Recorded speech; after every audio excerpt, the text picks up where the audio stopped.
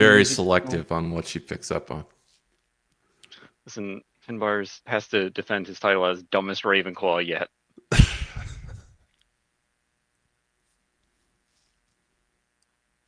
It's a title he wears with pride. He only reads the cookbooks. Everything has to be translated to cooking for him to understand. Now listen, Yeah. listen, Expelliarmus is like if someone scares you and you drop, the tray you had of all the cookies that you were about to bake. I'm like, oh no, how terrible. What do you do in that situation? It's like you try not to let that happen. It's like, I don't understand. Why would anyone do that? Spongify is not going to help your cookies. You're right. It's a shame. Wait, there is one that Fortify makes would, them though. hover. I forget. Locomotor. There you go. Locomotor your Or cookies. just Wingardium Leviosa. Well, it's only a single target, right? Maybe. I guess unless you've got Do some kind of cookies- charm. Do cookies count as like a swarm enemy? Yeah. You tell me. You're the culinarian. Yes, I'd say they count as a swarm. If Lovely. that's Finbar's like boss. It's like if anyone has like a solo boss fight, it's like Finbar, you have to fight enchanted food, and it's like I feel so conflicted. I've been training my whole life for this moment. It's like to harm food is one thing, but to use food to harm others is another thing. I've been waiting for this moment. For all my life. There's a... So long. Okay. Oh, lovely. Lovely, okay. Huh.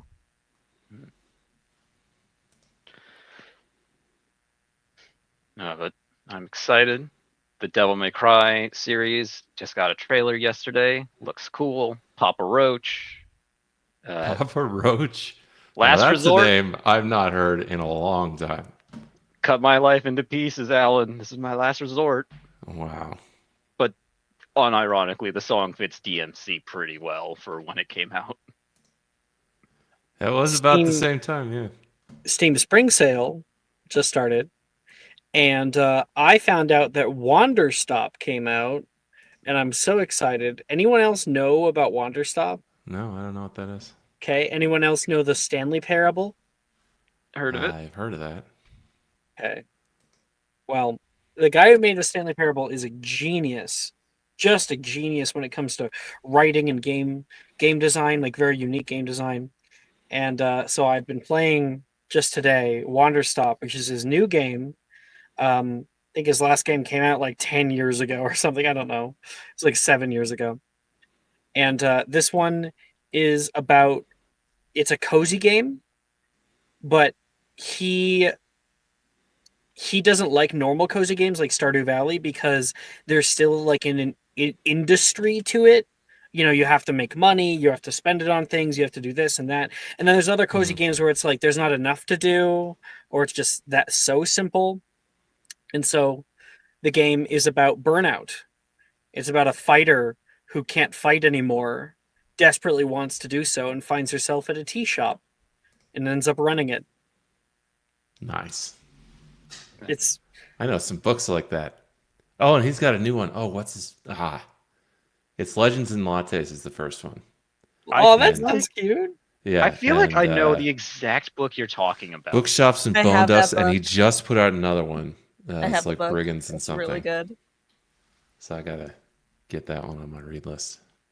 It's like I was playing it for maybe a few hours, like 3 hours, something like that.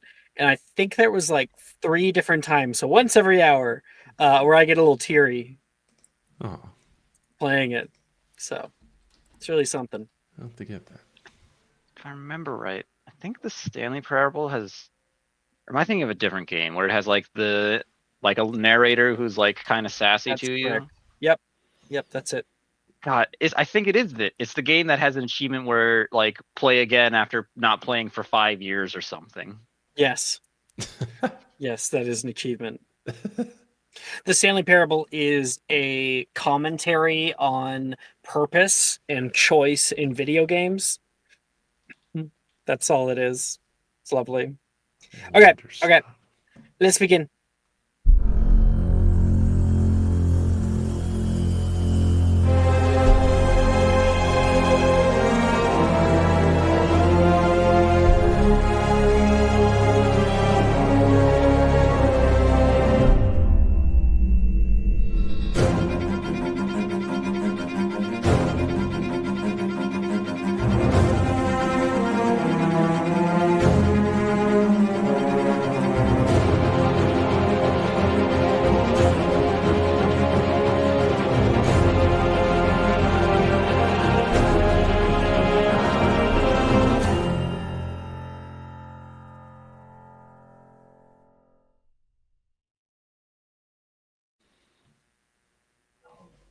Everybody, and by everybody, I mean 4 of you. Goodness gracious for dropping like flies. Yeah. Who knows? Maybe Nick will be here later. But I'm happy to see all of your lovely faces, except for Jess's.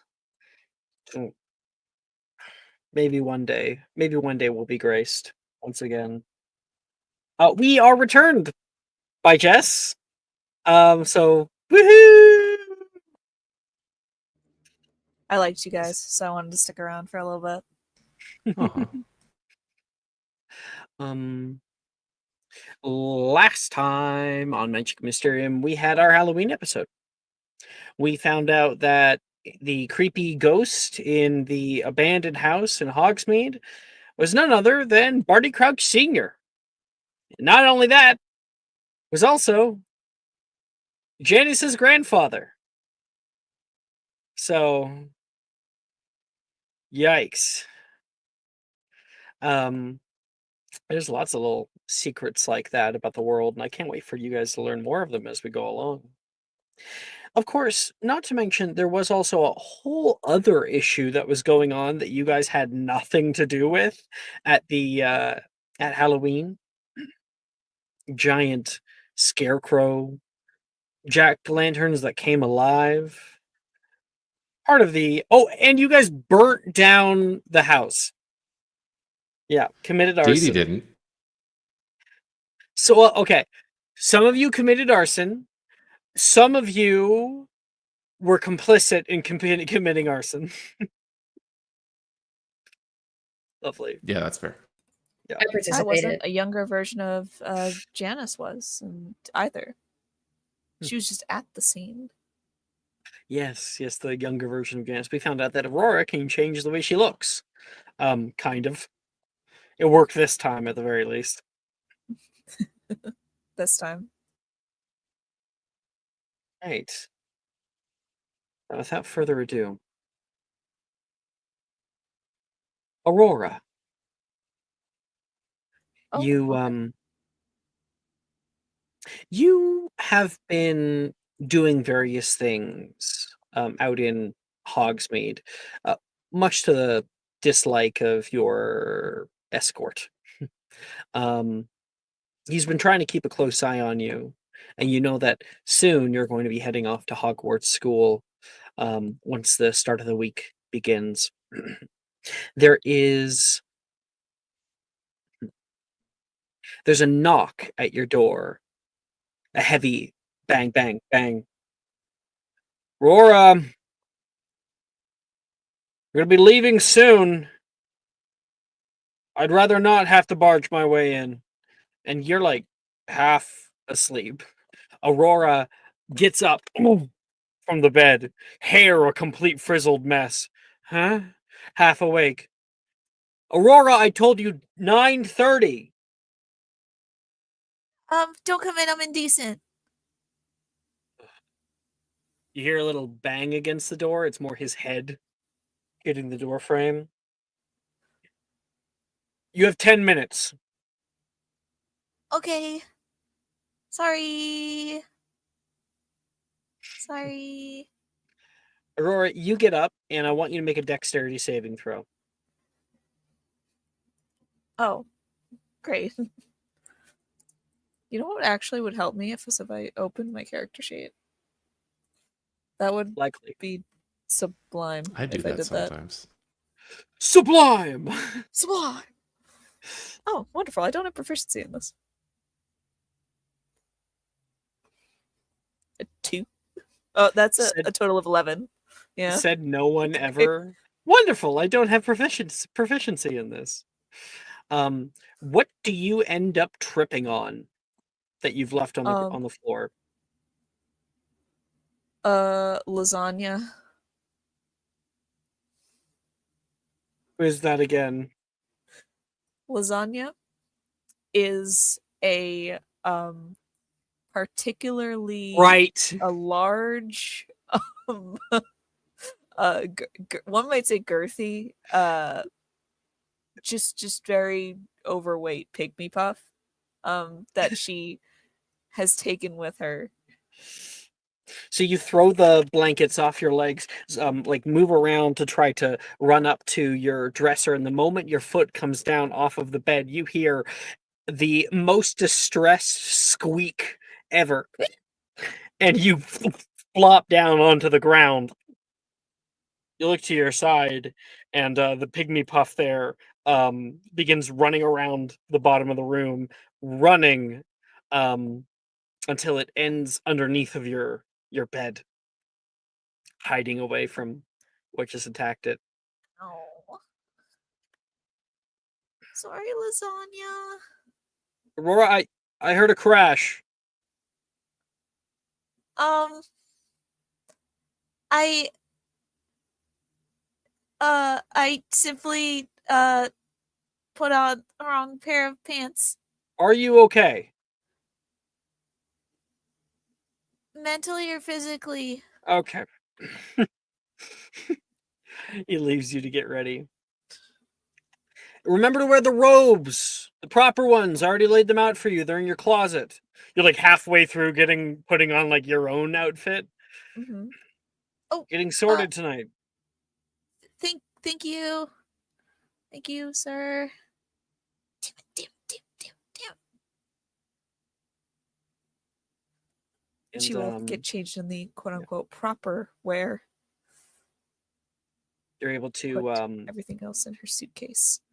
And what is something crazy that you put in your suitcase? Aside from lasagna?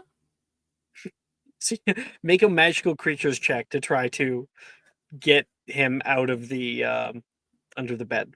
Oh, shoot. I don't have proficiency in this either.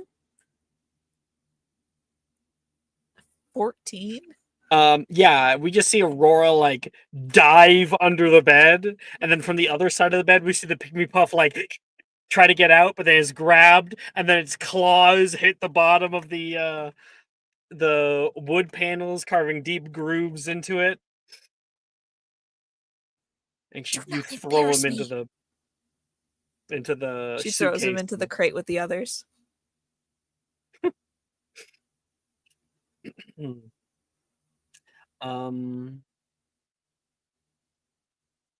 I have a better idea. Let's have him be your only one right now. For right now, okay. Yeah.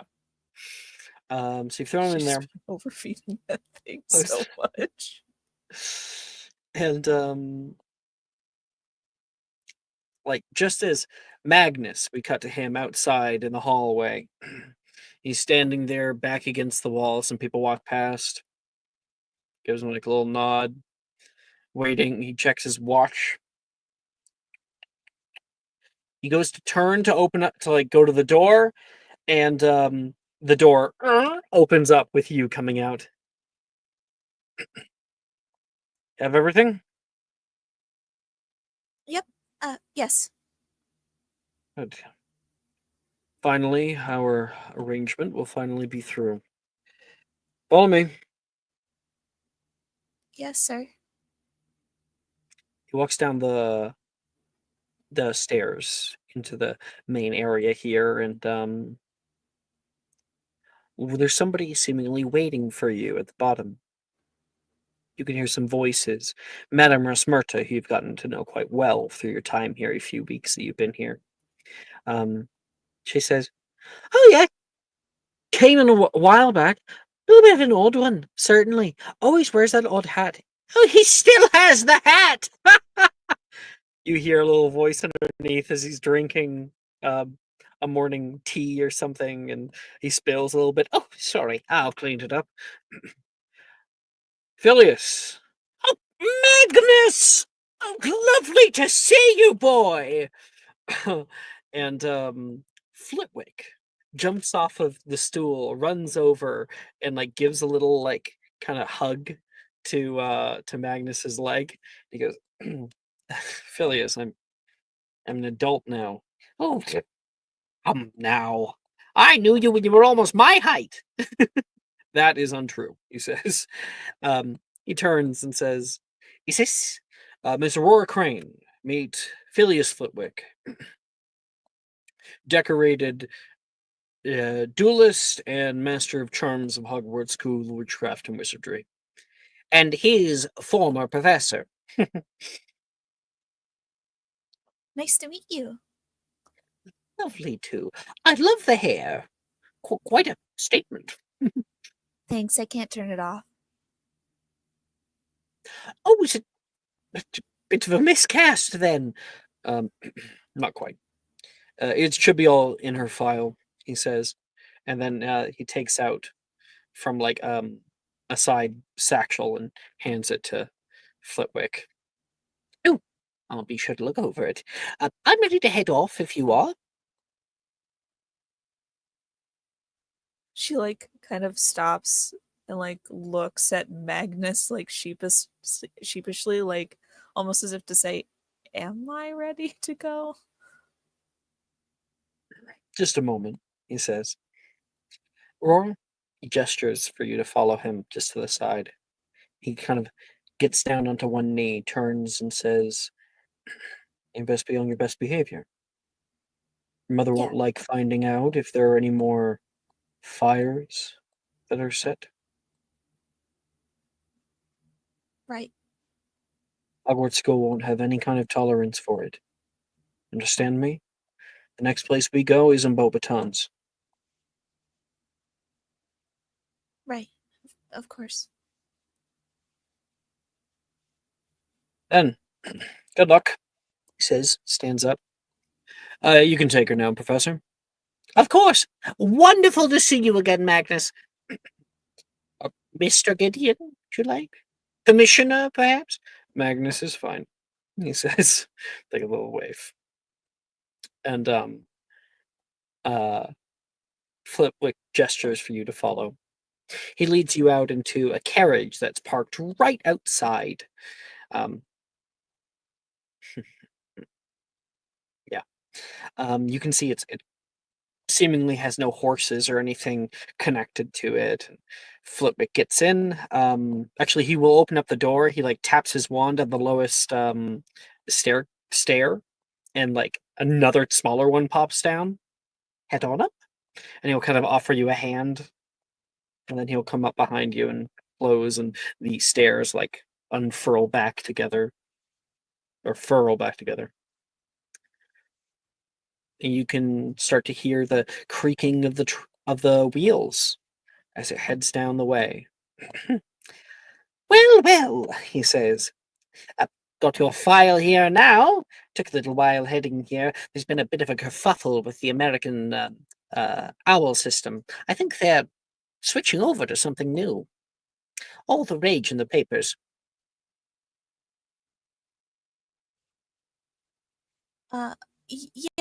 Yeah. My friends' families like to use ravens often instead of owls. Smart birds, ravens. I suppose that makes sense. He says, keeps going. He starts looking through your file and he says, Hogwarts School is large. It has space for any sort of student that comes to its doors. It's like reading through your file and goes, well,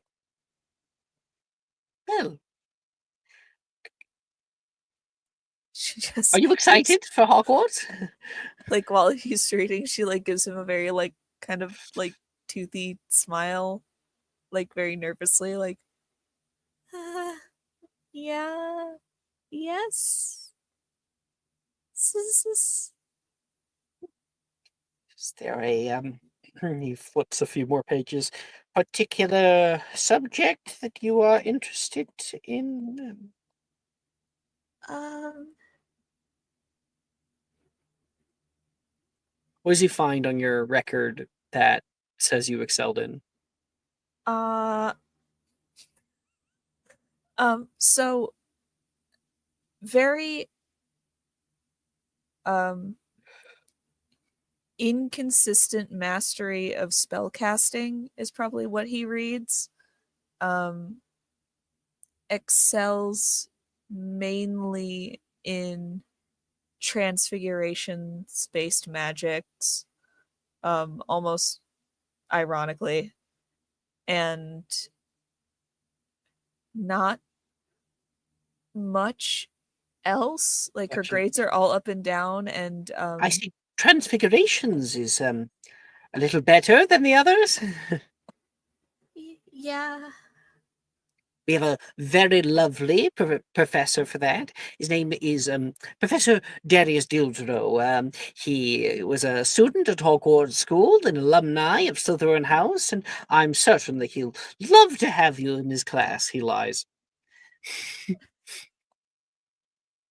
Oh, he sounds nice. Yes, he's Nice, quite the chap. nicer than mine was. What do you know about the Hogwarts sorting ceremony? And he kind of goes through that with you. We can fade away as the carriage comes in. Back at the Great Hall right now, it is the weekend. Now, all of you guys would be in your casual clothes for the weekend, and clubs are going to be starting soon. The next kind of week of school flew by in a flash. Quidditch tryouts, more arithmancy, homework, difficult transfiguration concepts were much of what was focused on. But the memory of that house somewhat still haunts you. The things that happened there, terror. This upcoming week is warmer than most. It's kind of like a false summer before the winter actually sets in. The outside, the rains have come down, washed away any kind of coolness, and the sun has been beating down on it all. Birds, still out here, yet to fly off on their migratory patterns, are loud in the skies above. And some people are even talking about heading down to the Black Lake for one final dip in the lake or something. But with the start of the new weekend, clubs are soon to begin. As everyone's like enjoying their breakfast and whatnot, there seems to be a flurry up at the front table. Many of the faculty are all talking to one another. Says, "But it was now, or she'd had to be in that hotel for another week. Are you kidding me?" And a few of them murmur between one another. Headmistress takes a stand. "Hello, everyone. If I could please have your attention."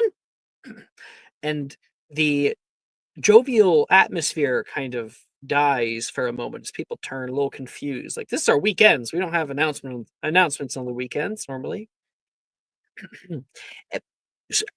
Terribly sorry, but we'll be breaking with formality for just a moment. You see, we have a new student who has recently transferred into the school. We wish to sort her, as is tradition, even if that is a bit of an odd date for it. After that, you may all return to your meals and enjoy clubs coming up soon. Professor Flitwick, I believe, is putting on Dueling Club and is still looking for more enrollments. So if you have any late-minute sign-ups, please let us know. The I think she's like, "Oh, and Professor Filch was asking about." And she goes on about some kind of like thing that Professor Filch has an issue, some odd smell in the coming from the moving staircases, and if anyone has any information to come come up forward for it. Without further ado, I believe they're ready. All right, without further ado, let us welcome our newest student. She puts her hand out, and the doors creak open as Professor Flitwick walks in with Aurora Crane. Is a bit of like a little golf clap as they walk through. Please come forward. Professor Flitwick looks up to you like, you know what to do. And he'll walk off to the side. Or how are you feeling as you walk through? Do we see people like Dee Dee, Finbar? I know Dee Dee gasped. Manly's Finbar, any of you guys like waving or anything? Yeah. Finbar will be like, "Oh, hi, Aurora. Does she still look like Janice?" Thank No. God. Maylise is probably elbowing other people at the Slytherin table. And she's like, I know her. That's my new friend. Her name is Aurora, I think. Yeah, I know her. Since when do you have friends? Gemma says. Oh, just because we're not friends doesn't mean I don't have friends. I like other people besides you. I think Arnesia starts to like laugh at that.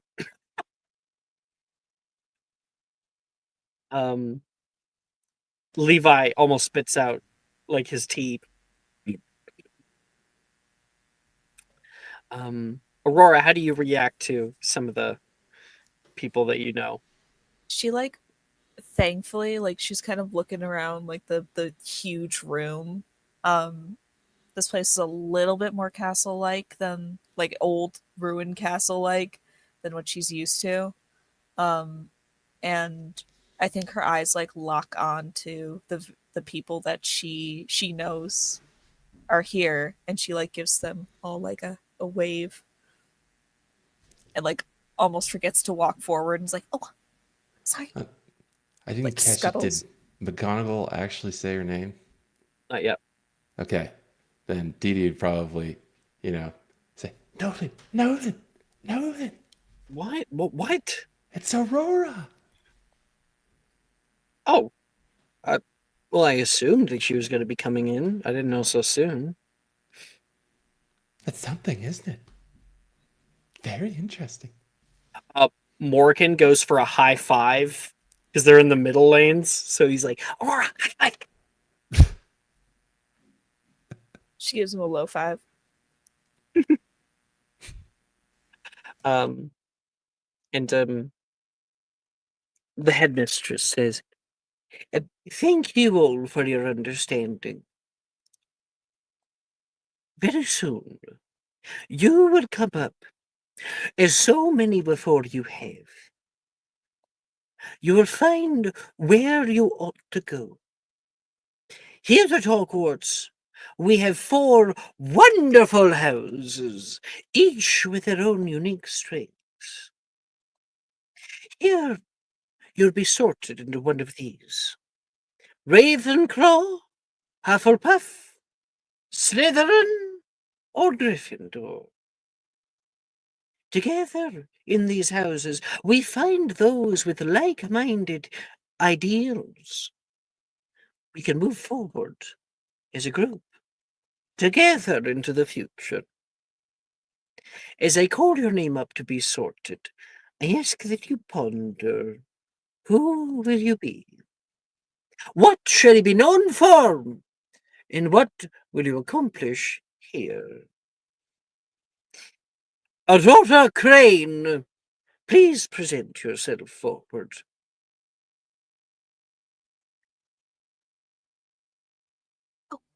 That's me. She walks up. Professor Flitwick comes over to put the hat down onto your head. He lowers it, and there's an immediate, like, odd tingly sensation that comes over your scalp. What's going on? You don't even warn me. Wake me up first if you're going to put me on somebody's head. It's kind of jarring, he says toward Flitwick. Oh, I'm terribly sorry. Yes. Hello there, Miss Aurora. It's a pleasure to make your acquaintance. Ilvermorny? That went well. Sorry for your loss. Okay. Well. We have a lot here. What has happened? Easier to sort when you're 12 or 11. So much less. What do you say, Aurora? This is a lot more quiet than the last one I went through. Yes, those bloody statues. Don't quite like the way they do it. Doesn't quite have that personalized touch. And what? If none of them want to, then kind of that one just ends up going, all right, I'll take them, and that doesn't feel good for anybody. No. I'm here for you, and you alone. All right. Buckle up, he says, and he's going to dive down into your mind. And what does he find that solidifies his choice in your house? Without going too deep into it, the events that transpired that led her to being here probably You did. would like to keep it hidden for now? Yeah, for now. Okay. So he kind of comes back out of that. Gryffindor! He calls out, and bright red comes over her robes. Woo!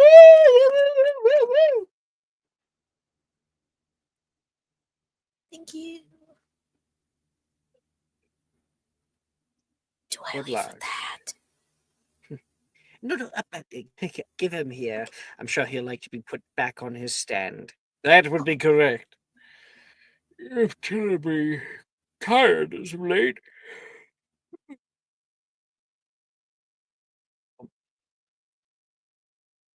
music suddenly changed.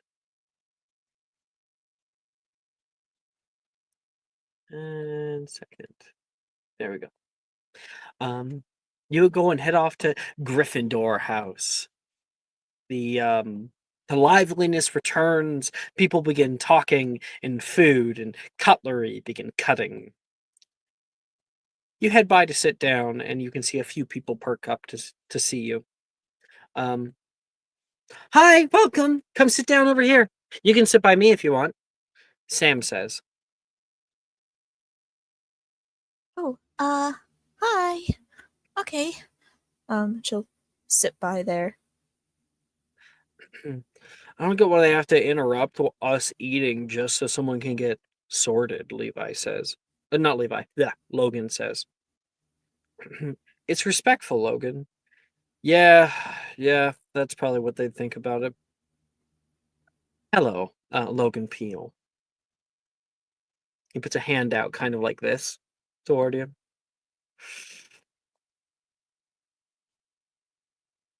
Are you the Pope? What? Why are you putting your hand down like that? It's a handshake. Fine. He pulls it back. Oh, I thought you were asking me to kiss your ring. Please don't. It's my father's signet ring. Don't want to get it dirty. Okay. Well, just so you know, handshakes like that are usually less dainty. He kind of coughs, and nearby Sally begins laughing, and Levi on the other side. Levi? Damn it, did I say Levi again? Again. That one didn't even Why? make sense. I don't know. Nate. You really want to go back to the Slytherin table. It's like eating you. Apparently. Yeah, Nate begins laughing. I'm I think Darcy says, another girl. There's already so many of us. Yeah. I Why do can you have see to that. sound sad about that? Sadie says. It's lovely to have another person in the dormitory. Well, You know, kind of feels like there should be one less than there is, right? and like I think everybody turns like kind of confused at what you're saying. And then Sally says, yeah, Sam should definitely just go sit in the common room instead. That would make things so much better because then I could grab her bed and push us both together. I can have a big bed all to myself. Massive bed. How big are the beds here? Are they like California King? I don't think that you'll be having accommodations that luxurious, Sadie says.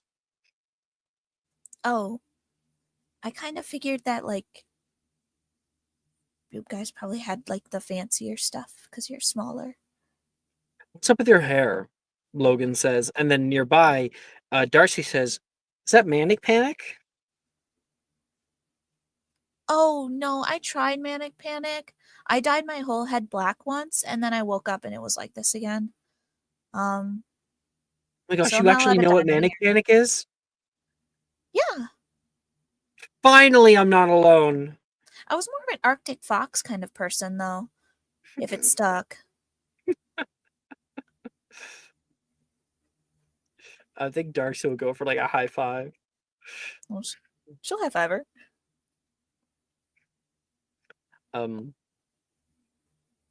Logan's like, you didn't answer the question. Oh, it's just like this. I can't really control it. What? Yeah, it changes on its own. I think Sadie's like, here, I got you a plate. I'm sure you must be hungry from the long train ride. Oh, yeah, thank you. And are any of you three coming over to say hi? Finbar will. Yeah, Ah. Maylee's will too. Sure. Okay, everyone's coming over. So there's a little horde of Dee Dee people. probably would wait a bit, but yeah. That's fine. Do not feel Second. pressure to come over. You can hang out Yeah. at the Hufflepuff table if you want to. It's just completely fine if We'll no have one ample comes time. over, because yeah. Make characters. Where's Finbar? Right, so we got a Ravenclaw, a Slytherin, and a Hufflepuff. But I think the that's- Hufflepuff's coming later. Two Slytherins, and the Hufflepuff's coming later. Finbar's Ravenclaw. Am I right? Yeah, I'm Ravenclaw. Oh, you're Steve- Ravenclaw? Word. Okay. Yeah. For some reason, I thought you were Slytherin. Why did I think that? Other game. Wednesday morning, Ian Yeah. is Slytherin. You know what? It's probably what it is. The last time I saw you I had a little Slytherin tag. Mm. Yeah. Yeah, I change it up in between. Colors. So Finbar, Maelys, you guys come over toward the Gryffindor table, kind of catch the tail end of this conversation as Aurora is handed a large plate of food. Good morning, Aurora. Nice to see you again. And may I just say, from another person who transferred in the middle of the year, it's nice to see another one. Finbar, Maelys. Hi. Hi. It's good to see you too. I'm glad you weren't arrested. For what? What happened? Right. Wink. She says wink while she winks. You guys know each other, Nate says. Yeah, I found them on Halloween. Oh, do not I think like Nate's like, oh, do not get me started on Halloween, Logan says. What happened? The Hogsmeade Community Council, that's what happened. Not again with these fringe conspiracy theories, Sally says. I know people on the council. They've been trying to end the monsters in Hogsmeade for years, trying to get them to go elsewhere, to one of the other villages, Lower Hogsfield, Upper Hogsfield, hit upon Upford even, if they can get them that far. And so it was all their doing. They were trying to ruin it, trying to get them to never come back. And in the process, ruined our Halloween. Wait, What? They were trying yeah. to get the monsters to go away. You just had to mention Halloween. Nate says, I've been hearing this all weekend. Buildings burned down, Logan. You think that the Hogsmeade Community Council is going to burn down their own buildings? That, yeah, That just makes it the perfect crime. I thought one of the Aurors that was fighting the giant scarecrow had a spell that went astray that hit the building and must have burned it down because they were distracted by the giant scarecrow. Wait, seriously? You saw this? Would you be willing to write a witness statement? Logan says. I saw this giant scarecrow. I didn't like. I think I saw the aftermath of the house burning down. You just said you saw an Auror colluding with the Hogsmeade Community Council in order to burn down historic buildings. Well, Okay, that's no. not the way to go. Laws exist to protect the social elite. If you really want to get back at them, you need to firebomb their houses. Wait, what? Sally like turns, kind of puts her drink down, looks at Sam like Sam's like back toward her. They're making little faces at each other. Sally's like, I think I'm gonna like this one.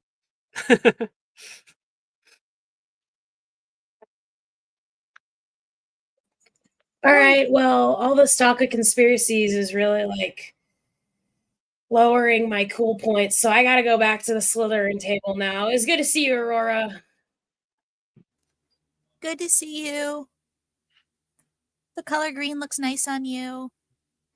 Oh my god, thank you. I think, well, all of those colors look nice on you. I like it. Thank you. Well, And then she like takes a huge bite of carrot cake.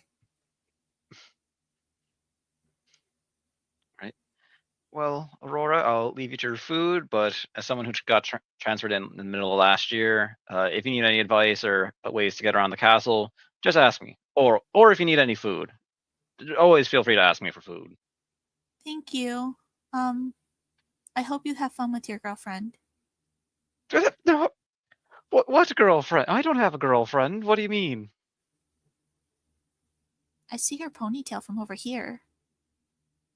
She's the only one wearing a ponytail. Red. You see the red just rise, and he's like, look at the time. I've got to be going. Enjoy your meal, have carrots, and be merry or something. What was that? Gotta go. I think that went well. Edie, you're at the Hufflepuff table right now.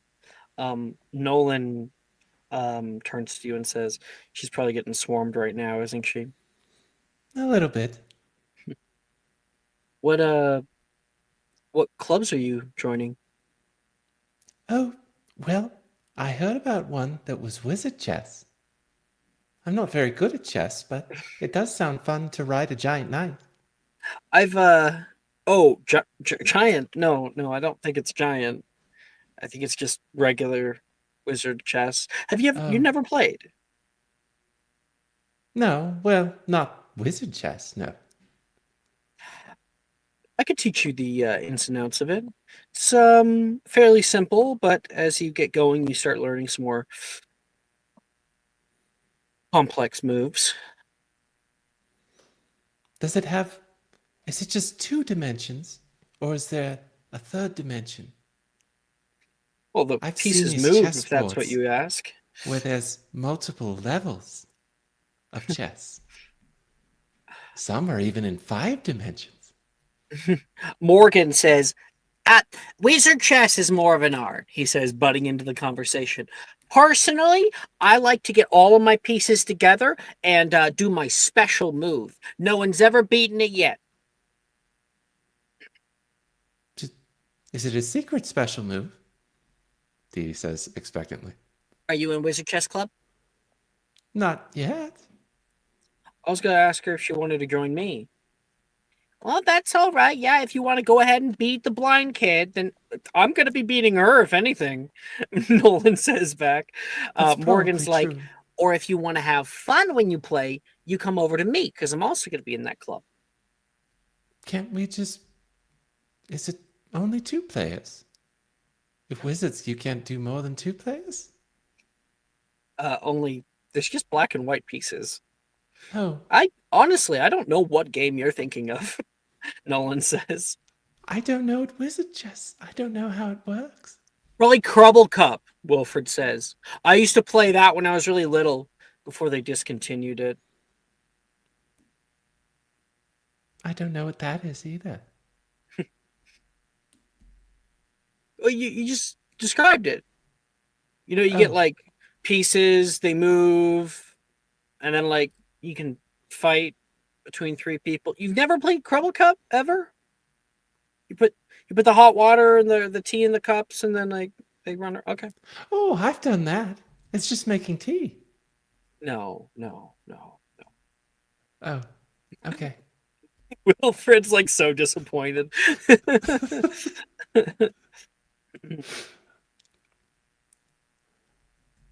So And there's we'll Fantastic Horticulture Club, Wizard Chess Club, Fantastic Beast Club, Magical Drafts Club, Dueling Club, Artisans Guild. Ooh. Yeah. Actually, And, I go with Dueling Club. But anyway. Melees. As you head back to the Slytherin table, there is something sitting on your, like, right next to your food. A letter. Huh. Do I recognize the handwriting or anything? Does it say like who it's from? It's a dark, deep dark green in parchment color, and then it has your whole name. Remind me of your last name. Is it Moonwild? Yeah. Okay. Yeah, it says Melees Moonwild in like calligraphic font that's drawn in gold ink, and then there is a golden seal on it as well, like wax seal. Oh wow. Guys, look at how pretty this is. I'm gonna tear it open. Yeah. 1 second. Not to like ruin the insides of it, but like I'm not being very like I feel like and careful with Gemma the looks up and she's like, "Oh, that's a oh my gosh," she says, like very surprised at what you've done. And I have a thing to pull up. 1 second.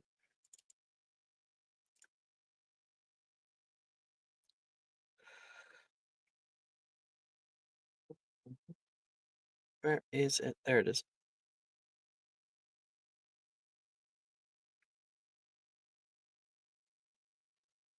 Okay, when you open it up, you can see the page inside is blank at first, but then a little bit of golden ink appears on the page and begins to swirl around, creating a design, and words begin to write themselves as if someone is actually etching it with a fountain pen.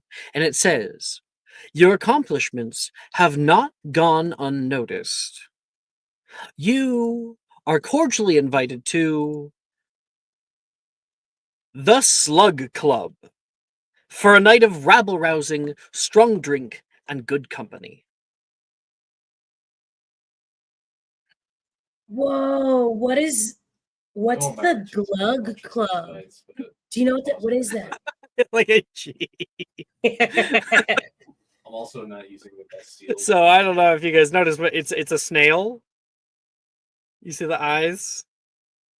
I see it now. Long Yeah. tail? Yeah, it's a snail. Wait, does it say? Oh, it says the Slug Club. Oh, I think I've heard of that. Is that where you get together and you all like eat slugs? They do that in France. Professor Slughorn puts on a club. Yes, I've heard of it. It's only for the most daring, most of his students. Are you sure that was addressed to you? Oh, are you sad you didn't get one? Reparo, she says, and she's gonna put together the pieces of your thing. She like goes to pick it up and drops it. Like, I didn't get one. No. I'm sure that mine is probably still in transit. I'm more of a legacy, you see. Us Draytons and Yaxleys have been a part of the club for many, many generations. So he was probably intending to do something a little more special for mine. Oh, yeah. Or he just forgot it.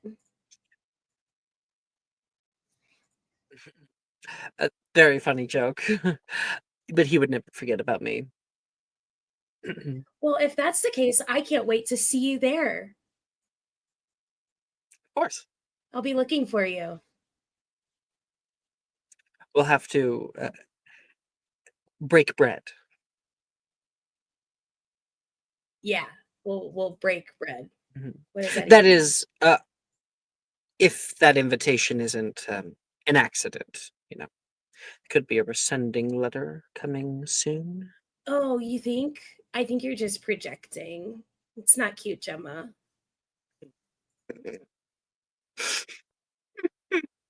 That's great. It's great. And it says that you need to bring a +1. Oh. Well, it does say I can have a +1, so if yours doesn't come, I could maybe possibly bring you. But you're gonna have your own invite, so I'll ask someone else. Exactly. I'm not quite certain that we would be the best fit.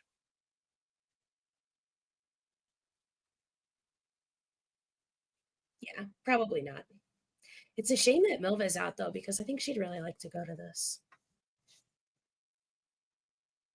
Oh no, I missed the. Anyone know who Spozark is? Hi, Spozark. So it was a little while ago, actually. I just didn't notice it.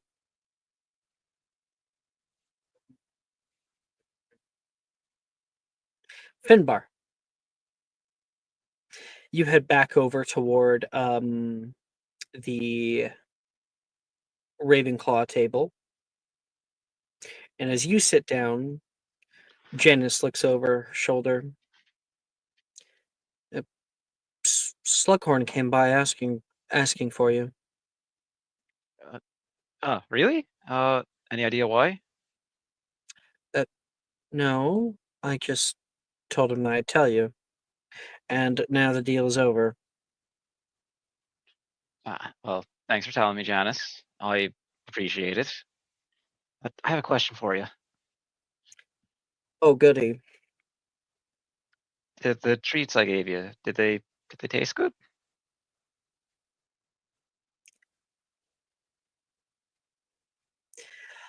They were certainly exemplary, good craftsmanship, but I've come to expect that from you. I kind of wonder what maybe next year you might outdo yourself with. The biggest, dumbest smile on Finbar's face right now. Just like, They certainly made the night more palatable. I'm happy I could help. And certainly seems like your night was a little calmer than ours. This is why I don't go out on Halloween. Were you caught up in it at all, or? I managed to avoid the worst of it, unlike some other people and some pieces of property, I suppose. I'm sorry? Oh, did you not hear? Logan's going on about a conspiracy about it too. Anytime that Logan speaks, I try to just drone it out with white noise in my brain. Well, I guess when the Aurors were dealing with the Scarecrow, one of them must have set off like an incendio or a confringo or something, and it hit this house that Oh my goodness. his house had apparently been condemned, and they've been trying to tear it down for like a long time. Oh, the house on Huxbeth Park. I think so. It had like iron fence around it. It looked like no one had been there for a long time. I believe the citizens have been complaining about it for years.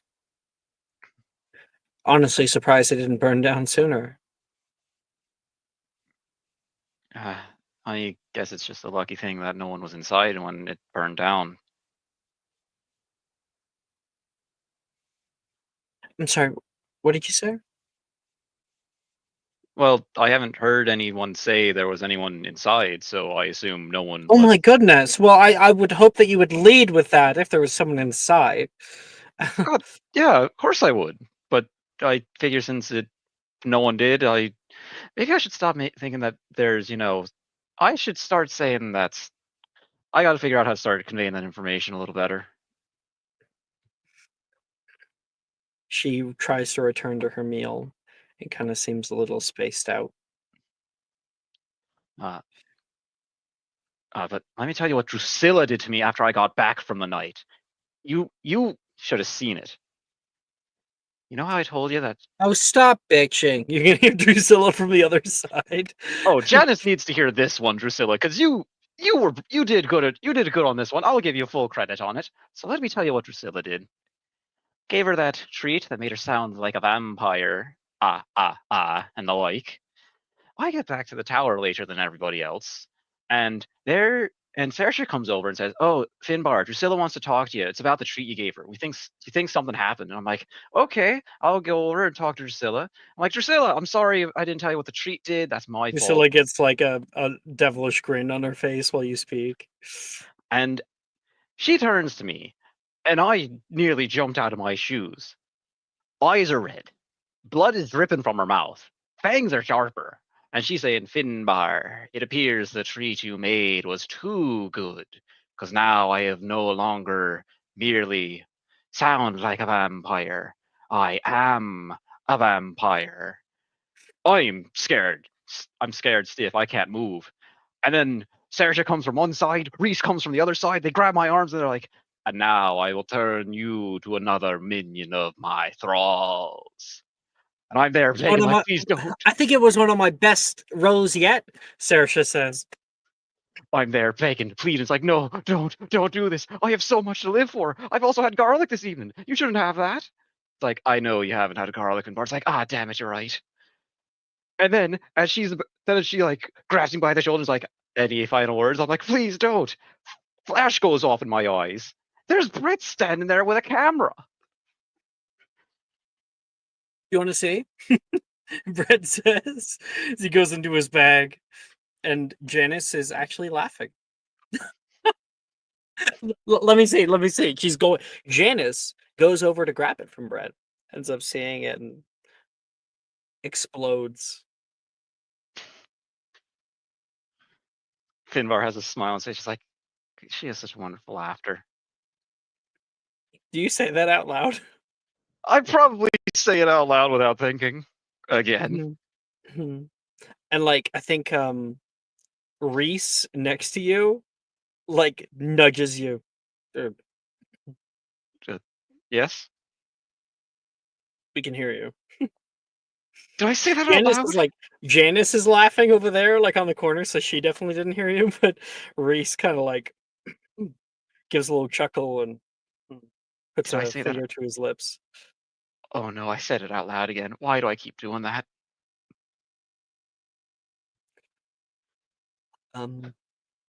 When the meal finally comes to an end, people begin to filter out for There a bit of time before clubs actually start. And Aurora, you can see walking through the moving staircases, somebody comes up to you, Mhm.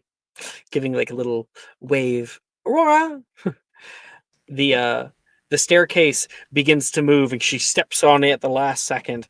And Dee Dee, make me a dexterity saving throw. Oh God. Oh wait, sorry, that's just straight dexterity. Well, it's still +2, so I don't know how you want to roll that. But it's a 3. Natural 1, actually. Yeah. Natural one. Yeah. So you're like, Aurora. You come out to try to get her. You try to grab onto the side, but then it moves at the last second, and Dee Dee falls right off the back end. Aurora, what do you do? Oh, Carpe retract him.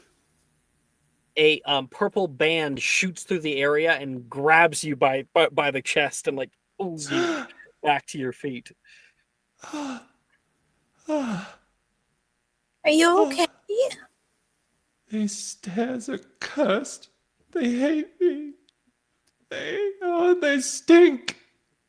The bane of Dee Dee's existence. Oh no. I thought I had them down, but then they do stuff like that to me. They hate me, I swear. Starting to actually cry a little bit. Oh, Aww. It'll be okay, Dee Dee. I don't think the stairs hate you. You haven't seen what they've done to me. You know, sometimes when we're fated to have something really bad happen to us in a certain situation, like in a certain place, nothing we ever do in that place really kind of is good. you help her to her feet. That did not help. It was not at all advice. It was just something bad is going to happen to you here. And Dee Dee, as you try to take that, you step up the next few steps. You go to say your next sentence, and your foot gets caught on the trick step of Hogwarts. Your foot sinks into the stone by a good foot. Ah, what now? Oh, what is this? Oh no. Uh, Is Hogwarts melting? uh, Why does Defino. it do this? Which doesn't work because it's No. yeah. Oh damn! I keep forgetting. Make an athletics check, Dee Dee. Okay. Can I provide the help action? Oh, wait, I don't You don't know. need to. Yeah. No, do not need to. So Dee Dee What'd you gets get? like a little bit 25. angry, 25, and she's like, "These stairs," and then it's like a Grab miniature your knee rage. and Yeah. throw it out. Yeah. Well, you're spat out and are able to arrive on the landing right by the door to the quad. Oh, Oh, I'm sorry you had to see that. it's I Milva. hate having to go over these stairs. Hey, Nova. Hi. I've never had a good time on these stairs. One time Morgan abandoned me on the stairs. I still think Maybe- about that sometimes. You know, one time I there's like this big tree in the middle of the courtyard in Ilvermorny. And nearly every single day on my way to Charms class, I would trip over this huge root on the ground. It was just kind of raised up, like over the grass, in like the exact way that was like perfect for tripping on. And I would always trip on it. So one night I snuck out and I walked over the tree and I got down on my hands and knees and I put my head to the root and I tried to connect with the tree emotionally, so that we could understand each other better, so that I wouldn't trip on it anymore. And Did it work? no, I still tripped, but I felt a little bit better. It almost felt like a friend tripping me at that point. Your stories don't seem all that comforting. Does anyone ever tell you that? Often, in fact. Aurora! Oh, there you are. Sadie comes down from the hall from the quad. Sorry, I thought you were following us. Oh, hey, Dee Dee. Hi. I was just gonna show her to the common room, unless you guys are hanging out. Sorry. No, not at all. Um, I guess. Bye then? Sure, unless you want to come with. Oh, could I? I'm not up to Hufflepuffs aren't too allowed much. in the Gryffindor common room. What? Oh, okay. You aren't allowed in each other's common rooms. Well, of course not. They're kind of private spaces for each house. Oh, that's a little weird, right? What if you have friends? Or do they not want you to have friends in Oh, other houses? you can meet up in the viewing hall. Lots of great views out there, and good, comfortable couches, places to rest. Sometimes I like to set up the Christmas tree in there. Guess. Okay. That makes a little sense. No, it's weird. Remember what I said, Dee Dee? Head to the stairs. Mm. Connect emotionally. I'll try. I'll let you know. It'll be good to have you here. And Aurora nods sagely, like she gave some really good wisdom. And Sadie and Aurora walk off, and you kind of are able to hear one little thing like, "Already making friends, are we?" And Sadie shows her to the dormitory. I'll show you where you're sleeping, and we'll fade from that. We will allow Aurora the obligatory decoration. What do you pull out of your? No, actually, I think there is a little bit of an important thing here to do before we move on to club. So, Aurora, you head up to um the Gryffindor common room, obviously. Enthralled by its beauteous appearance, nice curling staircases that go up to the second floor where all the dormitories are. And Sadie shows you up the stairs. A few of the boys are hanging out in the common room already. They give you a wave, and inside you find the girls' dorm. It is overcrowded with beds, full moon circular dormitory with little wi- window sills that are only about as tall as you are, and each area is unique to the person. Dang it, I have hiccups now. To the person who's using it. There is Sadie's area that has a place for books and some family portraits of her and her dad. And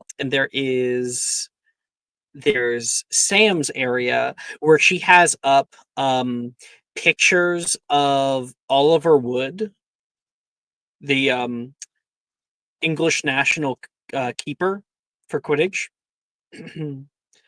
So she's seemingly really into that lately.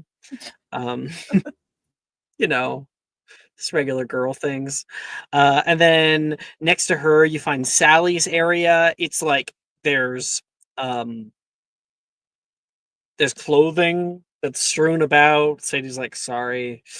I keep telling her that she needs to clean that up. The house elves have the weekends off, so kind of gets out of hand. And and then you would see Darcy's area. There's a broom pressed up against the wall. There's a place by the window to sit. There's some keeper armor because you kind of wear padded you wear pads when you're a keeper, and that's strung up on her stand. And Sadie says, and this one just showed up, so this one must be yours. The castle kind of changes to suit our needs. Wow, 4-poster bed. You could hear an odd oink sound, like oink, oink, oink, oink, oink, oink, nearby. Oh, that thing's still alive, Sadie says. And you see pushing the clothing around on the floor by Sally's area is a pygmy puff. Aww. So cute. Hi, little guy. Make magical creatures check. Wonderful. Great. That's the exact same roll I got the last time. 14. 14. Yeah, you're able to kind of scoop it up. It like tries to get away at the last second, but you're able to pick it up. Do we all know what a pygmy puff looks like? I don't know. I googled it. Here. I think Maylee's got one in the first episode when we went to the joke shop. Whatever Liz has happened all to kinds it? of animal friends. She's been collecting weird animals and just keeps them, I guess.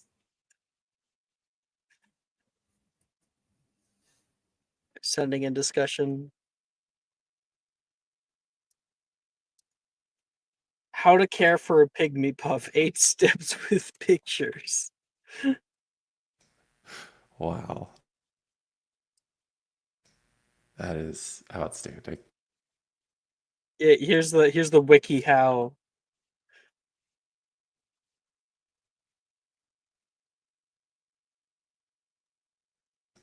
That's pretty great, actually.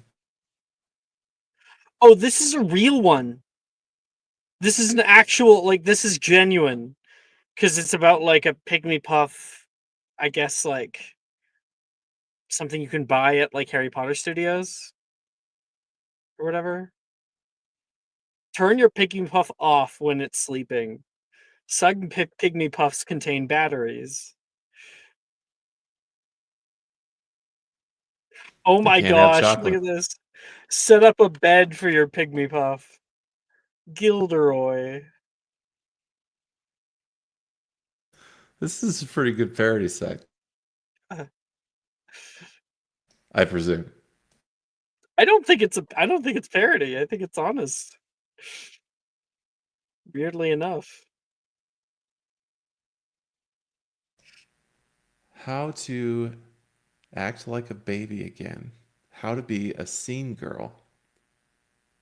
How to pass as a guy and still be seen or emo. How to act like a mermaid at school. Oh my gosh. I just have to share this because I saw this just on my journey of looking this up.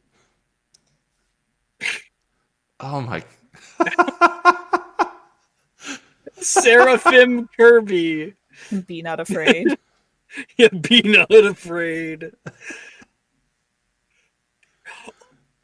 Okay, I just found another thing for our magazoologists out there.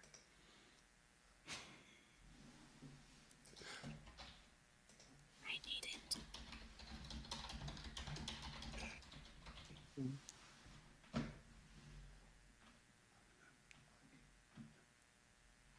Would it be a mean girl with pictures? Wow, okay. Anyway, back to it.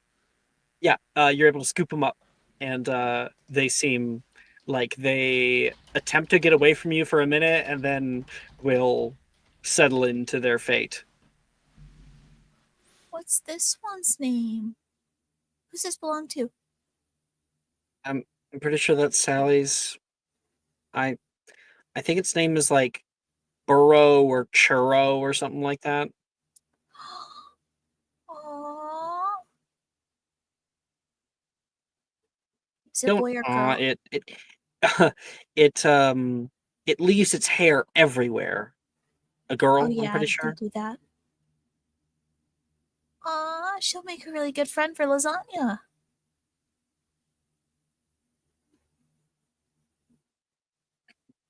Sadie looks worried.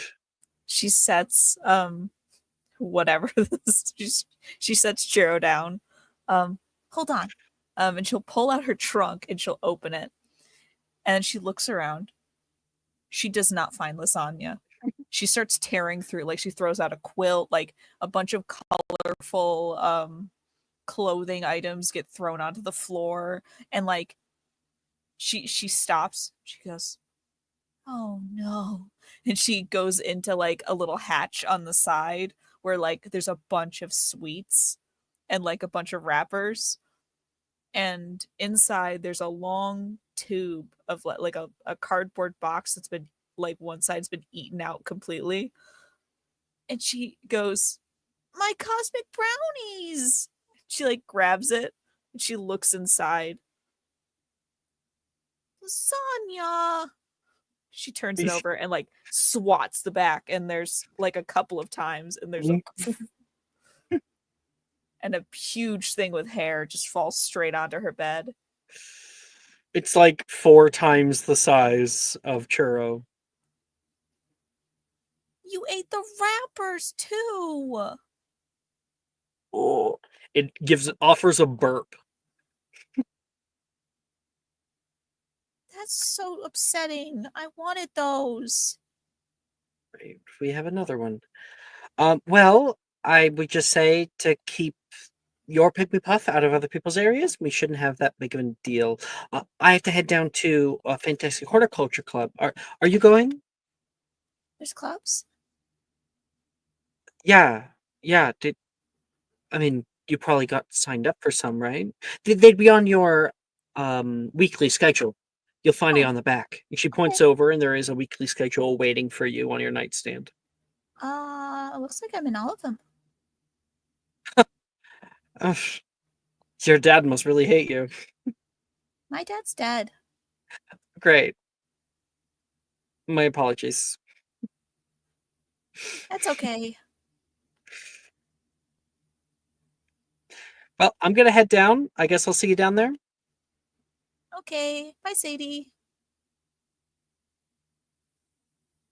Alrighty, guys. So, Fantastic Horticulture Club is starting. You have the option to be enrolled in all of them. You can skip them if you'd like. I think there's no necessarily benefit to not being enrolled in one, but Fantastic Horticulture Club is starting, so who's a part of that?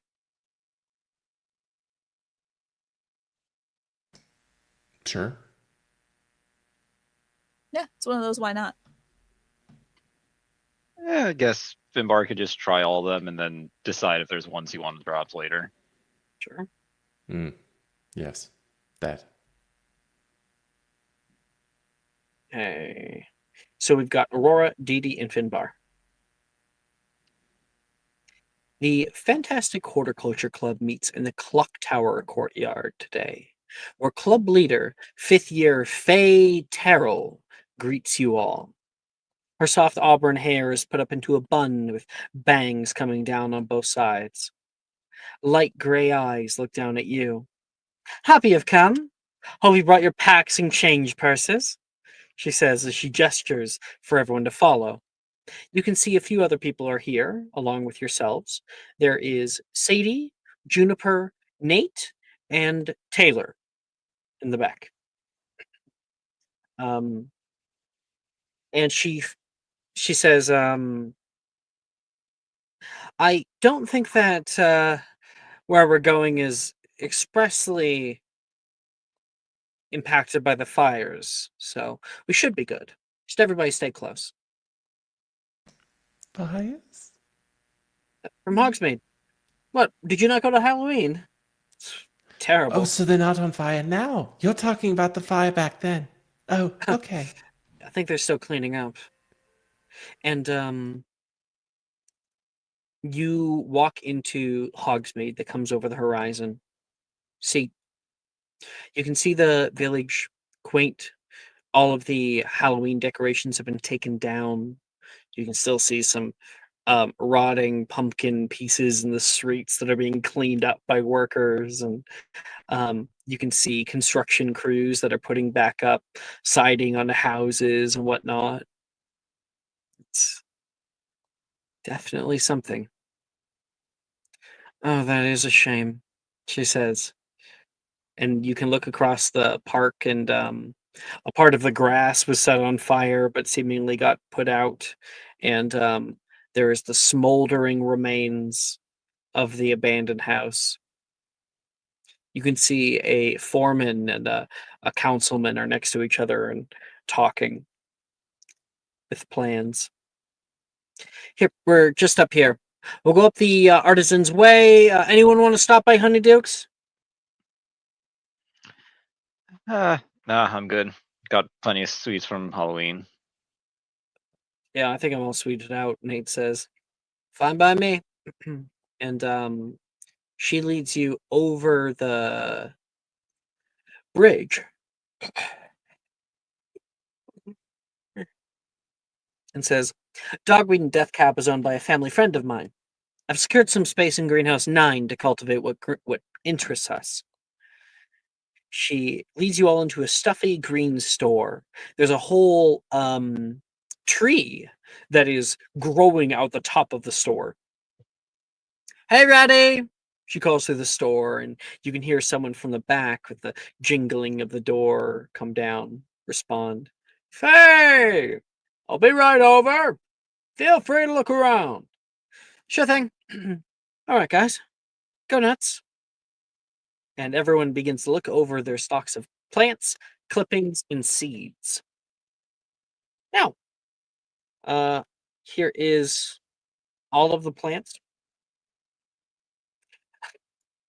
And you guys get to grow what interests you.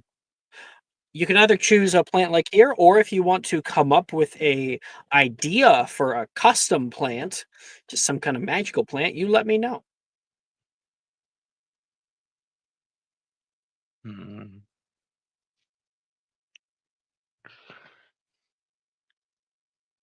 There's a lot of stuff here.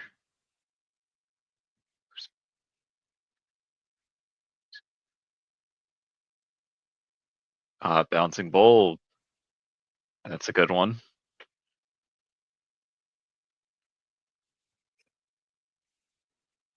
What's objectively the worst one I can pick? Whatever it is that hit shade. We probably don't have that here.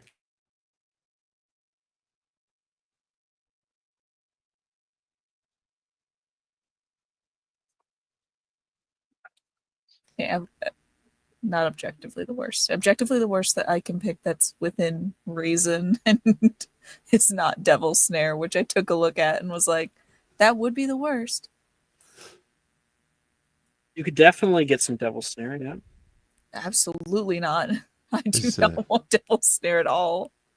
There's a gravity-resistant tree. I'm thinking gravity-resistant bonsai tree. Oh, yeah. Yeah. You want that one? Yeah. Hell yeah. But it's kind of pointless because the whole reason that a gravity-resistant tree is interesting is because it can grow beyond 426 feet, but it's a bonsai tree. I love this. It's great. It's a plant that it's magical, but not in any way that matters because it's a bonsai tree. This is wonderful. Melees. Oh, no, why did I say Melees? You're not here. Finbar, do you have one? Been playing a lot of Hogwarts Legacy lately, so I'll go with Mallow Sweet. Just Mallow Sweet. Finbar keeps it light with the herbology, with growing the plants. Finbar, what if you got like a bunch of more produce and things like that, and like spices? I gotta think of that. Right, time's a spice. Thyme, as it said. Ooh, sage, that's spice. Well, they said they were running out of time.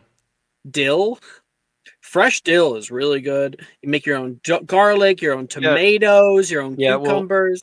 Finbar's gonna try to be like, don't worry, I've got a great idea. I'll grow my own. This is probably how he partially gets all his spices and all that stuff. It's like, don't worry, I know what I'm doing. I think. Aurora.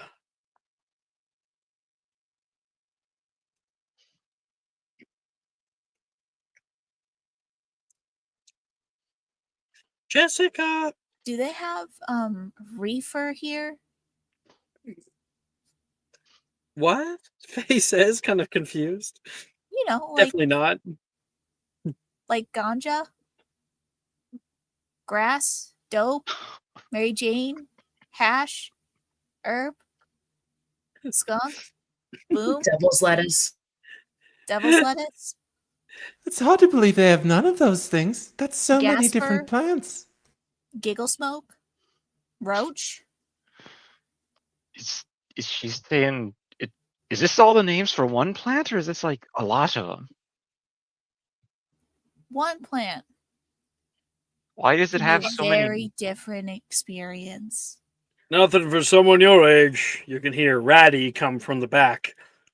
He's got like a long mustache that comes down off on either side, a little goatee, white. He's an old man, bald. Oh, okay. Wait, Ratty, what's? Don't ask.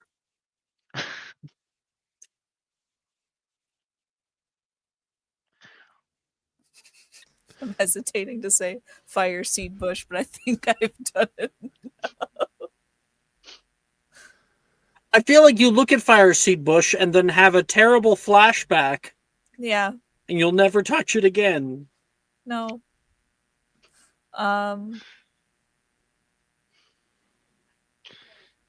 Let's go with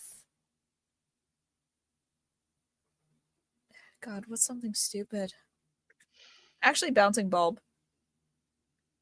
Let's go with bouncing bulb. Lovely. Chinese chomping cabbage. That's another one.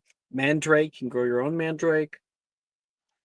If you want to try to crossbreed something. Oh, okay. She's gonna try to crossbreed a bouncing bulb with what would be hilarious is the bouncing bulb and the gravity resistant bonsai. It just goes up and then doesn't come down. It just takes but a no, while. It's back, a- in a couple hours. a bouncing bulb and oh darn. I had it. Hold on. Chinese chomping cabbage. Yes, Chinese chomping cabbage. That's terrifying. Yeah. But we're going to see if that works. All She's right. got so little intelligence. It's probably not going to.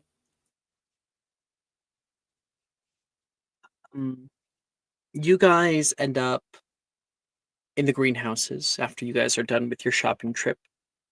And out here, it leads you guys to Greenhouse 9. You've never been in Greenhouse 9.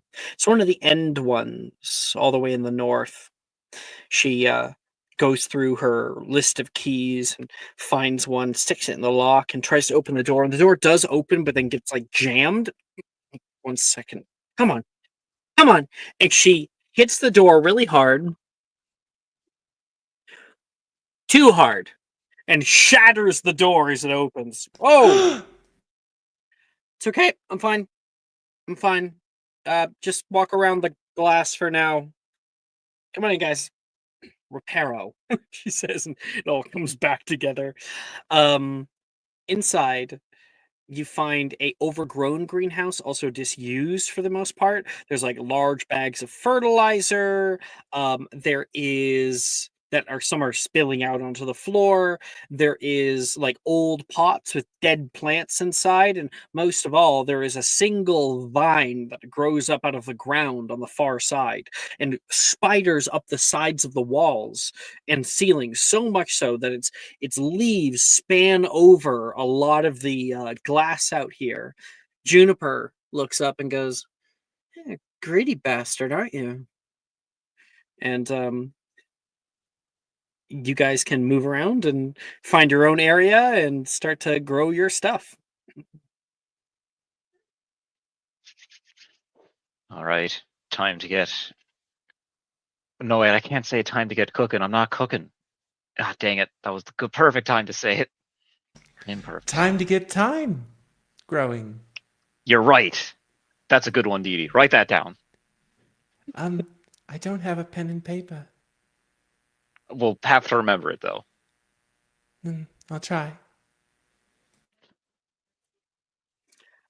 That's the thing about time. It always eludes us. You can never actually get it. Oh, he's got it Taylor right there. says. That was Taylor who said that. Oh.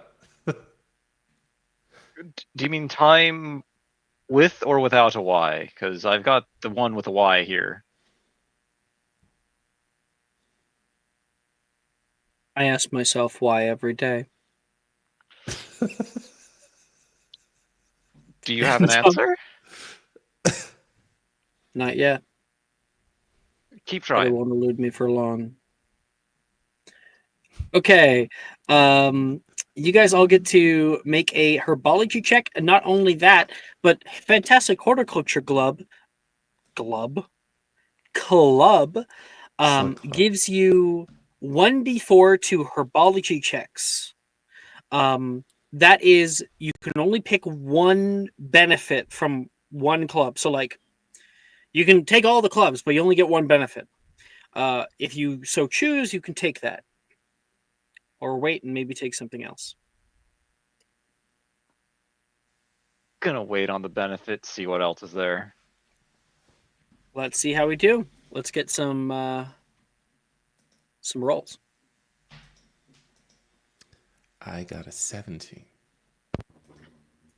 Dirty 20. Crisp 8.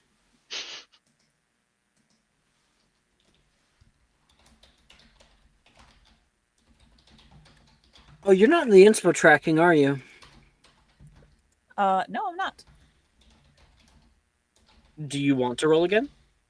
No. It's fine. You don't want this to exist? It's probably for the best if it doesn't. Like, better for the ecosystem.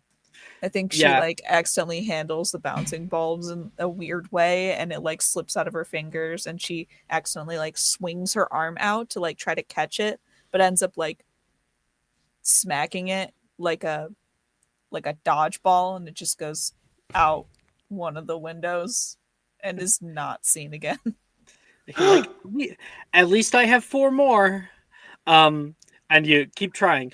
Finbar, you're able to find your own area and start up your whole garden. These spices are going to be amazing to have something fresh that's really going to add an extra layer to the flavors that you're able to unlock. That's the little things that'll make the meal that much better. I just know it. You now don't have to explain where you get your ingredients or anything. You can just say that you have it. And then Dee Dee, you got, what was it? They're gravity resistant bonsais. No, well, the number. 17. 17, yeah, you're able to cultivate them, over the next few weeks. What they are is there's like a very porous rock, and there is a seed that is pressed within in the center of it. Those rocks hover, or rather, they start on the ground, and you water them every single day, and the pores really take it in. And then you see like vines beginning to curl out from a main crack all around, and then little buds begin to come out, and it starts to make the rock hover, and they eventually get up to eye level, and a tree is coming out of each one. There's like 3 of them that you have. I can just picture Dee Dee's just sitting there staring at it for like 5 minutes, like really carefully studying it, and then just like clips one leaf off, and it just like floats off. Yeah, the leaf floats as well in the air. Yeah, that's cool. And like they're useful for you can make them really, really big as well. So that means that you can actually have something that you can like deploy and climb. Another thing is you can, if you keep them small, you can like tie things onto them and like send them off. You ever had to? If you ever had to record somebody, you can put a muggle recorder They just go Ah. phew, into the air. And then Aurora, the remaining 4 bouncing bulbs are eaten by the Chinese chomping cabbages within the first week. Such is life.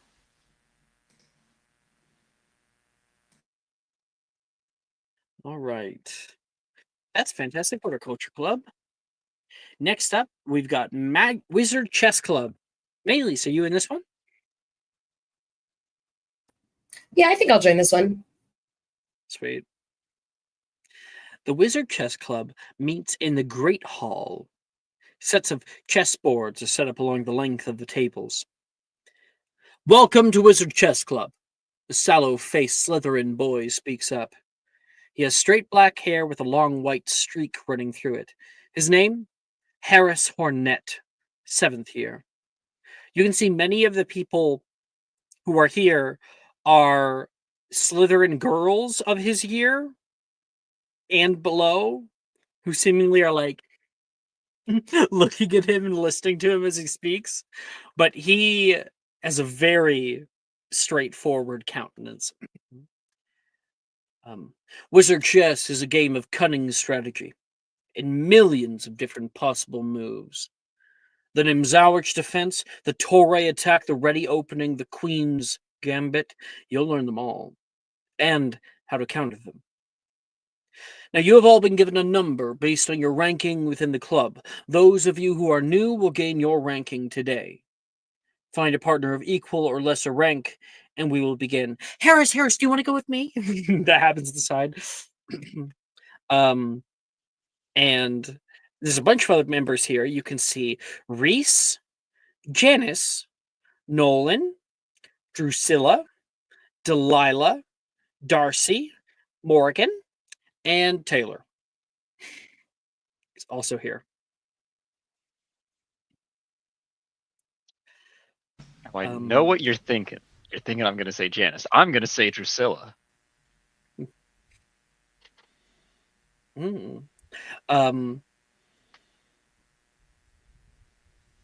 Interesting. Oh, no. Okay, so you head off toward Drusilla. She's already getting set up. Man, it's been forever since I played wizard chess. Oh, hey Finbar, take a seat.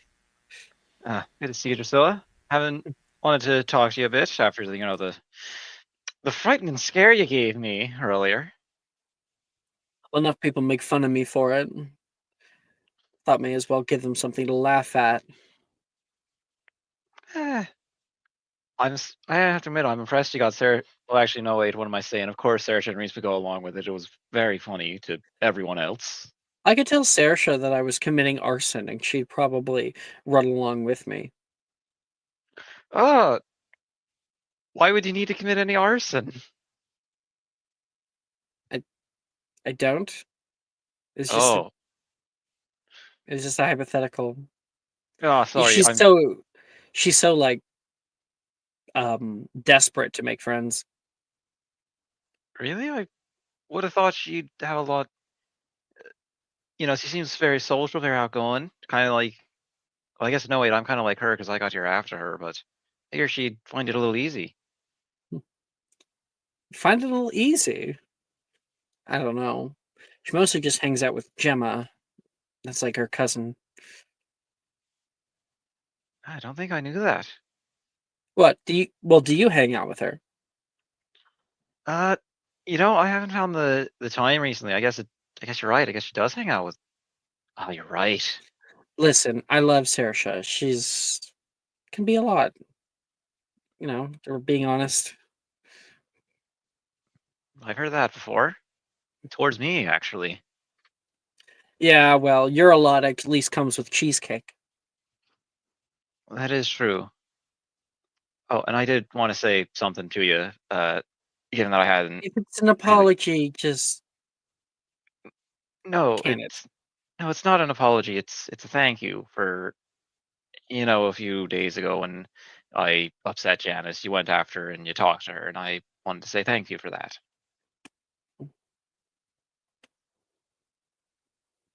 Why? Okay, sure.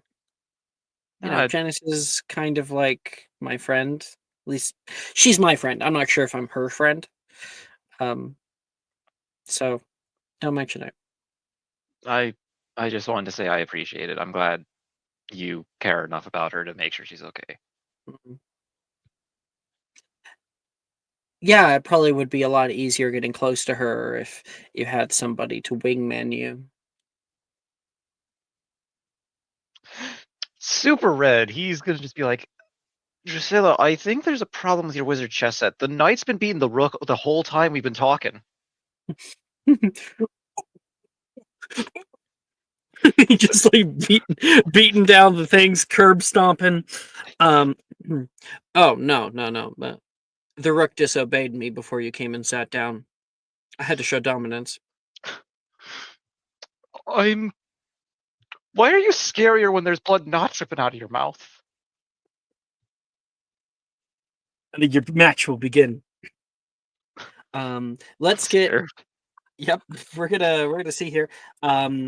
Roll me an investigation check. We're gonna do probably 3 or more of them. First person to 3 successes. All right. Olives? 19. 19 draw. Oh All no. right. We got some good openings. You've played this before. You've played this before. I see. Good counter. I guess, yeah, Muggle version mostly, but bit of the wizard one. Let's see if you know this one. Roll again. Ooh, 16. 17. You think you know it, and then she ends up with a completely odd move that you weren't foreseeing. She ends up giving up one of her pieces, and you're like racking your brain as to why, and then she takes 2 of your pieces. Oh, do you want to draw? I see things through. No, I'm going to see this through to the end. This is exciting. And we'll roll another one. So with Ravenclaw stuff, it's 13. Oh, with her Ravenclaw stuff, it's a 9. So you begin like really buckling down. We can see Finbar, the cogs turning in his head, the cobwebs being pulled away, and you end up taking off one of her rooks, and you see her like eyebrows go up. Good move, she says through gritted teeth. Make me think a lot with this one, Drusilla. You're getting through the fear, though. Got to fight the fear. You won the battle. I'll win the game. Last one, potentially. Because you have 1 success, she has 2 successes. All she has to do is succeed 1 more time.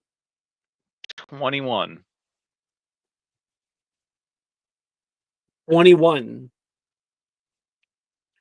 No fucking way. You guys end in a stalemate. I. Who knew that Finbar actually had a head on his shoulders? Honestly, I'm kind of surprised by this. I was worried I was making a mistake, but I guess I made just few enough of them to. Well, it's a draw, no victory. She looks up at you. I concede. It's a draw. I don't think, unless you want them to go again, so we can find out who wins. But good game. And you guys shake hands. What's your passive perception, Finbar? God, this thing is so bad. It's a 12. A 12? A 12. Gotcha. Make a perception check. I need to get this. I need to get proficiency in this thing. It's so much is passing me by. That one. All good. Would you All like a right. subscriber? Does this You- matter to you? Would you like one? You know what? Yes, thank you. There you go. Please It take cannot- it. It cannot be worse. Watch it be the same. That 15. it's better. You noticed. You know, actually, I'm just going to tell you in your hidden chat. The chess pieces were laced with poison. Dee Dee. Who do you go to? Nolan or Morgan? Oh man. I think she's gonna have a mild panic attack for just a second there. Or Yeah. or Melee's. I mean, you can go to against Melee's. You don't have to. You go to Taylor. Bailey's.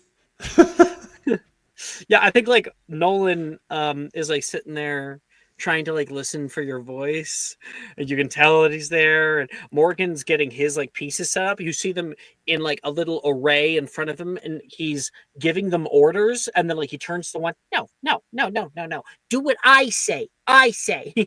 And he's having like a I don't know, like some kind of briefing with them before it all goes down. And then you look over toward Melee's, and Melee's, suddenly there is a very large girl on your arm. Kind of like, hi. Save me from this choice. Oh, hi, Dee Dee. Hi. Do you want to play? Yes. I don't think I'm very good at this. I've never played this before. Have you played Oh. this before? Me either. Oh, we can make up rules. Perfect. Won't that be fun? Yeah. Great. How do you set this up? Do you know where the pieces go? No. Me either. So we're just like randomly putting pieces where we like. God. I imagine the pieces are like yelling at us and they're like, this isn't where I go. The pieces are like medieval knights and infantrymen and priests and like little towers on the end and the king and queen. And yes, they can talk. They are fully animated. And when they die, they shatter into 1,000 pieces. And they do actually like have bites. Bam. So when they're all like, they look really confused. I'm to go over here. What am I to do again? What do you want to do? I think the king might try to kill me if I kiss her. Okay. So stay away then? That's fucking right. You know your place. You can hear the king yell down toward him. I'll go on E6 instead. Okay.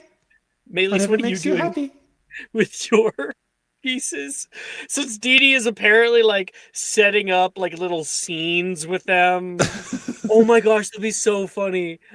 Now, Pawn, you're dying on the battlefield. You can feel the blood coming out of you. Yeah, okay. And you've been in love with him since the beginning.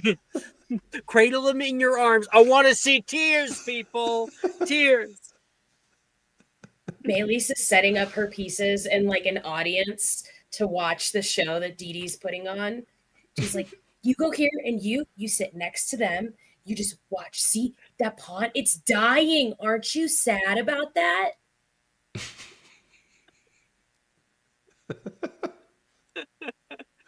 Oh boy. I feel like Harris Hornet's walking around, trying to do some grading for people to give him their marks. He walks back to yours and then has to like stop and like re-enters frame. As Maylise is like putting props in people's hands. Okay, like, now, you hold Mr. this. Knight, in this scene, you're to be trying to make friends with the rook over there. And you've been kind of out of sorts for a couple days, and you feel like you've been a bit too distant. So now you should try to make up with him. She's the daughter of my enemy, isn't she? Well, yes, but you're supposed to grow beyond those sorts of small things. In the background, you got like two pawns who are biting their thumbs at each other. Now, the rook is the tower, right? So, Yeah. like, when that scene comes in, is like, you see the person pop out of the top of the tower, and like long hair flows in the wind from behind, and Harris like just marks X's on both of your grades. Love So, Dee Dee, what are you doing? Is Slug Club tonight? Is it like when is the Slug It's at the end of the week. So, well, end of the week. I mean, like, it's in 2 days. Okay. So, Dee Dee, Weird. what are you doing like 2 days from now? I'm wrong. It's tomorrow night. Sorry. What are you doing tomorrow night? Sleeping. Before that? Eating? After that? Nothing really. Well, I'm gonna pull the invitation out. I got this, and Ooh, Glug Club. I know that's what I thought it said too. Fuck both of you.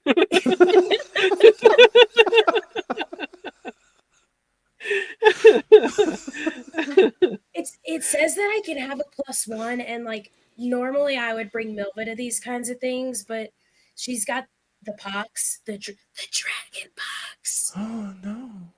Yeah. I think it happened when we set that. I mean, when we saw that weird music box. Yeah. Oh, and Yeah. we're not supposed to tell Janice. Yes. What? Who's Janice again? Janice is here. She hears her name because when you're in a crowd and you hear your name called, what? Oh. Oh, it's my mother's name. My mom is Janice. Oh. Yeah. Small world. New things. She goes back to her stuff.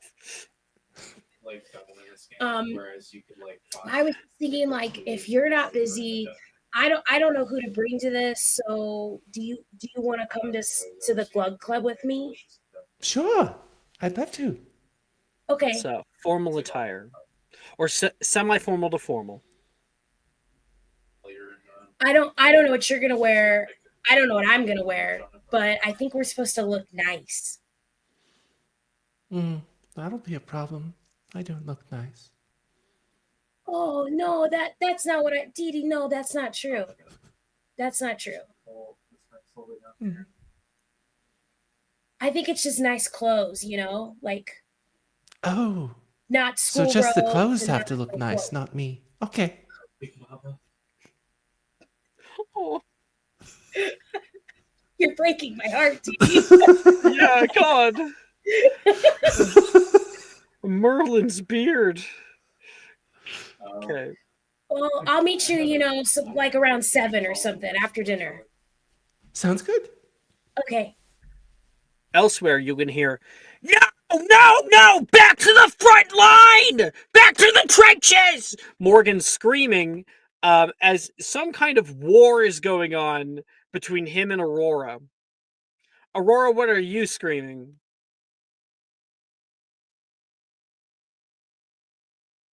Yes, here. Yeah.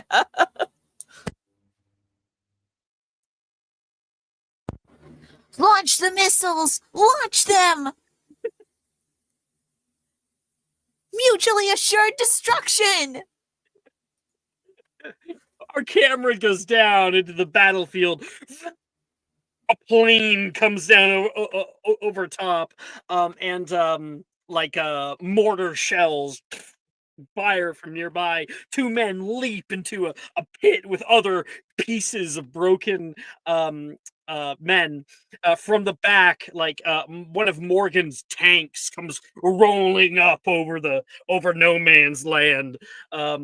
Through the dirt and the barbed wire, and from the other side we get like Aurora saying that, and you can see like the captain in his trench like gives like a little salute toward you. Yes, mom.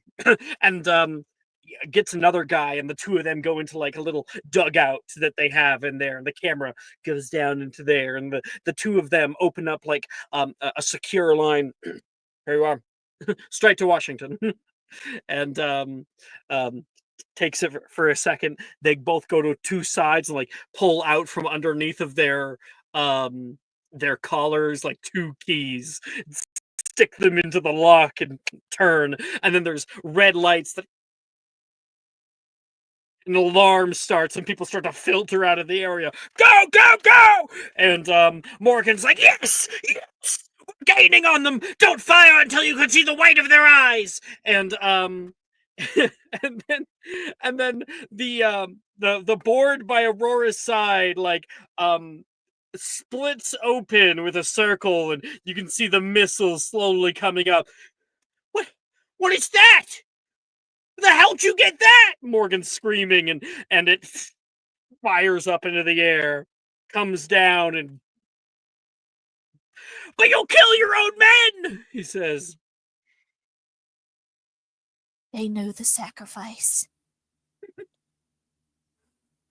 They're willing to sacrifice for what matters, Morgan. Are you? And yeah, Morgan ends that. Yeah, he's crying, and like you can see the vein bulging in his neck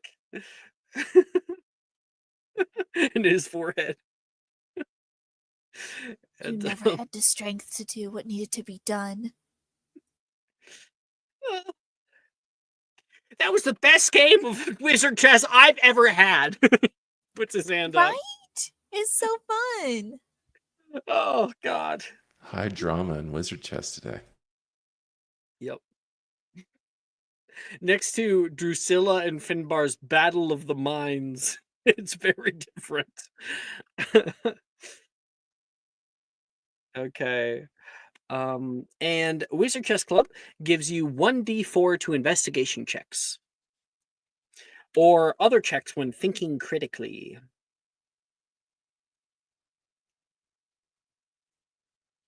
All right. Next is going to be Fantastic Beast Club, but that's a perfect time to take our break. So come back in 10 minutes. See you guys soon.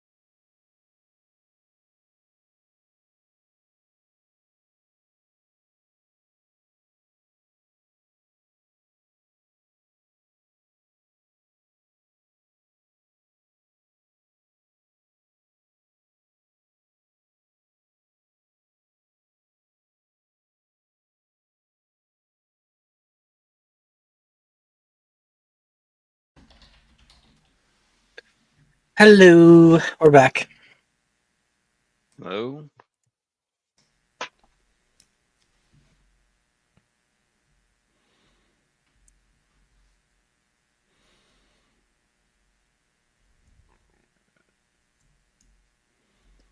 All right. Jess, are you here? Yes. Hello. No Nick, huh? It's too bad. No, Nick. He probably had a really like rough day or something.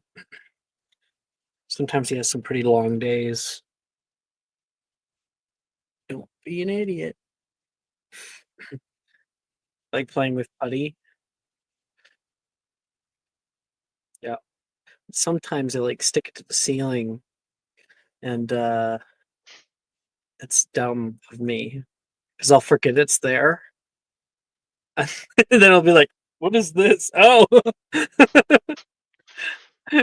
just like I forget about it. It's I like love you're this stuff. it's like you're in a horror movie. It's like, what's dripping on me? Exactly. Black goo. This one's actually like magnetic. You can't really notice till it's small, but let's see. I can, Neat. it's Oh, magnetic. that is kind of cool. It's more fun to like put a little bit on it and then watch it get all like spiky, like ferrofluid. All right. Fantastic Beast Club is soon underway. Who is joining?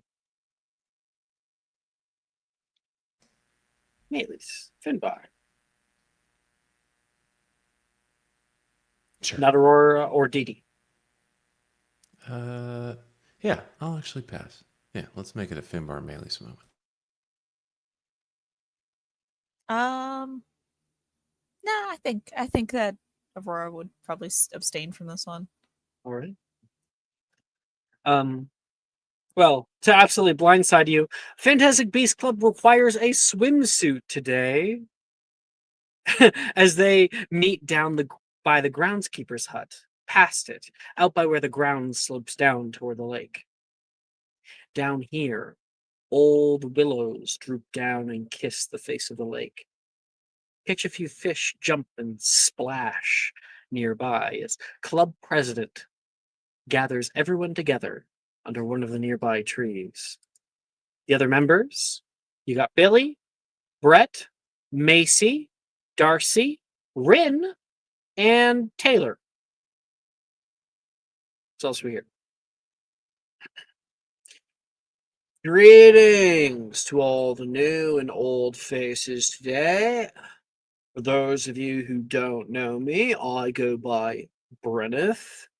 The Hufflepuff in 5th year says, brushing their brunette hair out from their eyes with a toothy grin. This year, we're going to have to study the creatures that inhabit our very own Black Lake. Murphic, Grandilos, giant Chisperfles, and of course, the giant squid, should she make an appearance. Well, let's get in, they say, and they start unbuttoning their shirt and reveal a swimsuit underneath, like a one piece. Billy looks around like, oh, there's no changing areas or anything. Brett says, "Oh, you know what? Give me 3 seconds. I got this at the alley. I've been hoping to use it." I'm sorry. And Brett pulls out of his thing a sketchbook.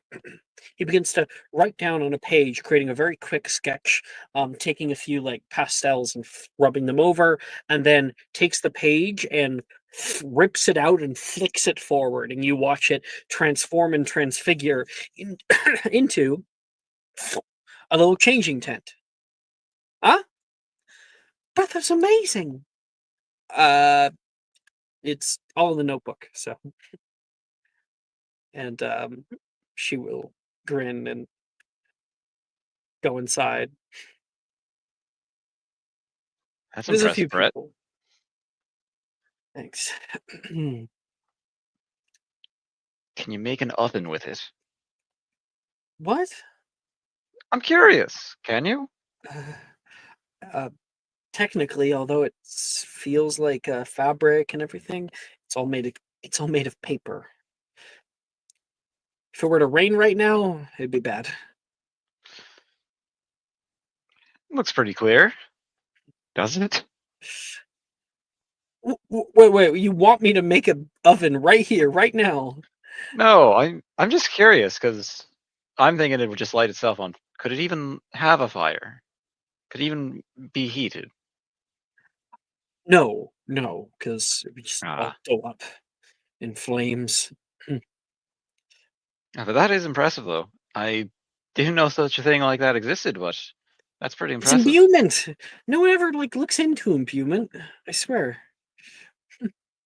Is that what you've been looking into lately? I know you had that painting that you made for your costume that was impressive, but Yeah, I've been getting more and more into it. There's lots of uses for it. Professor Babbling says it's like kind of useless, um, useless type of magic, but I have to disagree. I think Billy would disagree as well with babbling, not with you. Elise, you had your little Yes. hand up. I saw you doing Oh. this a second ago. Sorry, I wasn't trying to do anything. I was not trying to Okay. get attention. I'm just I thought you were putting your hand up anxious, or something. probably. No. Either way, still coming over toward you. A bunch of people are just like kind of throwing off their stuff. Many people already got dressed from before here. Did you? Yeah, I was gonna ask if I could use the changing room after Billy was done with it. Yeah, so you see Billy come out and she's wearing this very cute one piece. It has like a sort of frilly skirt at the bottom and like lots of like ruffles all around it, like some like half sleeves. And she comes out very nervous. Okay, it's free if you'd like it. Oh, thank you. I really like the polka dots. That's cute. My sister, she sent it to me. She knows a lot more about fashion than I do, Catriona. It's a good pick. It's cute. I wish mine was that cute. I just got this dusty old thing that's like, and she holds it up and it's just like basically like a plain black like one piece that has like varying stripes like occasionally on it. It's like very bland, very boring. And I think like second. Yeah, Rin is like already put up in her stuff. Billy, you ready to go? Is that yours? Oh, yeah, it's bad, right? I know. Yeah. If you don't tell anybody, she pulls her wand out. She goes, I've been working on a little bit of extra fashion engineering, you can call it. Oh, okay. Let's see what you can do. Can't make it any worse. Any suggestions? Not flowers. My second idea then. Ververtos. And it will become it'll still stay a one piece, I'll say, and like you'll kind of get like a cool like crisscross patterns like on the sides with like cutouts. The colors become kind of more there is like some I think it's like a dark green with like that fades to black near the bottom. And then you get like yeah. Yeah, I think that's enough. Okay. Yeah, hell yeah. So you were Wow, able to try that on and she immediately comes out wearing a cool swimsuit. Hell yeah. this is way better. Thank you. Yeah. Of course. I mean, we gotta look after each other, right? Yeah, you'll have to teach me that sometime.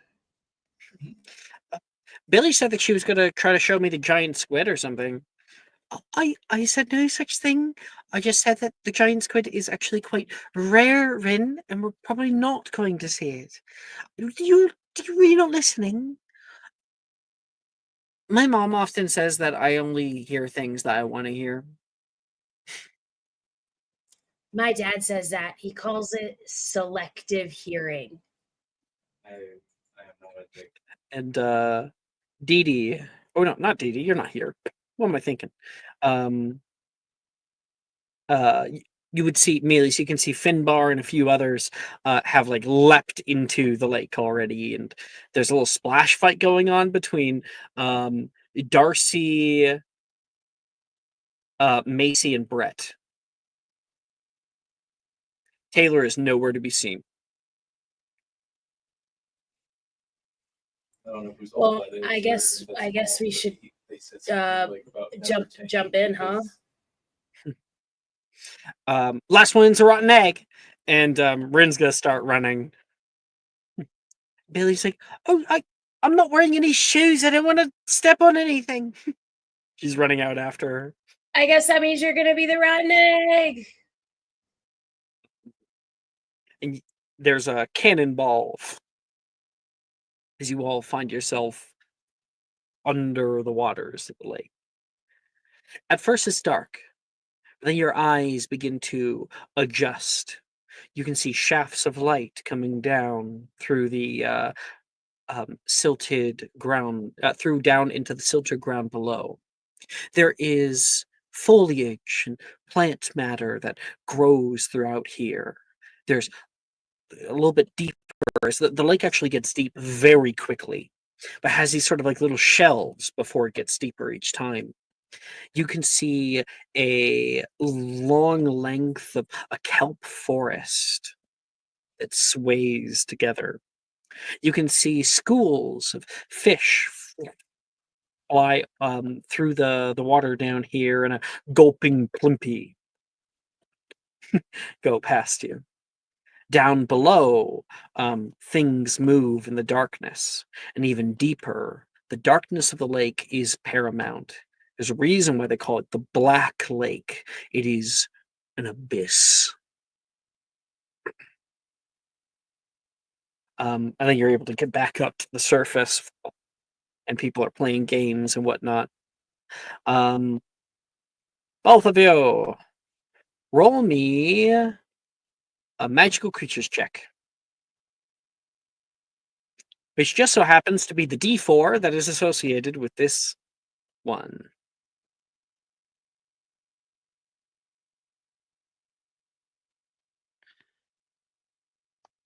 Uh, 15.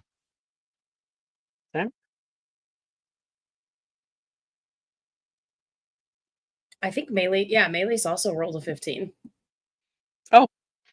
Both of you rolled a 15, all right. Maylees, make me a perception check.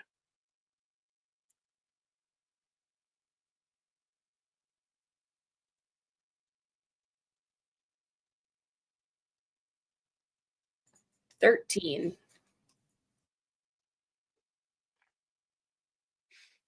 Okay. All right. From afar, you see like the flapping of a tail. Something large. There's kind of a blur in the water. It takes off quite quickly and going out into the abyss afar off from you. It almost looked like a mermaid. Like you could see a sort of like head of it.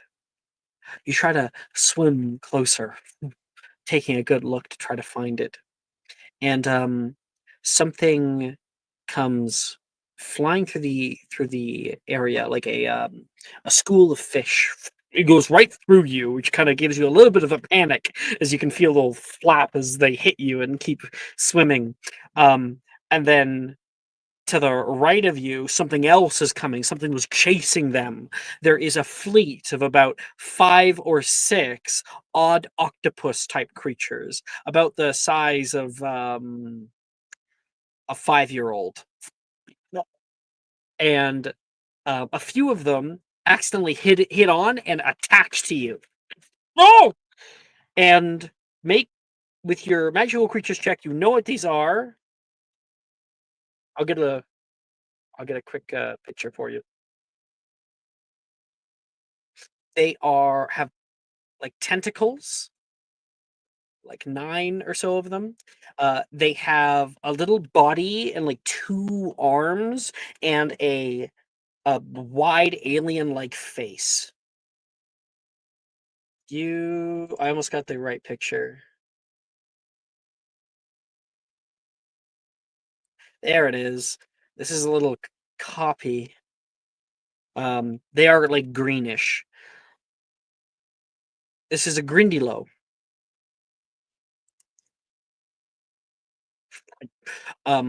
One of them like attaches onto you. Oh, you try to like push it off, and it immediately kind of gets thwacked and starts flying away to go out toward the school of fish. And one of them onto your leg stays attached. You can see the hands like grip onto the lower to your lower calf, and it bites you. Ow! Get out! Get out! You kick and kick and kick.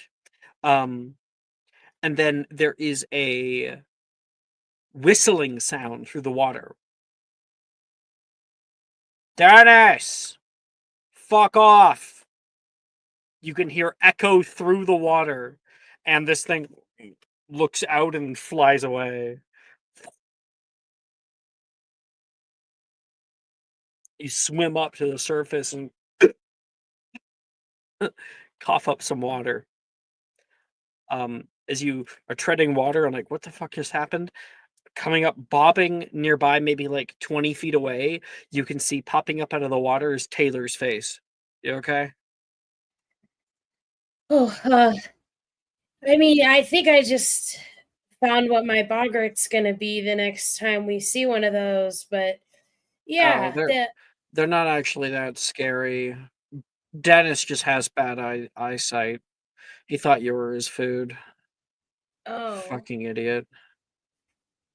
oh, well, thank you for your help. I like panicked. I like weird things, but that was just too much. Don't mention it. She disappears under the water. I think you're like striding there for a little bit, and you start like going away, and she doesn't come back up. Or if she does, you don't see her. I believe Maylis actually would know why that is. So she wouldn't be surprised because Taylor and I have spent a few downtimes together. Oh, really? Cool. Yes. So Awesome. Yep. Well, you always have Taylor to be helping you. If you spent a few downtimes together, I'm going to change what just happened. oh, okay. Yeah. So, like, you guys tread water there for a little bit. After you say that, she's like, yeah, don't mention it. She goes to turn.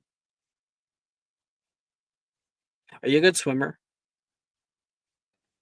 I mean, I took swimming lessons for a long time, but you're probably better than me for sure. Well, duh. But, like, do you want to meet her? Meet who? Maeve. Yes. Yeah. Yes. Cool. Take my hand. So you get pulled under. And find yourself flying down through the water into the abyss below. Down into the darkness where the light begins to leave. Sorry.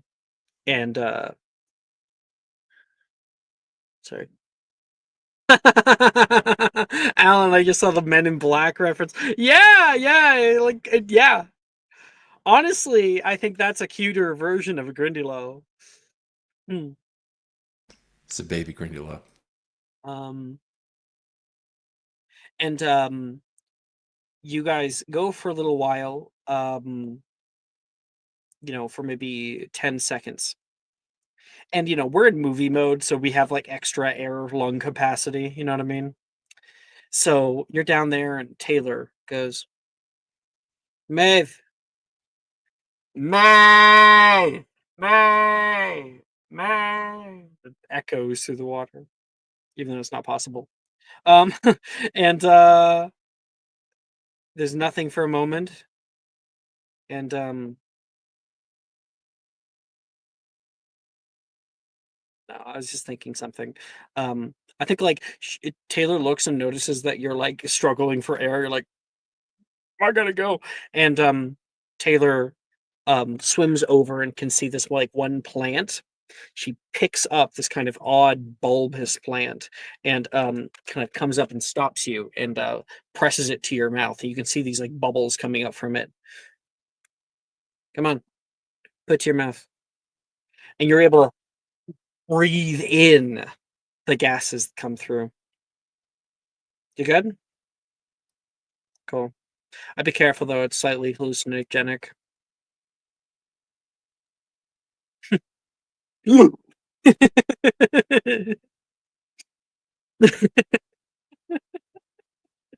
Um, and you're down here in the darkness for a little while longer, and then you can feel something.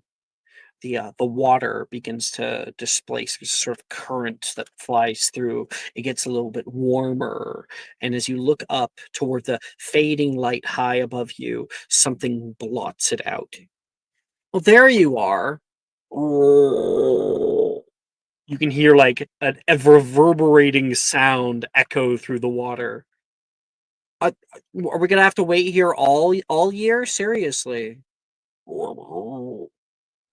Okay, fine. This is my friend Melee's. Say hi, Melee's. You can't see anything. It's just dark. Oh yeah, sorry. Limos. And then it illuminates just this ginormous creature with an eye this big staring down toward you, and it like it blinks to the side. All of its tentacles like wrap around the area. Hi. I don't know if I can speak. Hi. Yeah, yeah. Perfect. And yeah, congratulations. You're able to meet the giant squid. Her name is Maeve. She'll like wrap a tentacle around you and around Taylor and goes straight up into the air, right up to the surface. The water flying off that, and the two of you guys up there. She's very cuddly. I've been trying to wean her off it. Why? This is great. Well, if she grips you too much, her tentacles do have barbs on the inside. Oh, well, what's cuddles without a little pain, right? Kind of like a cat, I guess. Yeah. Whoa, guys! Giant squid sighting! Look! Brenneth from afar. Brett, get your camera! It's on shore! And yeah. And that is a real fact. Giant squid, so they have like the sucker, and then inside the sucker there is a barbed hook. And so if they press enough, the barb hook gets in. And not just do you have a barb in you holding the sucker in place, but you also have the, suction cupping effect. Terrifying.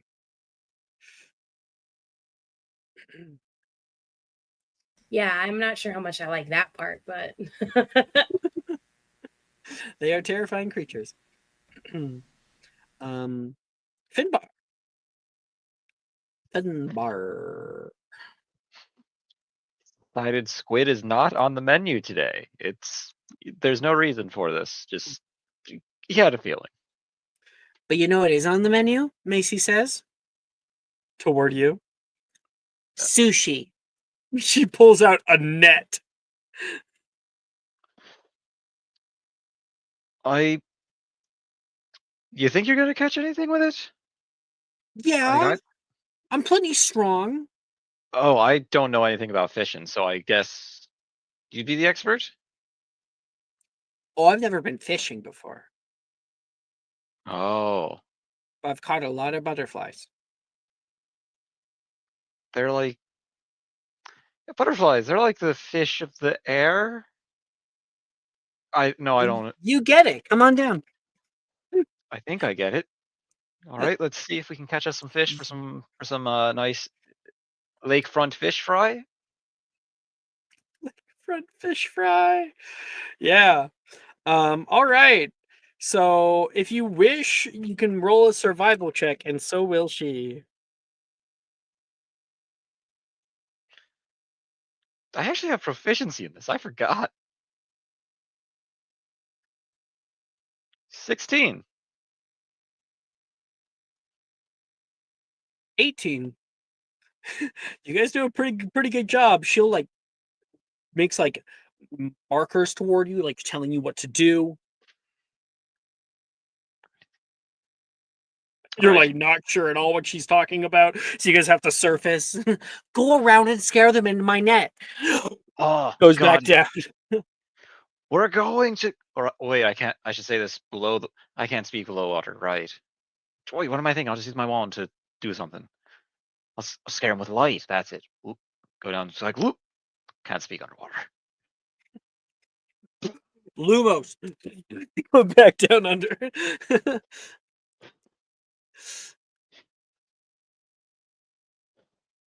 I like the GIF Ray just sent. Yeah, you guys find yourself in the kelp forest down there. There's lots of different odd fish, even magical ones that are flying through. And you are I think like you guys start catching them, and Macy's like holding like the net, and she's like, and she makes the net bigger, you know? And and we'll continue. You guys end up catching quite a few northern Atlantic salmon that do swim up here this time of year, and which are native to Scotland, as well as you're able to find some like old pike, some trout, and then you even catch like a gulping plimpy or two, which are kind of similar to fugu fish, but they're not poisonous, which is nice. Um, yeah, you guys end up with like a big haul, and Macy's like, she surfaces. "Ooh, they're really jumping. We should probably get these back to the beach and then then it's some fish for lunch. Have you ever thought about having a career as a fisherman?" Absolutely not. I'd be too terrified of drowning. And then you feel something pull on the net. Whoop! And Macy goes down under the water. Oh no. I'm coming, Macy. You go down there and you see something that looks vaguely like a cross between a horseshoe crab, a a, a regular crab, like a snow crab, and a turtle. Hold on, I'm just like start waving my One of, wand with one of its claws is up and has grabbed the bottom of your net and is pulling it down toward its beak. wave my wand with Lumos on. She's like, no, don't do that. It like pulls back, looks toward you, the eyes, and you see 10 rows of glistening eyes inside of the large horseshoe crab like shell look up toward you. The jaw, like the beak, opens up, and you can see a dark red glow turn to a bright red glow inside of its throat. Bubbles come out of its throat, and it spits out a molten hot piece of metal toward you. What the I'm gonna roll a hit. What the fuck? It got okay. I got 2 on the die, so luckily you're like, whoa, and it shoots past you like a bullet. Uh, Bombarda! Macy sends off a Bombarda. Whip, crack, boom! Let's go of the net. Which actually, like, clips part of the net, and a large amount of the fish escape. And Macy goes, Reparo! And the net starts to come back together. You only have a few fish left. We cut back to you guys, like, coming up onto the shore. Oh, what even was that thing? I have no idea what that thing was, but I think it wanted some of our food and it wasn't willing to negotiate, but Now I know what my Oblivion character feels like at first level. what's in what? Like Elder Scrolls? I'm not familiar with, is that a textbook? I'll have to show you the mud crabs. Crap, they're covered in They mud? are the bane of my existence. I I can't hope you, walk through Cyrodiil without them clipping my ankles. do you have to like wear, what are you talking about? I'll tell you later. Let's get these in some ice. Right? We saw some over there. Okay. And now you have some fresh fish for trying to make sushi for the first time, if you ever want to. Mhm. And a lot of people are very surprised. Even Brenneth is like, whoa, you guys have a big haul. And you're able to show it off. Okay. Let me also show the gulping Plimpy. Oh. When I was little, we used to love their eating their legs, he says. And I'll show you. There you go. They're fugu fish with long legs. It tastes like a fugu fish, but slightly chicken-like, and the legs taste entirely like chicken.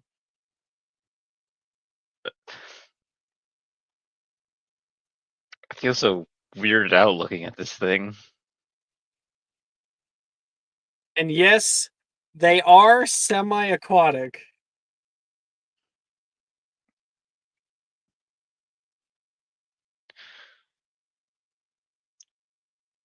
These things are like low-key horrifying. It's like someone made them in the Spore, like animal creator. Oh man. And long legs. Scary. They're like the land version of tadpoles. Yes. Yes. God, What- if they're tadpoles, I don't want to see what they evolve into. I feel like Brenneth would call them radpoles. By the way, I love Brenneth. He is the best character. I just found this, and Oh, it is no. now officially a creature. Oh, in our that's from game. Pikmin. Yeah, Pikmin. Oh, is it from Pikmin? Okay. Yeah. Oh I my didn't know the gosh! colors, but it's from Pikmin. No, no, Are they called no, Bulbaxes? no. Look at this. Have you found Pikmin? Oh no, you found Pikmin. Bulblax? I think that's what they're called. Are they called Bulblaxes? I don't know. They're just in the background of Smash Brothers. I've never played Yeah. Pikmin. Yeah, Pikmin has a lot of stuff where you'd look at it and be like, that is terrifying. Yeah, here it is. What the heck? Who would make this monstrosity? Nintendo.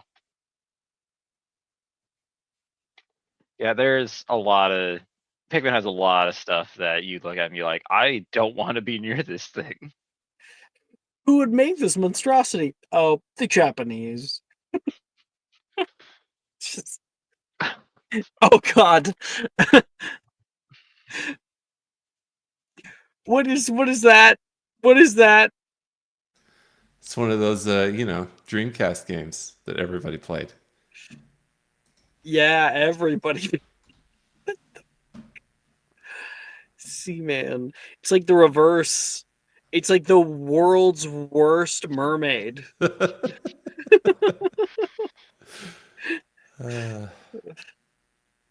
Yeah, it was very strange.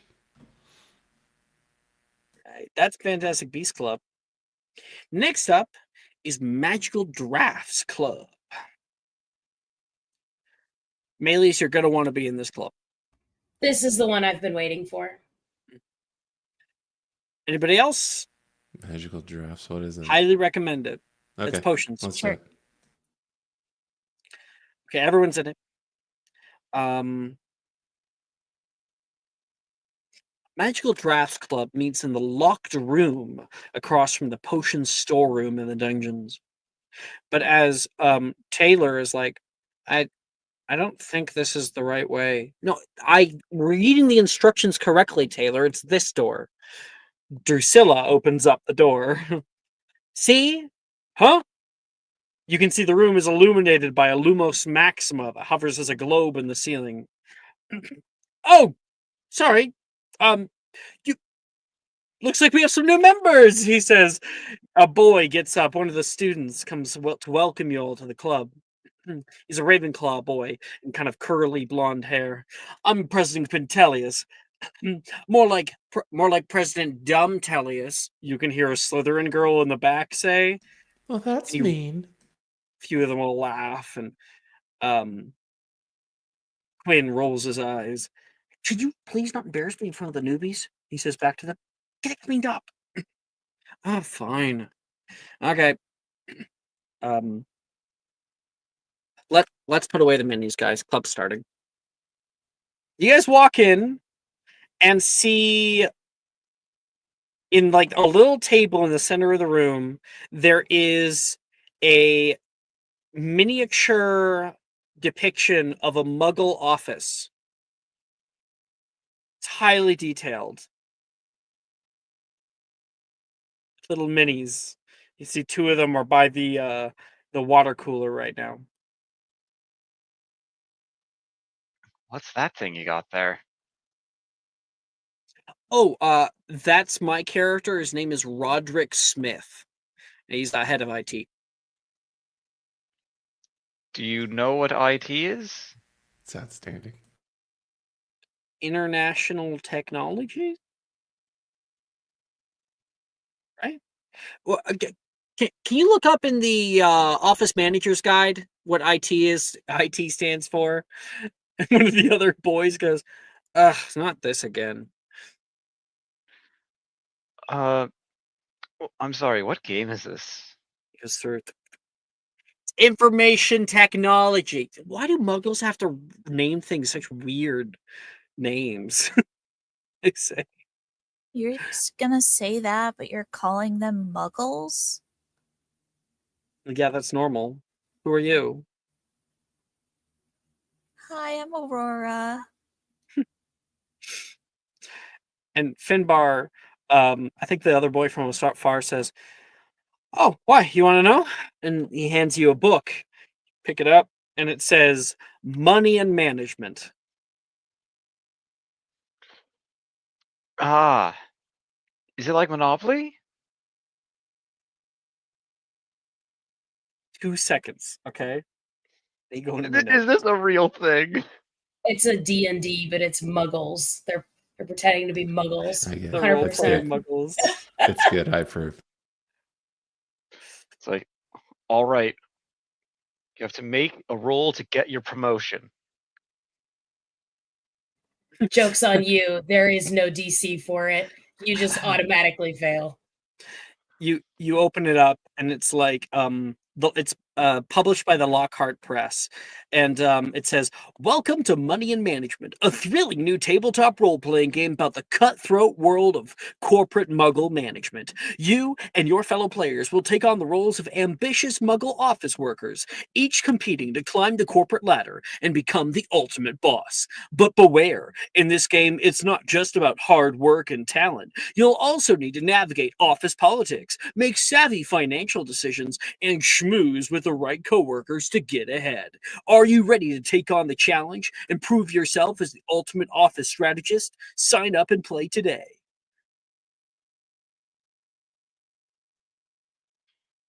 That's. I'm sorry, who'd you say this was published by again? The Lockhart Press. I'm certain they did their research on this. I'm certain. It's by No Matches of the Coast. No, no match. No, okay, that's way better. And Alan has earned himself an inspo. Oh, you guys all have inspo. God. Holy This- shit. This is a game that I feel like Arthur Weasley would like die to play. And it's like his favorite game ever, probably. What if like Arthur Weasley actually this is what he does in his retirement is he's the Gary Gygax of money and management. Oh my god. Yeah. He creates like all the offices, like the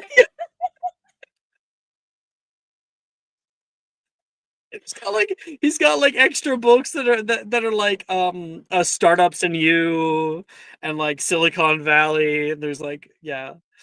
Wow. Wow, that's something. Anyway, Whew. What you guys do actually down to do in this club is you get to research one common potion recipe of your choice. Now, for melees, because you are a potioneer, right? You get to do an uncommon. So, I'm going to show you guys the list. It'll make this easier to do. Copy it. I'm sending in discussion now. So, of all these, the gray ones are the ones that are never taught in school. Jess actually made this, by the way. The red is first year that you already have. Second year is orange, so you would already have those. Yellow is third year, so you'd already have those. And the green ones are the ones from fourth year, so you'll learn those next year. So probably not good to do them now. But the gray ones are the ones you want to look at. If you have a question about what something does, ask. I know exactly what I'm going to pick. All right, Jess. Heartbreak teardrops. Sounds good. Make a potion making check. Wonderful. And this club gives 1d4 2 potion checks.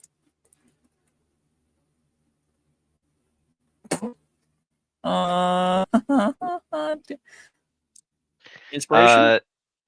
Hold Yes. on.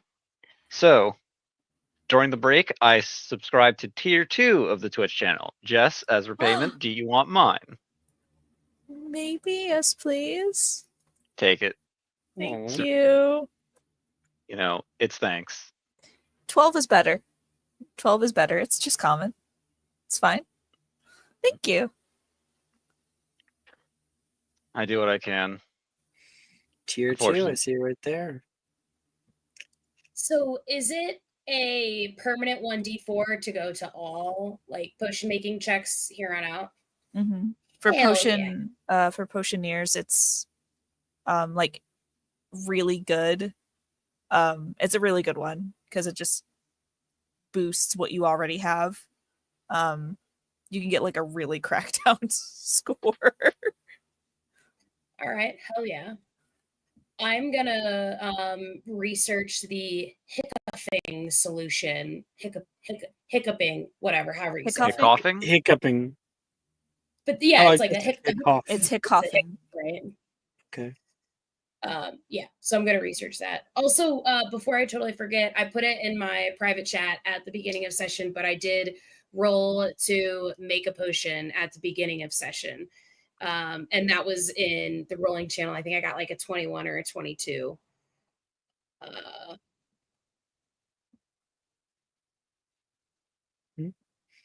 What potion was it? That would be It probably an was- exceptional. Yep, It 22. was a swelling solution. Yeah, exceptional spelling. Hell yeah. Okay. Thank you.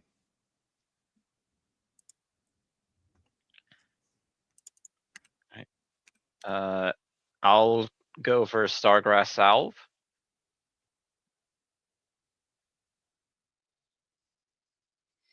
So 1 second.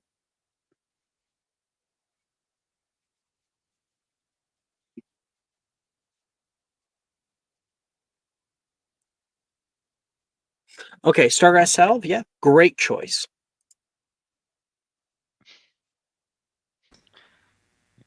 And since this is potion making, I get to use Muggle studies, right? Indeed.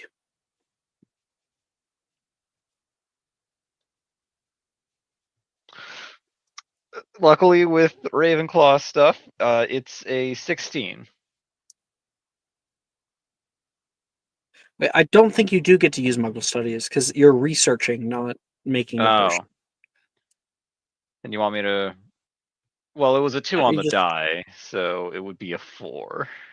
You have inspo. Yeah, use it. Let's use it. I'll re-roll that as a potion making check. Twice as good, but still bad. It's a 6 total. It's a 4 on the die.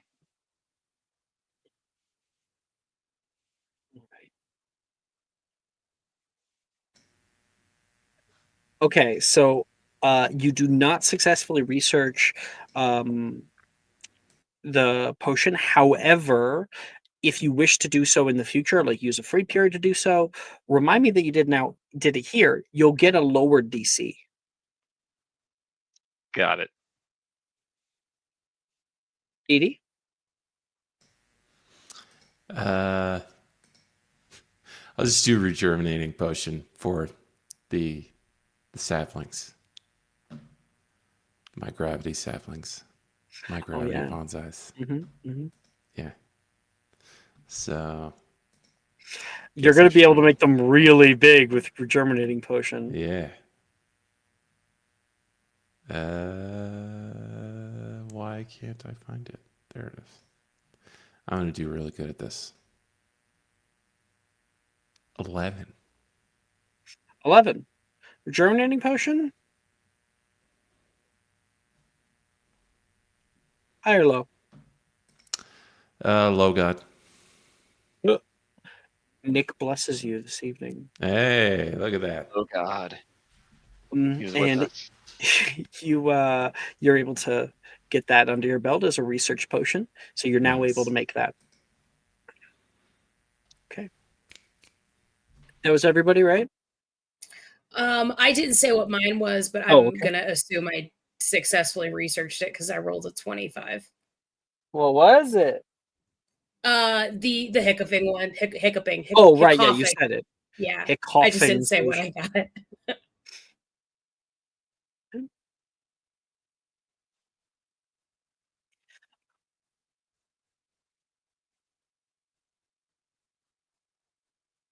Yeah.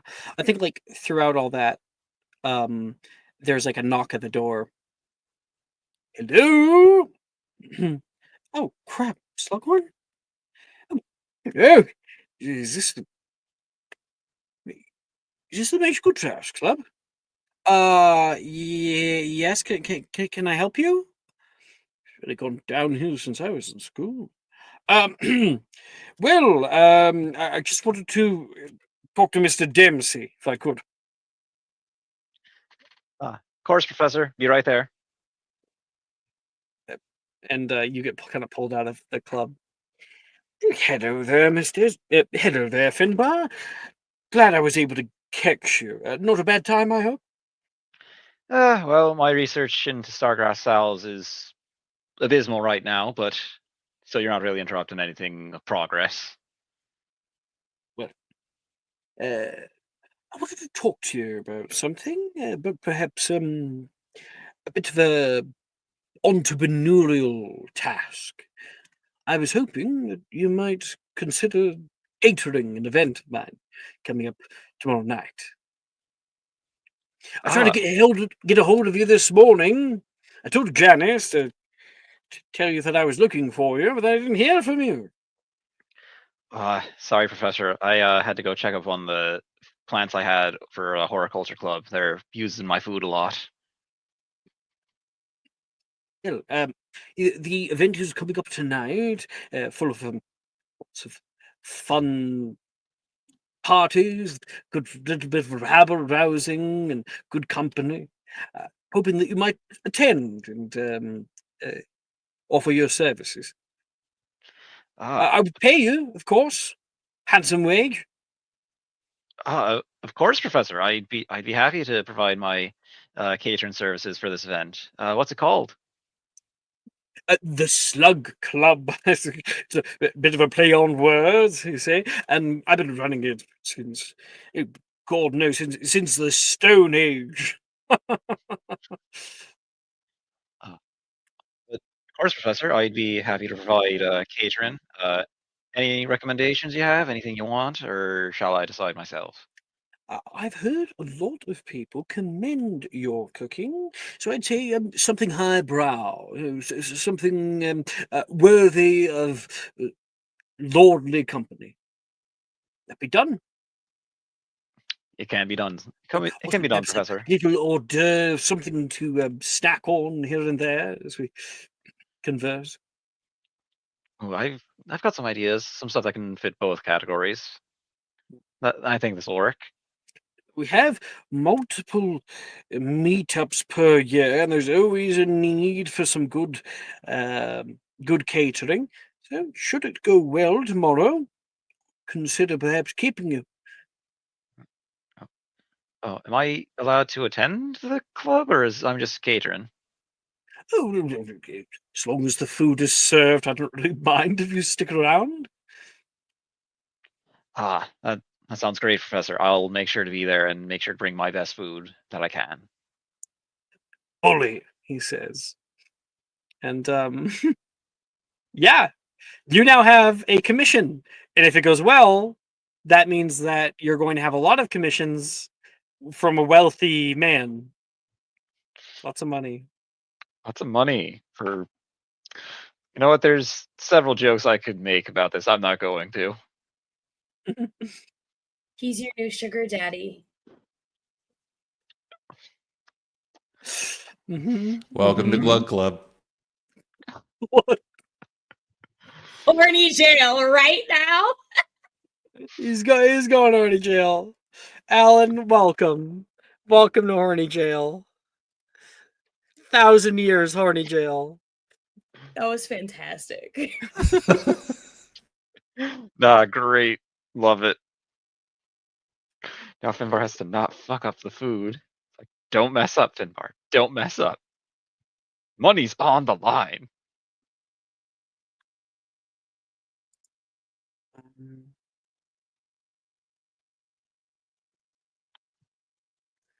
One momento, please. Ooh, does Finbar get to bring a +1? Is it gonna be Macy so she can help you cook? Janice is already going to be there. Ah, She probably has a date though. devastated. Is it Brenneth? I bet it's Brenneth. Brenneth's so cool. Do you imagine? Yeah, Janice, this party is dope. I know, right? It's so great. You're so funny, Brennan. Just see a completely different side of Janice. Finbar would just be like, is that what I'm doing wrong? Wait, what am I doing wrong? Why do I care if what I'm doing wrong? Why do I This is- care? We're seeing an insight into Finbar's nightmares tonight. It's like, but man, this food sucks. Am I right? Totally. It's like, Professor Rojas, I need to see the boggart again. I think my fear changed. Next is Artisans Guild.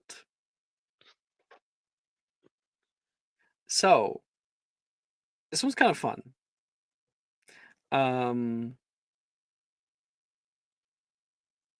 Yeah. All right. I had a bunch. I hope I saved them. I didn't, did I? I definitely didn't. I have them in my head. Damn it. I could probably find them. All right. So for Artisans Guild, they do a few different things. It's 1d4 to performance checks, which apply to dancing and artistry. Sometimes they're useful for Finbar when he's, really putting the finishing touches on a piece or something, or even for acting and whatnot. Anyone joining? Everybody. Okay. You might end up sitting out, depending. I mean, you guys are pretty cool I'll sit people. out. But no. I'm saying with what's about to happen. I don't think you're going to, Alan. Okay. But you guys get to the Artisans Guild. You end up in the Muggle art room down the North Courtyard, and there's not many people in here. You notice Brett, and he's got like a paper. He's talking to like a boy in Ravenclaw who's sitting with one arm back and kind of very comfortable in this space. He's an older boy. He's got like long hair, and he's in casual clothes, so he's got like a leather jacket on and stuff. And there's some other kids, and Maylis, you walk in looking around, unsure what exactly to expect, and Taylor's there. Oh, you're here too. Are you stalking me? Maybe. I'm flattered. I thought you might. Do you mind if I sit here? Go ahead. Okay. Professor Bruce is already in here as well. Oh, Dee Dee. Lovely to see you, my dear. Hi, Professor Bruce. Please Do you take a lead seat. this club? Yes. Some of them, like the dueling club and this one, are led by the faculty. We needed a proper place to do our art. A few years back, we were out in the training grounds and a fire broke out, and so Oh no. it was a rough year. I'm here now, so things should be mostly less chaotic. That is, if Darian doesn't leave his inks spilling everywhere again. Okay, sorry. I'm working on my apprenticeship. That boy lot from of- before says. A lot of things seem to be catching fire. Such is the nature of magic. Volatile and ever burning. All right, everybody, welcome. Please take a seat, or you can sit in the back, Darian. That's fine. Brett and I were just going over something that I'm planning on doing for this upcoming year. You see, often we hold art galas, and those be happening near the end of the year, but I wanted to put on something fun. I was thinking a one-act play, she says. But of course, we have to become comfortable in our own skin, comfortable stepping out in front of a crowd and finding that thrill. So, what I want is everybody to partner up. Find somebody else and work with them on a monologue. Near the end of the hour, we're going to come up and present what we have. All right?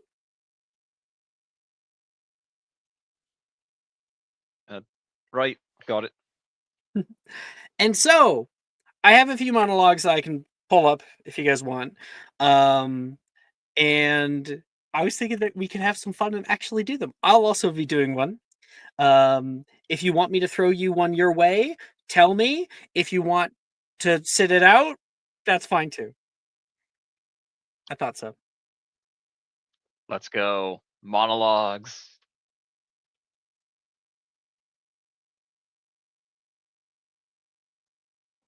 I am happy to do one, but I'm also happy to sit out. So I'm good either way. It is your call. I can give you a small one. Sure. Sounds good. Sending over to you. Oh, raw. That's to Milva. There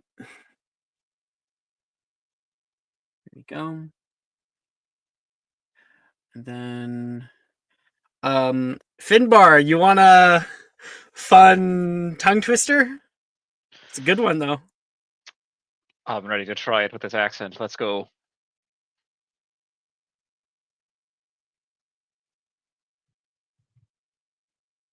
With the accent? No, you're probably just gonna have to drop the accent. Sounds like a challenge, good sir. Sounds like I'll need popcorn for this. I'm gonna try to find some of the really hard ones in here and bold them, so you don't just. Oh There no! are some very difficult words in here, ones you might have to look up. Um, I Come think on, just two that are especially come on, bad. come on! My English degree can't be failing me more than it is usually. If you have an English degree, you'll probably be fine, but there are some weird ones in here. There you go. Okay, 1 second. What is it called? Jess, do you have one in mind or for yourself?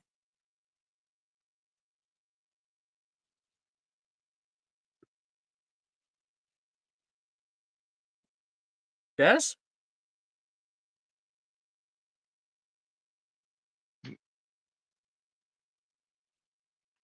Okay, she's not here.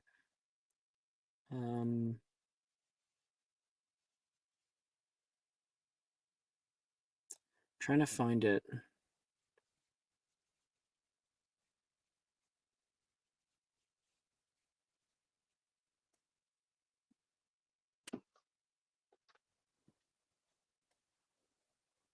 This is gonna be very interesting.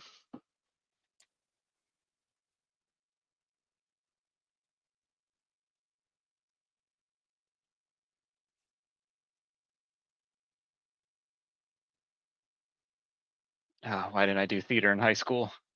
This would have prepared me. This is kind of like I theater feel like class. I'm missing one. I guess, but I could have been prepared. I could have been on a stage and done this before. All the world's a stage. You are right. Especially right now. Okay, I got one.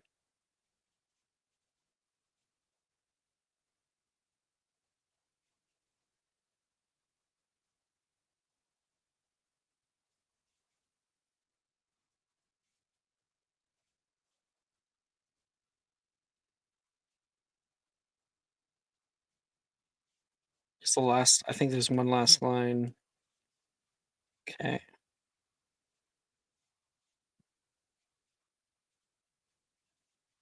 That's how that's pronounced. This is gonna be fun. Okay.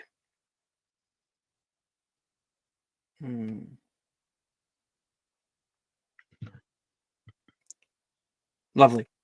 Aurora's not here, so then I've got mine. 1 second.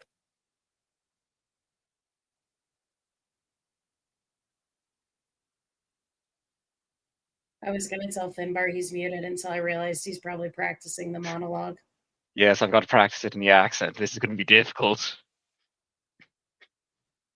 Hang on, I'm backstage practicing my lines. Unique New York, unique New York. I'm trying to find the right one.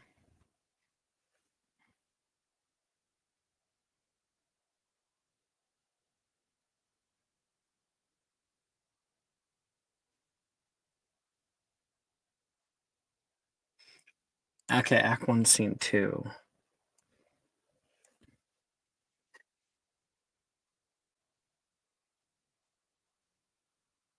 There we go.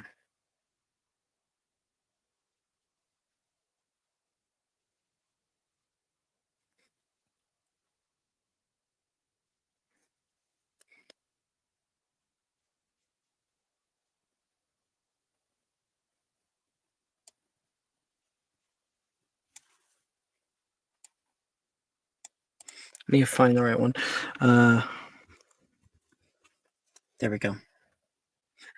All right. I think we're all kind of ready on our own.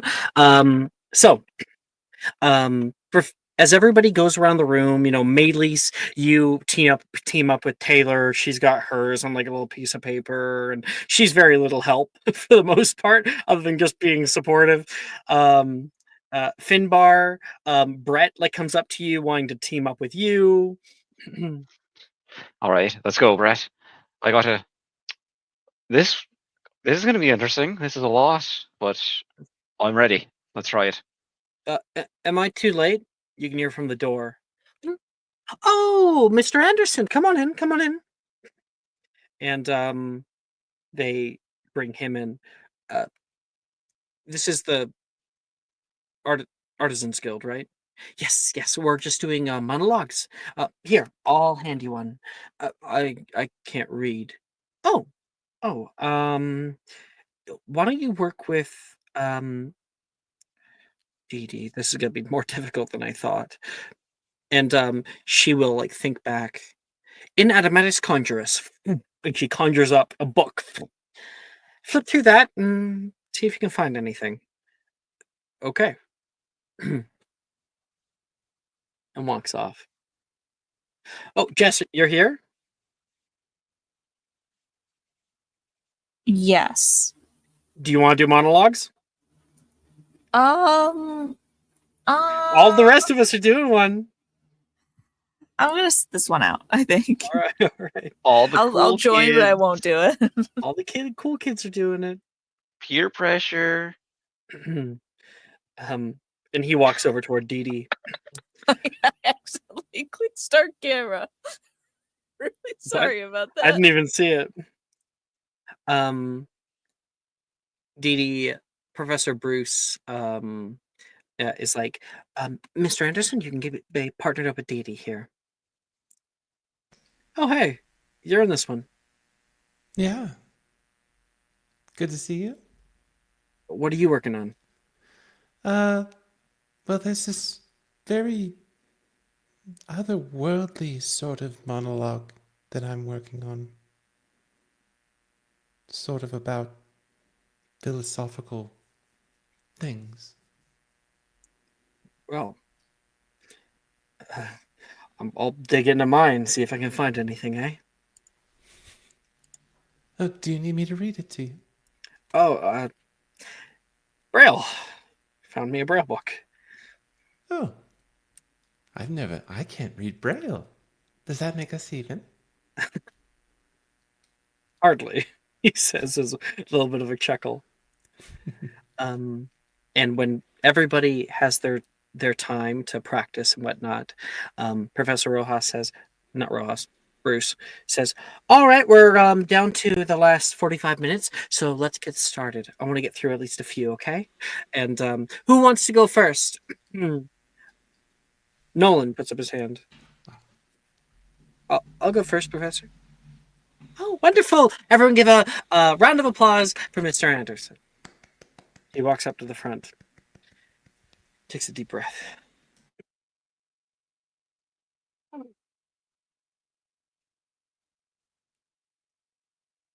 Oh, that this too solid flesh would melt, thaw, and resolve itself into a dew.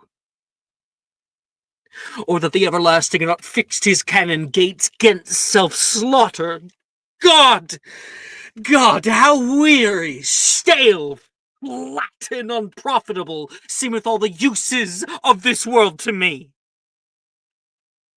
Fie, oh fie, 'tis an unweeded garden that grows to seed things rank and gross in nature, possess it merely that it should come to this. But 2 months dead, nay, not so much, not 2. So excellent a king that was to this Hyperion to a satyr, was so loving to my mother that he might not beteem the winds of heaven to visit her face too roughly. Heaven and earth. Must I remember? Why, she would hang on him like as if an increase of appetite had grown by what it fed on, and yet within a month, let me not think on it. Frailty, thy name is woman. And you can hear a bit of a chuckle through it all. a little month, or ere those shoes were old with which she followed my poor father's body. Like Niobe, all tears. Why, she, even she, oh God, a beast that wants a discourse of reason would have mourned longer.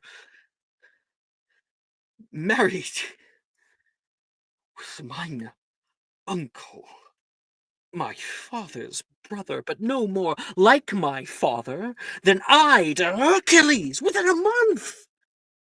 Ere yet the salt of those most unrighteous tears had yet the flushing face of her gulled eyes, she married, O most wicked speed,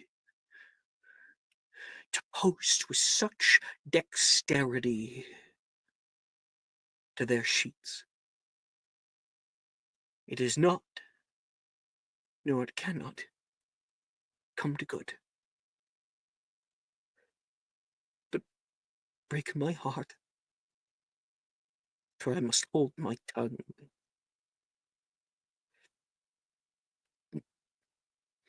And there's like silence in the group.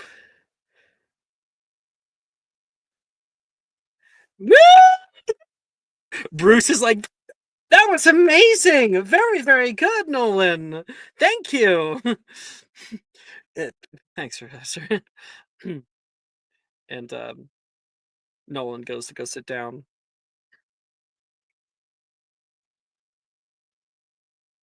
He sits next to you, Dee Dee.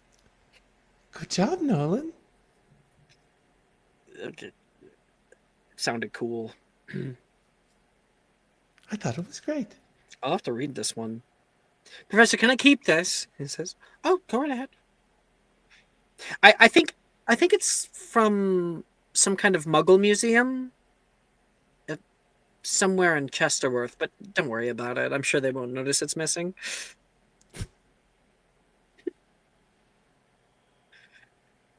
And who wants to go first? All right, bite the bullet. Get the accent out of the way. All right, Finbar, you're really gonna try it with your accent? Try is going to be the key word here. No way. All right. Look, I'm just going to mute myself real quick just to get back in.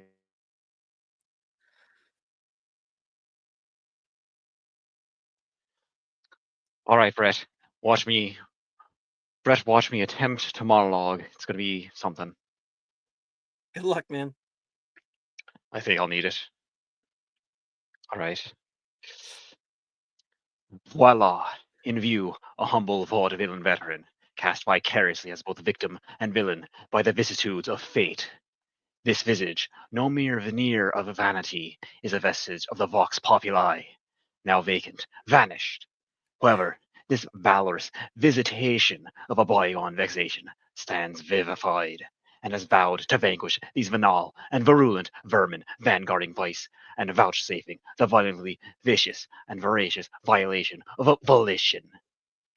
The only verdict is vengeance, a vendetta, held as a votive, not in vain, for the value and veracity of such shall one day vindicate the vigilant and the virtuous. Verily, this vichyssoise of verbiage bears most verbose, so let me simply add that it is my very good honor to meet you, and you may call me V.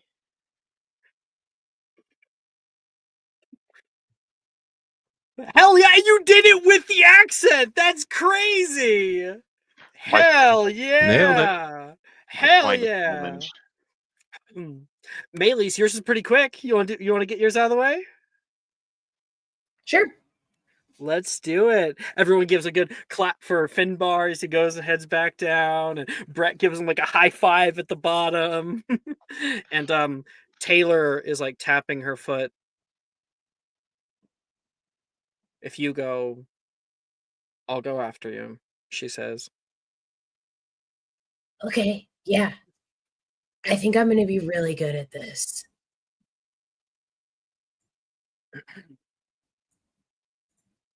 Melis will like walk up. Are we like going in front of the class? Whatever. She'll like go and go to present it. I must not fear. Fear is the mind killer.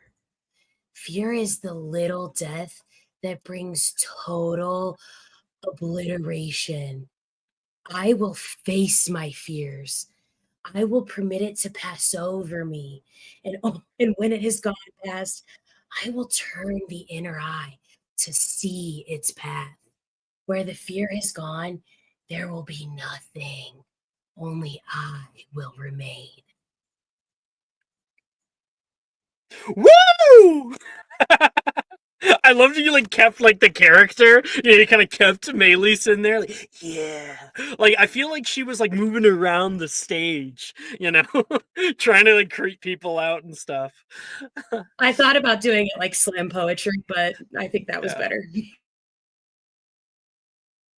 Okay. Taylor will go up.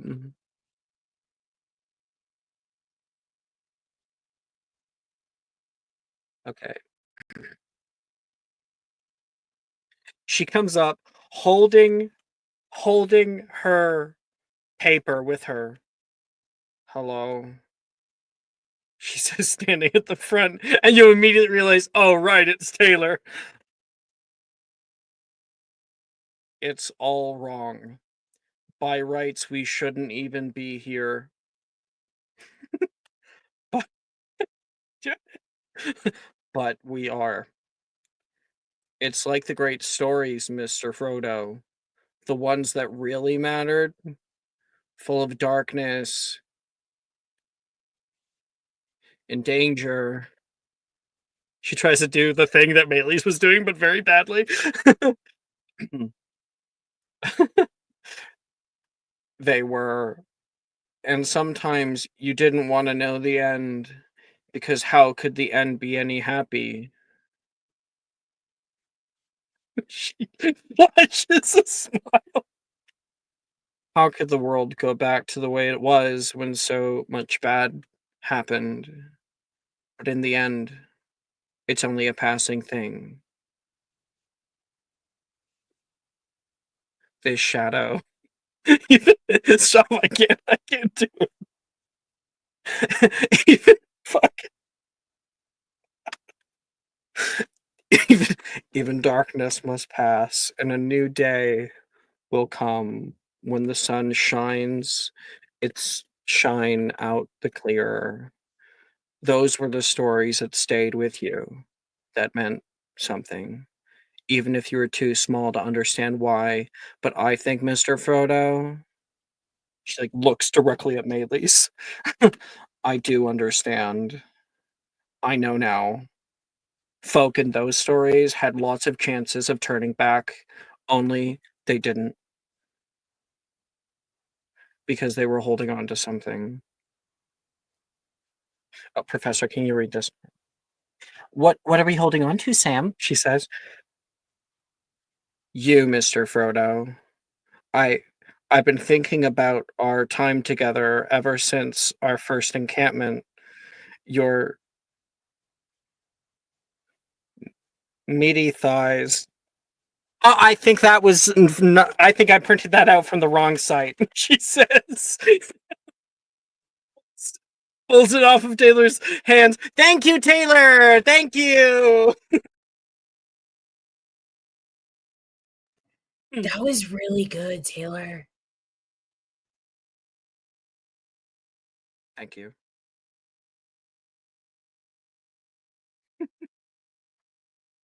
She flips her hair. Dee Dee, you're last. Break a Okay, leg. I can do it. Okay. She gets up. She walks up there and she has to like, Alan comes up and switches to like the most manly voice. This matter. We find out that like Dee Dee's like an awesome voice actor. Joking. if you want me to, I can. Please, I was please going to do it as her though. take the scene, Alan. Take it. Okay. Stepping back.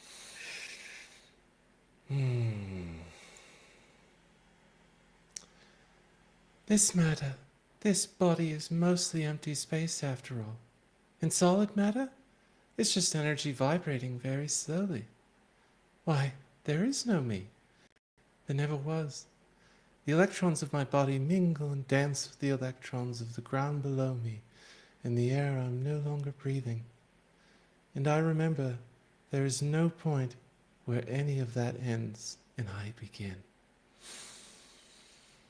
I remember I am energy, not memory, not self. My name, my personality, my choices, all came after me. I was before them, and I will be after, and everything else is pictures picked up along the way. Fleeting little dreamlets printed on the tissue of my dying brain. And I am the lightning that jumps between. I am the energy firing the neurons, and I'm returning. Just by remembering, I'm returning home. And it's like a drop of water falling back in the ocean, of which it's always been a part. All things a part. You and me. I think there's a silence at the end there too, and then whoop! Like a bunch of people offer their absolute like applause from all around. Even like Professor Bruce is like, beautiful. Please take a seat, she says, and Professor Bruce, she goes up at the front and she's like, "This Oh, is it wasn't that really, good." really promising, guys." So many wonderful monologues. Thank you guys so much. I have a few ideas for what kind of one-act play we might want to do. So if you guys want to sign up, I'll be probably in touch with a few of you. She means me, Taylor says. And Yeah. Dee Dee, when you go to sit back down, you actually go over toward Nolan, and you can see he's got this very bittersweet look on his face, and he's crying. Oh, Nolan, what's wrong?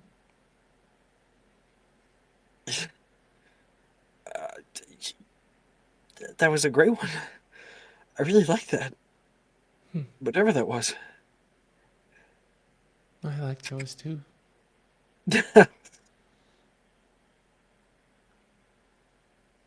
Oh, man. Sorry, Oh, don't be sorry. I think that reaction is quite the compliment, actually. thanks for that, Dee Dee. Of Thanks. course. And good job, everybody! A round of applause for you! Yeah! That was fucking awesome. And that is a D4 to performance checks, should you wish. Alex, question: when do we get Taylor dubbing over Lord of the Rings? Every character. Oh boy. One The cannot sun simply coming out. just You- walk into Mordor. But You she has shall to like not- ad lib little lines too. One can't simply. One does not simply walk in a mortar. Fucking idiot. You shall not pass, because like the bridge is out. Whatever. Or like it's going to be in a minute.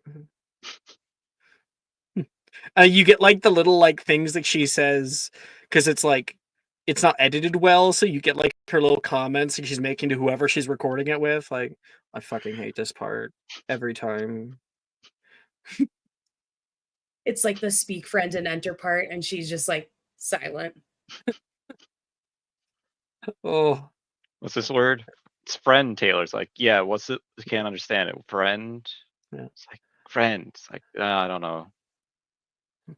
they're taking the hobbits to Isengard. Oh, he looks really mad. Oh, ah! Wait, he broke his foot. What? Like right there? Full of a took. God. God, full of a tuck. Fuck. I wash those dirty ass feet of yours. Damn. You ever heard of a pedicure? Okay. Yeah, so that's Artisans Guild. Coming up. Slug Club is going to be happening tomorrow night. I think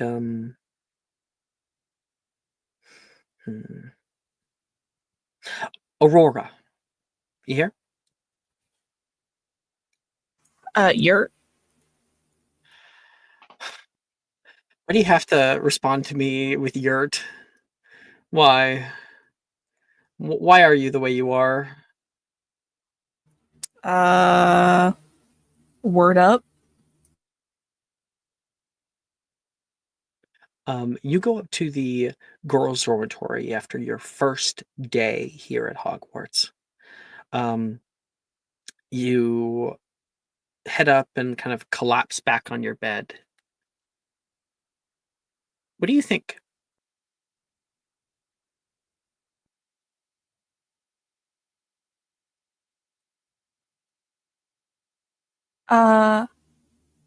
It's like a tiny voice that tells her like she likes it. But there are other voices too, like she misses her old friends. Mm. She misses, homeschool. She misses her mom. She said that she'd send you an owl. You go to check. There's nothing there. But then again, it is only the first day. Mm-hmm. She's just, she'll get used to it. She thinks that she'll make a lot of friends here. Mm. And ultimately she'll make this a good thing. And she doesn't regret how she got here. The door opens to the dormitory, and you can hear a mess of girls all piling in. Sadie's like, it was super embarrassing. I came in here and your place was like a pigsty. Oh, hey, Aurora. Sadie gives like a little wave. Okay, fine, I'll clean up. Fine. Sally goes right. Hi. Hey, how was the first day? Good, eh? Pretty good. Sam's like, yeah, as long as you stay away from the Slytherins. Oh no, are they that bad? Sally's like, whoa, Sam. Maylis is kind of cool. Okay, yeah, name one other. She kind of struggles to say it, and my point exactly.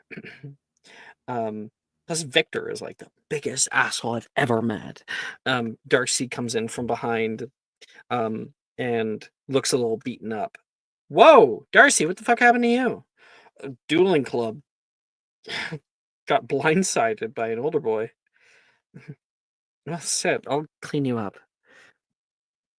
And they go Oh over, and no. Sam kind of cleans up from one side. Oh, it's fine. Things like this happen all the time at Hogwarts. Getting Hope you're beaten up. acclimating well. It's a big castle. I know my first year, I got lost like half a dozen times. I think it's actually kind of small in comparison to where I was. But it is more windy. Lots of pathways. Sam finishes cleaning up and then gets up. I have to get ready. What? Well, I want to like get prepared, for tomorrow. Whatever. Sally kind of looks out of her area, putting on her, her like, I think like putting on her, probably taking off her bra to put on like pajamas and stuff for the night, and she looks back over toward you and is like, "Where were you before?" Ilvermorny? Oh, Never been. It's bigger than Hogwarts? Well, yeah. Hogwarts, I heard, is really only for Britain and Ireland. And Ilvermorny is the entirety of North America. What? So Arnesia told me that there was some kind of Canadian school. that's an urban legend. She lied to me. So I'm talking about Slytherins, man, Sam says from behind her curtain. Don't worry. I got hit with that my first year too. Sadie comes out of her area. Sal, it's Ilvermorny. Not, I got it right. Ilvermorny isn't even the biggest visiting school in the world. Mhm. Seriously? Yeah, Hogwarts is like 5th. He says, and I think, yeah, Sadie will be like, Ouagadougou serves all of Africa. It's the single largest visiting school in the entire world. It's basically like a little city. I actually think that Hogwarts might be the second smallest next to the one in Japan. Mahotakoro? Yeah, I talked to Yeah. Rin a little bit about it. Apparently she was there for a year. Why she was there in our first year? They start 1 year before us, dum dum. Oh, I didn't know that. That's cool. Speaking of cool, my sister's not being very cool one. Are you still taking Logan? Like, seriously, you gotta stop. I don't think even he wants to go. Well, who else am I gonna take? Sam says from the other side. What? Do you want me to take Nate? Actually, he's going with me, Sadie says. See? Like, what other Gryffindor boy am I going to be looking at? Well, maybe you could expand your horizons, go for some other boy, like, what about Wilfred? Ew, she says back. Not a fan of whoever this Wilfred is. I think he's hilarious, Sally says and gets up. Okay, Morgan. Taken, you can hear Sally yell back. What? Morgan's in a relationship? With an actual girl? Oh, yeah. Good for them. I didn't know they made it official. Rumors. That's how rumors circulate. And yeah. Where are you Then going? Sam's like, I don't know about anybody. I'm going to like a little kind of club gathering, wearing some nice outfits, and I think they'd probably be like food and stuff. Oh, is it like a private club? Yeah, I think so. You know where people do things. Well, I hope there's not no activities. That'd be boring. Oh, is it like scheduled like that? Why do you want to come? Yeah, I need a that plus sounds one. like fun. So Do I have to be see, a boy? broaden your horizons. I wasn't even thinking about bringing girls. Sadie says, you should re-examine your personal biases. Sally says to her, go fuck yourself. She says back. Do I have to be a boy? Oh no. Just like Okay. come wearing like some nice dress or something. I'm sure you have one. She turns back to her area, and she's actually wearing like a part of the dress that she's gonna be wearing later. She looks at herself in the mirror and she's like, yeah, my seamstress got the right length. Cool. She goes to put it away. I think I have something. We're meeting up at 7:30 tomorrow on the 7th floor of the Oxford building. If you just come here, we can walk up together. Okay, good, because I don't know what an Oxford building is. You see like a little thumbs up come outside of the curtain. Yay! She like picks up her pygmy puff. Lasagna, we're going to a party. Cutting over to the oh shit, actually, since you did that, I do have to say, you turn over and go, Lasagna, we're going to a party. And you you see a pygmy puff pop out from underneath of your bed. And it's not lasagna.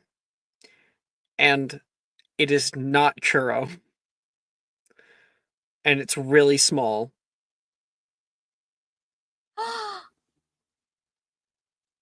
It's begun. And then you see about 3 others that are popping out from underneath. What do you do with the new babies? She's going to set up a little area for them. The pygmy puff breeding ring has started. All right. See, they multiply like gremlins. You know, they just keep going. Lasagna's the stud. That's right.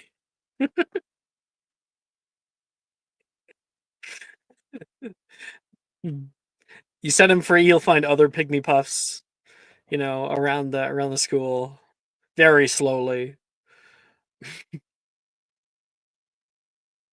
Okay. That's all he does. Eats and makes more.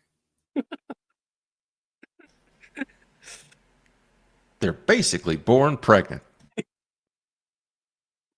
What's that from? What's that from? Trouble with Tribbles. Yeah. Quite a time saver. Man. Why am I just imagining it's like a Pokemon breeding thing going on? We're just like, okay, we get these IVs, this move set, we're all good. Dee Dee, you gotta get perfect IVs. Gotta get the shiny one, you know? Gotta wait for the shiny one. All of them have Sunbeam. What's the move? Dee Dee, we cut over to the Hufflepuff dormitory. You're just heading in through the common room for the first time here. And you can hear a bit of a kerfuffle going down. No, I'm okay, yeah, sure, I might talk a bit, but I don't actually want to go through with it. Rin is saying to Delilah, "Oh, come on. He's a boy." Delilah says back, "It's not that hard." What's not that hard? Rin asking, and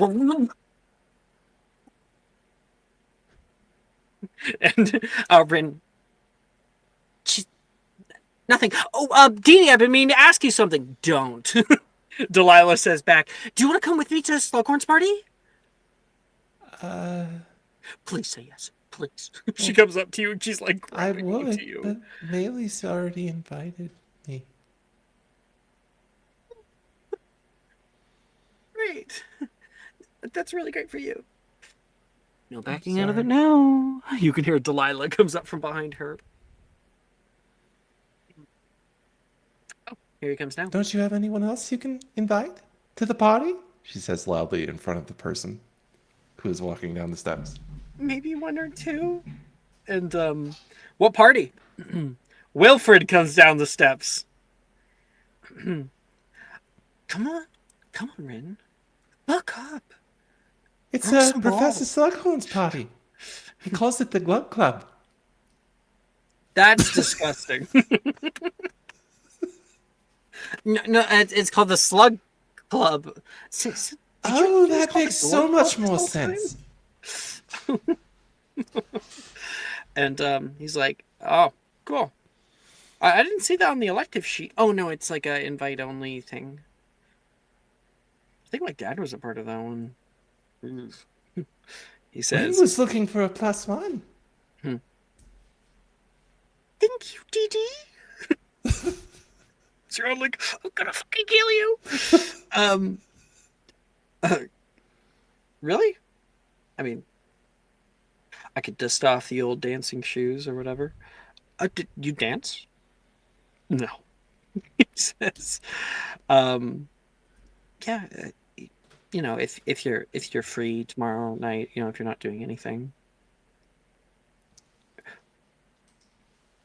Not anymore, I'm not. He says back to her.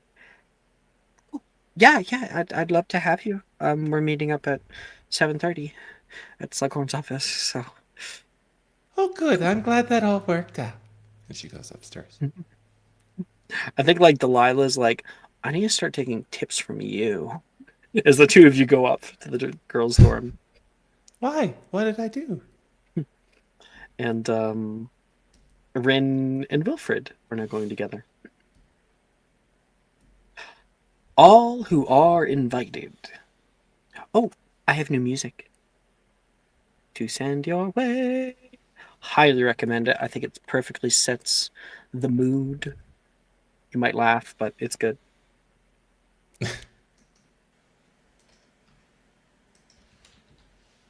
I like the name.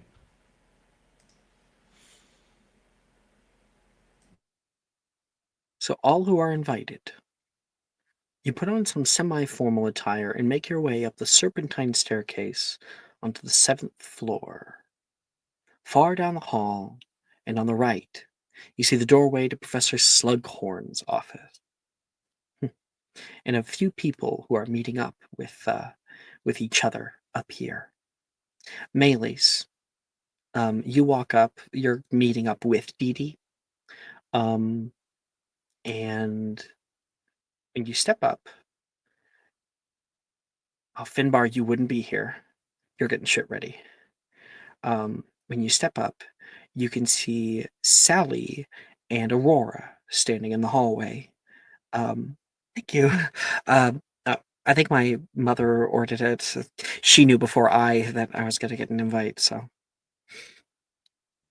Well, moms are smart like that. Hey, your outfit is, very you. What is Aurora wearing? So Aurora is wearing something like this. Hold on. Oh. One thing I will do to this.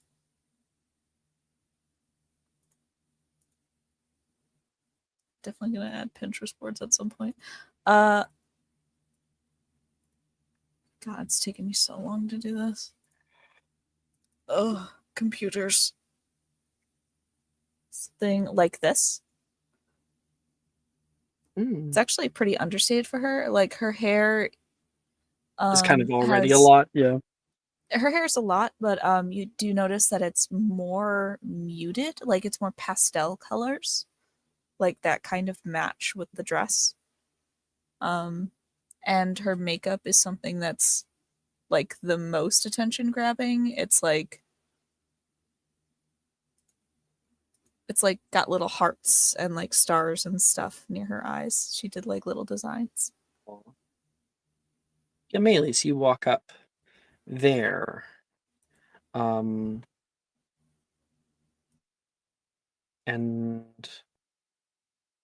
you would actually have walked up. Somebody walks up next to you. Taylor. Who's also here. I think she'll walk up and be like, "You're that new girl, right?" Oh, hi. Nice to meet you. Maylis said you were kind of cool. Oh, well, if Maylee says it, then it must be true. Maylis walking up. Our camera sees you.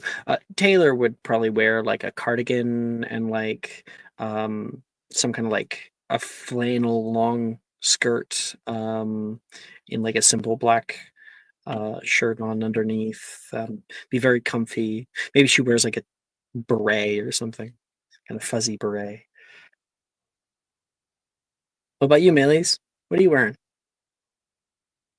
So Maelys is probably wearing like a sleeveless turtleneck that's like black, and then she has a long, like floor length, green velvety sort of skirt, and then probably some variation of like clunky docks. That kind of get hid by the Yeah. skirt. Yeah, I like it. What a vibe. So Rory, you can see Mealy's. Speaking of the devil, so she's not a demon. At least I don't think. Well, I could be. You could? It's only on Saturdays. It's Saturday. She's funny. I like Oh, your does that dress, mean- Aurora. Oh, thank you. I like your docs. Oh, thank you. Do you want to make mischief if you're a demon? Yes. How do you feel about owning some stuff that are illicit? About owning some stuff. Yeah.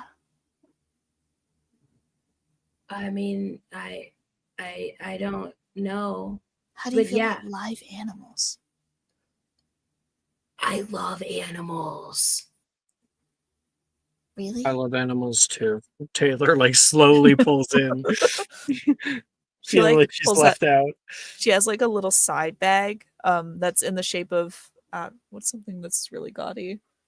It's like one of those like designer, like quote unquote designer purses that are shaped like things, and it's like shaped like a cloud, and she pulls it up and like unzips it, and inside are about like 10 different pygmy puffs. Like very fresh pygmy puffs. Where Would did you you like get one? these? Yes. Lasagna made them. Who's lasagna? He's my pygmy puff. That's And I- such a great name. I think Good know. I think he's been mating with Sally's pygmy puff. And now we get to have So many of them. Taylor, Digest you date can have 3 hours. What does that mean? I'm not sure that Gemma will really enjoy it if we bring these into the dormitory. So we should take all of them then.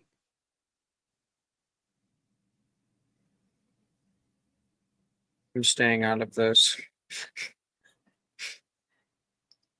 That's I think okay. Gemma won't mind. Plausible deniability is a really useful thing to have. We never spoke of this, she says, and starts walking to the party. Spoke of what? Coming in from behind, Dee Dee. You still like the camera, you kind of suddenly loom, and you see your +1 Melis here, rather than the other way around. But you can see Melis. She's dressed in the Doc Martens and the cool sleeveless turtleneck, and next to Aurora and Sally and Taylor just left. Oh, you have something, and I feel like Dee Dee's probably clutching a handbag or something like that, Well, you got that magic bag You have a from magic back in the bag? day, yeah. We got that at When did you get a magic bag? Was it junk shop? whatever the thing before the Halloween thing was that was in the place. The first Autumn episode. Festival? No, Autumn Festival. Oh, that. yeah. What did you? Yeah. Where? What is it? I It's don't like remember. a little bag holding purse. Yeah, it's like blue and Did you buy one like from Stone Packers? Mhm. Oh, cool. Yeah. All right. So yeah, Dee Dee comes in from behind. Dee Dee, I want you to make a charisma saving throw to see if you can speak up and enter the conversation, or if you struggle to. okay.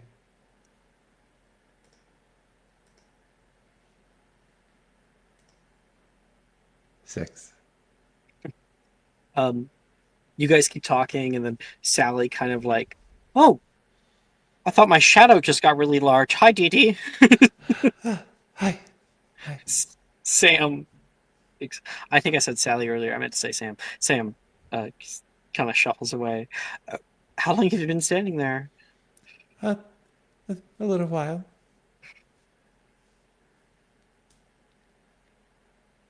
I don't have to stand here. I can stand somewhere else. Millie's Aurora. Oh, hey, Dee. Hi. You look nice.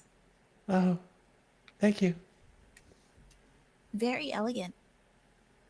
Thank you. You said you couldn't clean up that well or that you wouldn't look nice. You're a liar. I just saw your nose grow. What? Edie, let's get a description of what you're wearing.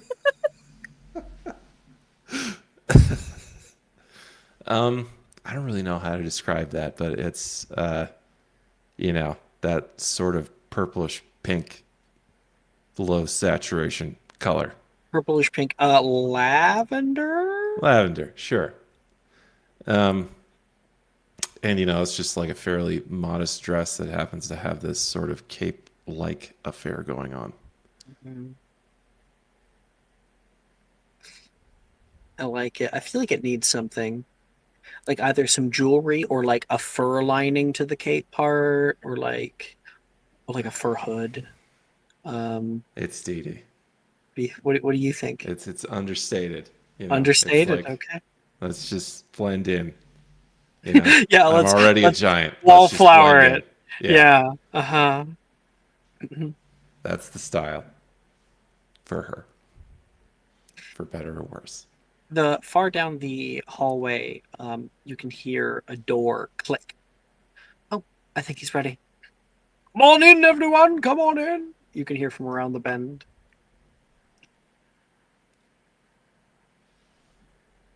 Dee Dee is especially nervous of Slughorn because she keeps biffing it in front of him in potions class.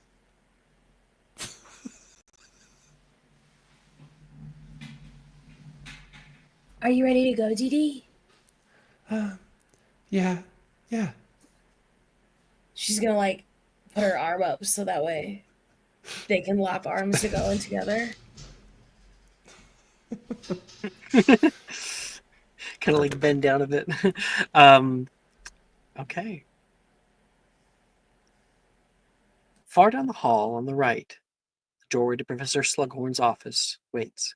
It's a heavy iron door with a shutter for seeing through it, but it seems to be ornate. It's like well carved and everything. You knock on the you walk over toward the door and it opens to you magically. Inside you see, love it, a lavish abode. A marble office with vaulted ceilings, plush carpets, and banners of emerald satin cloth that drift down around the walls. On the ceiling, a bronze coiling snake softly rotates above a polished mahogany wooden table. Chairs surround the table like thrones, and the fireplace crackles. It sparks nearby leather upholstered couches.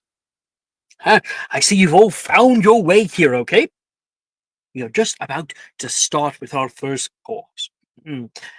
Please sit. Everybody goes over. He overturns a green jade hourglass in the center of table. To begin, might I introduce Mr. Finbar Dempsey and Macy Stickle, our co-chefs for the evening. I'm sous chef. Macy says. She comes out. And Finbar, what are you wearing? You come out Finbar of like is a side room. all right. Let me put it in discussion. Finbar is wearing Ooh, yeah. I see Finbar we is actually have wearing watchers. I didn't know so many people were watching. Why don't you guys comment? If you guys comment, I can throw your way music to listen to alongside. Although we're right at the end here. Yep, that's what Finbar's wearing. Nice little vest, nice shirt, pants. Looking like he's ready to serve. fine dishes and She's in a fine yellow cuisine. dress. Well, everyone, Macy and I tonight have prepared for you several delicious meals, and we'll be starting off with some nice little bits of things, nothing too big, but enough to get your appetite whetted and ready for what is to come. And we have prepared you lovely salmon bites as an appetizer for tonight's first course. And I got a little bit of takoyaki, or rather my attempt at it. Sorry, Rin. Oh, I'm sure it'll be great, Rin says in her little area. Wilfred's like, what's takoyaki? they talk. And the food is set around Finbar, that first course, and people dig in, talking to one another, and you're even able to sit down. And like Taylor looks over.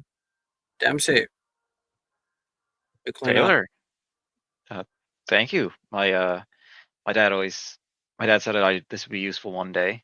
Didn't know it'd be today. You have a dad? And a mom. I took you as like a dadless type. Guess I was wrong. Or maybe it's just he has to die. Wait, what? Is there something about me that gives off like I have a single mother? Because that I don't. Dope. Nearby, you see Janice comes and is like sitting nearby. She is with someone. Oh no. Who? My goodness, Finbar! These are delicious! Saoirse. I think there's an initial worry there where it's like, oh no, she's with someone. Who is it? And then it's like, oh, it's Saoirse. I think I'm okay. I think I'm okay. Janice still looks just like not good. She gets up, takes her plate with her, as she walks out toward the balcony. There's like drapery heading off the walls and everything, and like Slughorn's talking to a few people. I assume most of you have met. This here is Miss Blythe, he says, and not Billy, but her sister. Can show her off.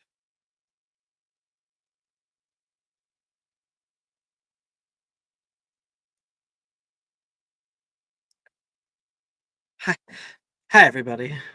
Hi, actually, I've never done the Irish accent for them.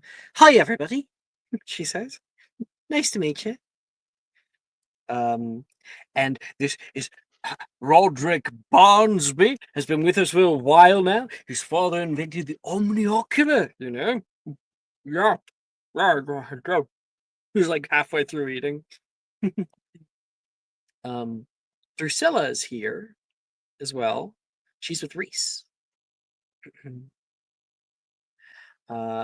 Sam's here. Taylor, Brand, and Sadie. Sadie is with Nate. So, Drusilla's like, Professor, is it true your family once owned the Slug and Jigger, Diagon Alley? Oh, yes. Yes. Quite a while back, we sold our shares when I was a young boy. Very sad, of course, but it's funded my ability to go collect some things. One of them, even, you're sitting at now. She looks down. The table. Yes. Collector's item, he says, like a little rub. As well as the horn over by the fireplace, and actually the showcase, the foldable showcase is an antique. I'll show it to you sometime. Your parents, Pruitt, they still supply the Slug and Jig out in Dargan? He asks. I wouldn't know. We don't really talk. Right. And you can see Sam gets up She like puts a hand on Aurora's shoulder. I'm just gonna go see if I can find my parents. And she goes over to her that showcase. It's a folded out wooden showcase that has like pictures and little lights along the top of it and stuff. Um, yeah. What do you guys want to do, if anything? Talk to Janice. You go. Yep. That's what I thought. You go out to. You know me The- so well. I think like as you start to go out there, Macy's like, "Hey, we have to get the main course out first. Then go do whatever the heck you want." I'll just be a second. I swear. Don't worry. She's gonna pull you to get the main course out first. Okay. Okay, what's the main course? Hang on. I've been busy preparing that. There's a lot of food here. All right. Let's see. And the salmon bites. All right. A lot of stuff here. Ooh, I like this. This is. 1 second, got it.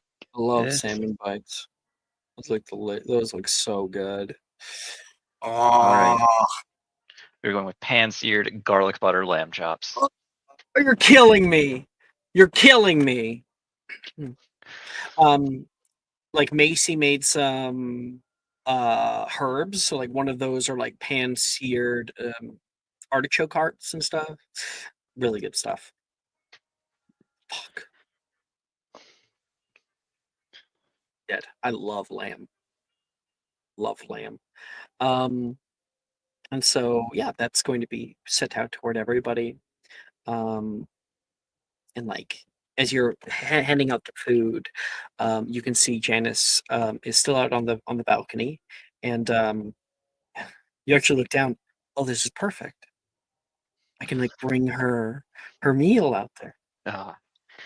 Finbar adjusts the tie that isn't there. Looks down and is like, right, didn't have that. Grabs a plate, utensils. It's like, Macy, I gotta deliver this one personally. You got it. She'll give you a little wave.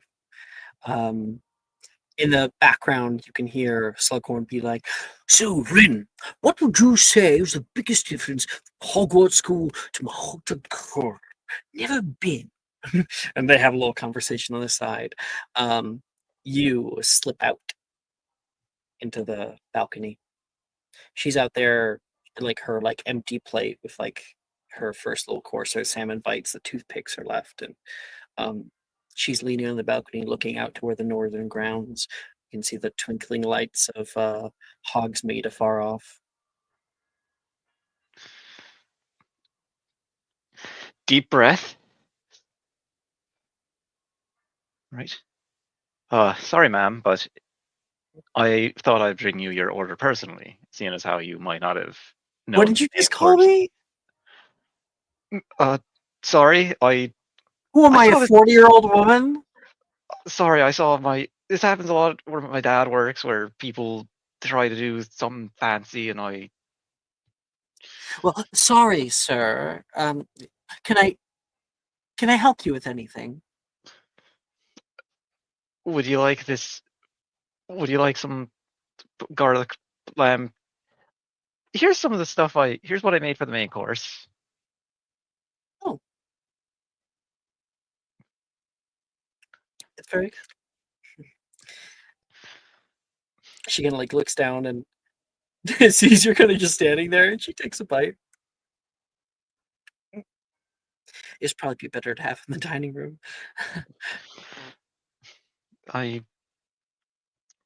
Yeah, probably, but I have to admit, Janice, I'm surprised. I didn't expect you to bring Saoirse. I had to bring somebody. Somebody told me that you already have a, date or whatever. No, Macy and I came as like co-chefs. We're not dating. Why would anyone? Oh, well, no, dating. That's not what I meant. Like a date, Oh. like a a plus Oh, one. oh, nah, we're here as chefs. We Turns both. out you don't have to bring anybody. Taylor didn't. She says, like, she looks down, like, only found that out after I got here. Plus ones were optional.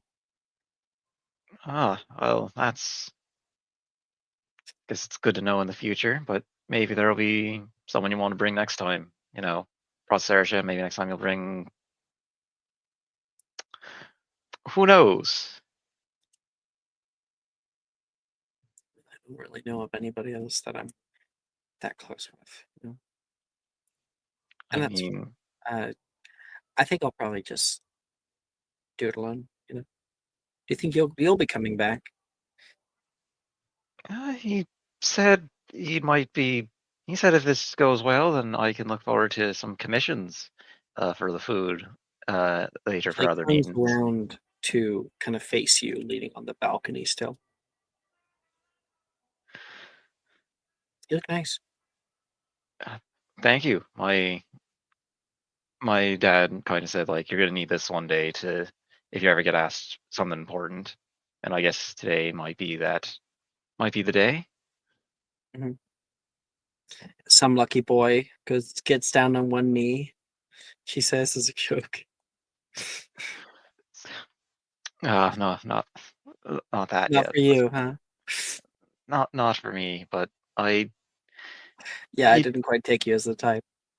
nah, but you do have someone you could take next time if you want to use the plus one. Drusilla's already got her invite. She's an amazing potioneer, so she deserves it.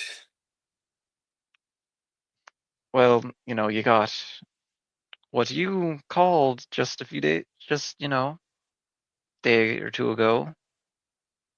Your friend, me. Well, Finbar, you're already invited, you dumbass. She says and gives you Well, like a little push. well, yeah, but I mean, like, Oh, if you do a good job. Are you kidding me? Look at this. that, I haven't had food like this since I was little. She says, and starts walking into the dining room. well, Janice, you should know if you're my friend, She turns around. and you are, because you said we were. The I, more you bring it up, the less true it becomes. but I always am willing to take requests from those people I care about, and you're definitely one of them.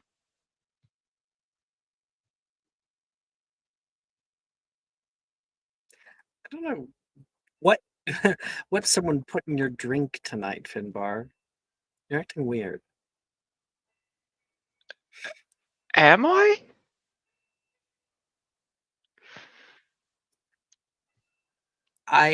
I'm gonna go sit down. Uh, You gotta Janice, join me.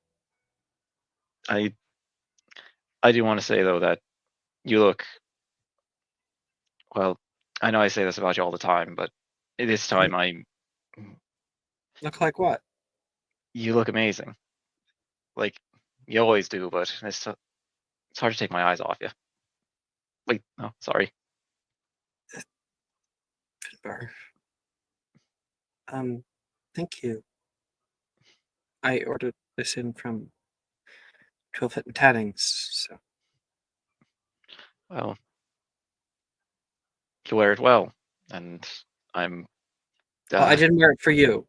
So No, of course not. But you, you look, you look great in it, and I think it, it's nice to see you dress up and be. It's nice to see a different side of you that I never saw before.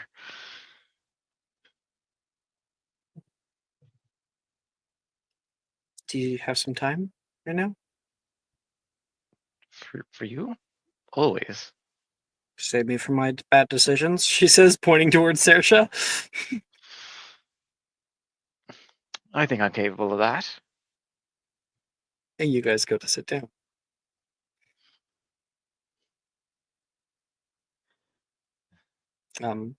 Mayleys. Taylor sees Finbar sit down with Janice. Damn it. She slides you 3 galleons. Oh, what's this for? Like you guys made a bet. I kind of forgot about that. I'm not gonna lie. Oh, no.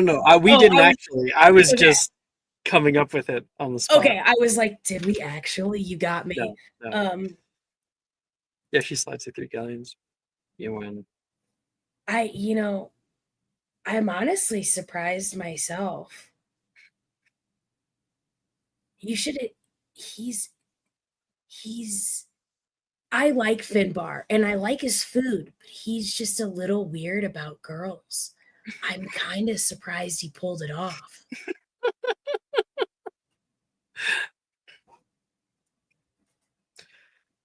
I'm sure that he'll take her last name, though. Yeah. He seems like the type. I think probably she'll end up proposing to him. Well, what's wrong with that? She says back. Nothing. Nothing. Mayleys, what about you? What are you doing? Probably just eating the food and listening to whatever is like going on around her. I don't know if she is interested in socializing with a ton of people here. She might like do like common courtesies, right? But like probably nothing like small talk because that's awful. So she's probably just like, yeah, I would say hanging out with Taylor, hanging out with Dee Dee, and talking to them because that's where she feels most comfortable. Edie, make me a charisma check. And I'll come back to you, Mayleys. I have a thing for you.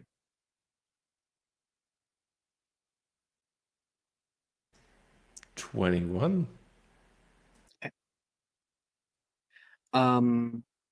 Good man. All right. So Dee Dee, you've at least been set up for success in this way. You're able to find yourself and mingling between your friends. Even though you might not say a whole lot, you're able to kind of like interpose yourself into little conversations here and there. And as the night goes on, you feel pretty happy about it all, happy about your choices and whatnot. Like you can really do this. Like you're feeling more and more confident. And from afar, you can hear Sam be like, "Oh my gosh, Professor, Harry Potter was a part of Slug Club." "Oh, yes. Yes, he didn't show up for many of our meetings, but I got him a few times." He was a rather odd boy. Honestly, quite reserved. But I was able to get a few Chudley Cannons tickets now and again with him. Lovely man. I hope I get out and see him soon. He walks over toward like the big mural of paintings and pictures and everything. And in the background, Dee Dee, think like somebody comes over toward you. Like, "You're really hitting it off with people, aren't you?" Wilfred comes up from beside you. Oh, hi, Wilfred. Yes, Hey. I was pretty nervous to start with, but people are nicer than I thought. Yeah. I think at times like this, when we get to actually calm down, you start to see new sides of people you didn't get to see before. He says, looking toward Rin.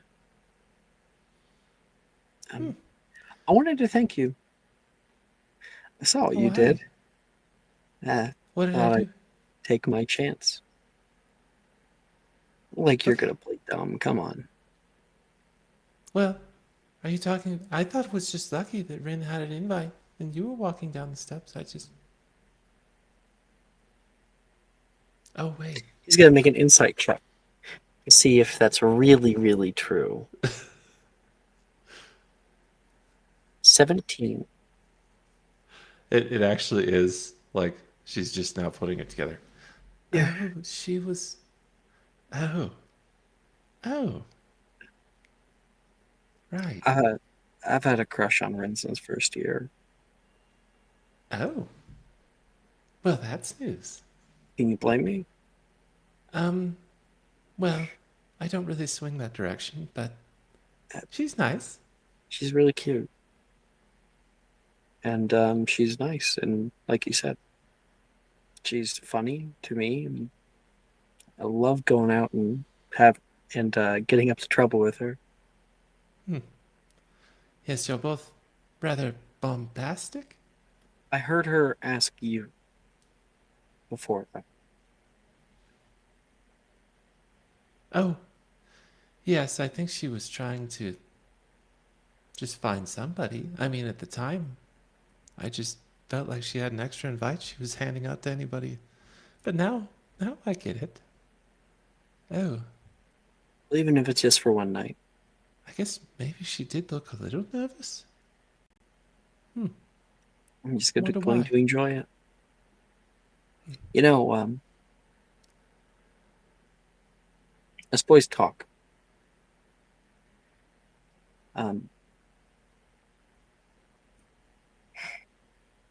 Morgan really likes you. Really, really likes you. He said that from year one. First time that we met, he talked about how cool you were. I thought he was a little off, but I think I was wrong. I think I see it now. But he's seizing you. You're lovely. Just go easy on him. I think he's pretty nervous. Among all the showboating, I think he has some stuff to still get through when it comes to self-esteem. Me too.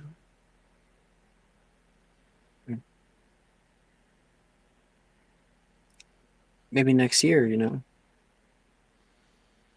be a chance. But I want to tell you now that if you like him, he feels the same. Well, that's good to know. Don't tell him I told you. Oh, I won't. Good. I don't want to put another bed in the lake again. Good talk. He's got a tap tap. Walks off. Head in the lake. She's wondering if this is like a saying that she hasn't heard before. Sleeping with the fishes. Aurora. How about you? I think she is. Oh, I had a thing, actually. I'm just Okay. thinking of it right now. Quickly, so like we can cut to Aurora's perspective. No, don't worry about it. There's a knock at the door. Turn over. And Slughorn goes, "What it is? I think we're all here." And he opens up the door, and there's like some noise coming from the other side. Um, now's not exactly the best time, Miss Drayton. Create an appointment with me, and we can meet tomorrow. Right? Yes. Okay. Good. he slams the door on her. Sorry about that. So, Aurora, you see that. Can Aurora get up to check what that was?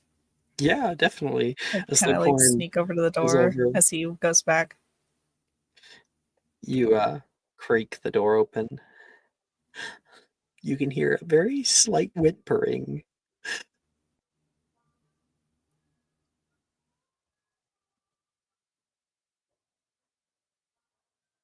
She's gonna like slowly leave the party Like she'll like scooch out the door and kind of silently shut it behind her. It's the worst year. Stupid pumpkins and of this.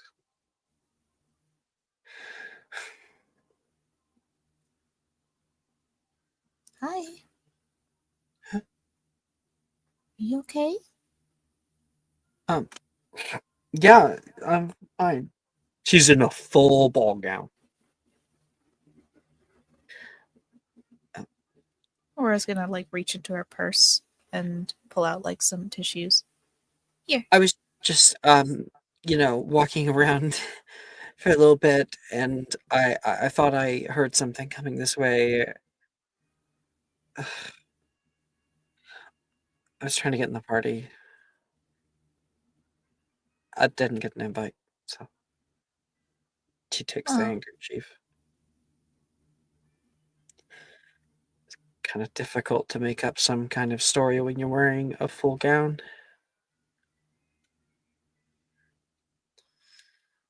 You're Aurora, right? Yeah. Nice to meet you. Gemma Drayton. Just Gemma. That's a very pretty name.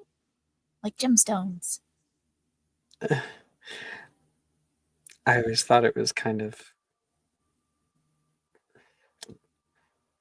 trollish. I don't think so. Some people used to call me Gem, or just Gem, and I always liked that. I tried to get started in my first year here, and it just didn't really stick. Well, Why am Gem I has a telling you nice this? ring to it. I feel super embarrassed, and you can have this back. I'm probably gonna go crying to a pillow. So, That would be a waste of that pretty makeup. Ernesia, help me. She's a lot better at it than I am. Would you like to come back in with me? I thought I told you I don't have like an invite. So Yeah, but I don't think Taylor went in with anyone, and we can just tell her people that Taylor's brought you. here. She just gets irate immediately. You're fucking kidding me. Oh, that hit a nerve. She told me she was doing extra studying tonight. Well, I think she's been studying the fondue pretty well. Move out of my way. I want to see her. You guys can go off to the door, like creak it open. She's like looking out, and Maylis and her are like talking back and forth. Bitch, she says.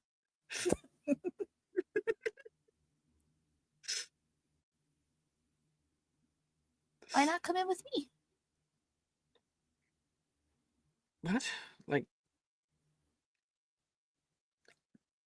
I'm not sure if that would work. You're a member? You've only been here a single day. How did you get an invitation? Sam asked me. Oh. Okay. Sure. I think I have just a thing, actually. You go in.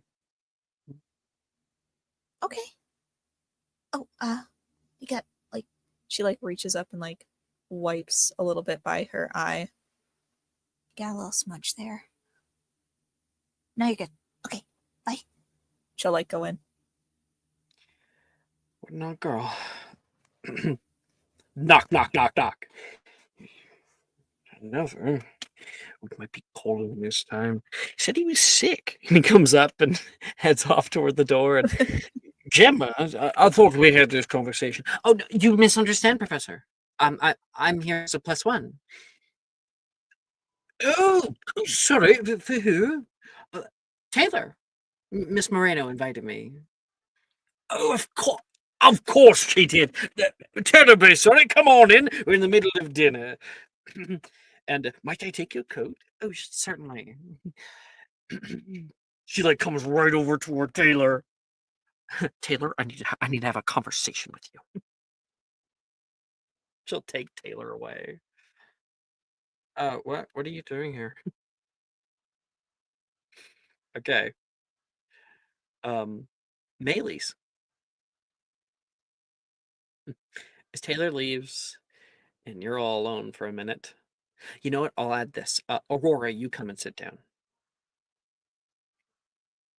I think that went well. What's Gemma doing here? Oh, I saw her outside and she was crying, and I wanted to know why. And it seemed like she was really upset she didn't get an invite to the party. So I thought that I could bring her in, but then she thought, but then she brought up the fact that I am a +1, and so I don't think that +1s can bring +1s. So I just said that Taylor didn't bring a date, or at least didn't see one, so she could just say that she was Taylor's date. Oh. Why did you do that? Well, she was there and she was crying, and it seemed kind of a waste to have like a girl in a pretty dress cry in front of a party she can't get into. So I Yeah. just want to let her in. Wow, you're really nice. Gemma's not. I wouldn't have done that. Is she But, not? well, not to me, but then I'm not very nice to her, so. Oh, well. The vicious cycle.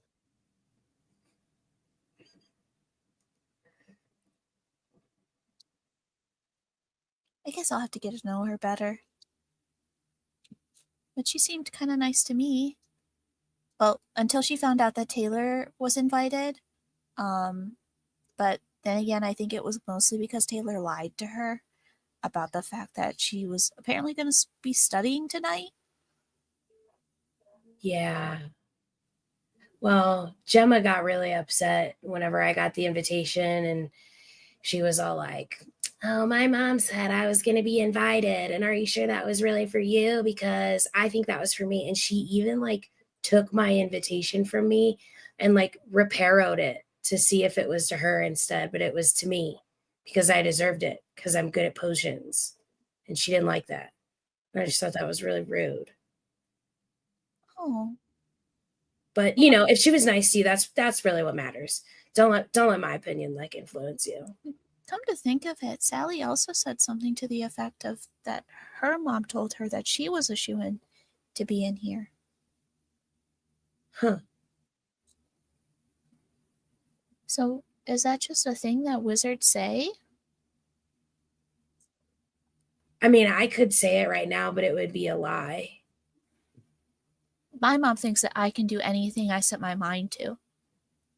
I I'm don't not see my sure. mom that often. I'm not sure about potions, but I do know how to make a Molotov. That's a kind of potion. I've read about Yeah. that in books. It's really easy to make.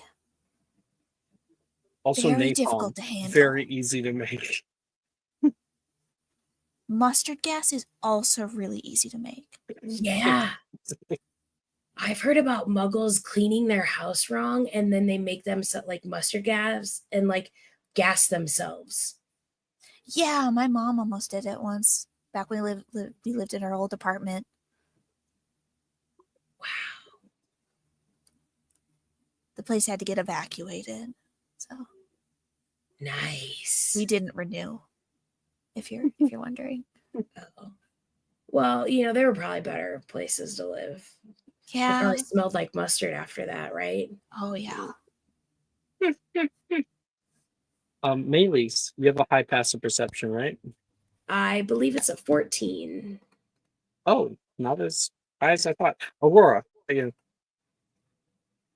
Oh, it's a 16. I lied. I thought it was a 16. Okay. Aurora's is an 18. Mayleys, you may make a perception check.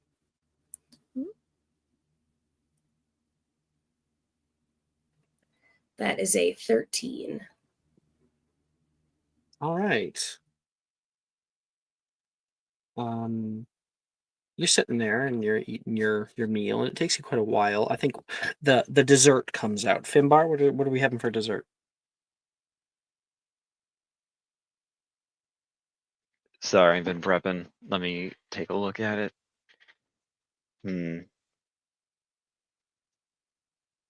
You know, we're gonna go with something. No, wait. This is big. First one's got to be big. Don't take that out of context. None of us were going to do that. Until you Hey, said don't something. speak for me. All right, where was it? You deserve to be in horny jail. Can I make a suggestion, Finbar? Sure. You could pull a Florian Fortescue's and make really lavish ice creams for people. Since you were like very enamored by his performances, you don't have to. I'm just. You know, I like that idea better than what I was thinking of. Why don't you make a spellcasting ability check or performance check for your like directing, trying to like do the sort of same thing from Florian Fortescue's for people? Is this where I had? You know what? It's the first one. I'm gonna take the Artisans Club bonus for this one. I'll lock that in until I change it. Oh, Slug Club does have a bonus. Oh, It's the best, but it's only for people who are actually invited, so that would be only melees technically, which is 1d4 to persuasion, deception, and intimidation checks. Is that on top of or in place of? In place of. Okay. I did take the other potion one already, so. Yeah, so you'd have to replace it. okay. I'm gonna go with performance, and I'll take the Artisans Club. 1d4. Okay, do it up. All right. 19. 19. Fuck yeah! Finbar comes out. He's able to direct like a new show, everybody. And he comes out and like has a trolley with like a bunch of like raw ice cream on it already and like little balls and stuff. And you're able to scoop them up and slam them together over people's heads. And like you spin one so it becomes like the rings of Saturn. And then like spike it onto a toothpick at the end of somebody's hand, and it's kind of like those Japanese like hot grill shows, you know, but Finbar is at the lead and it's ice cream. You throw it up, slam it down, and while everyone's enjoying that, melees, you look down and notice something odd. Something etched into the side of the circular table that you find yourself on.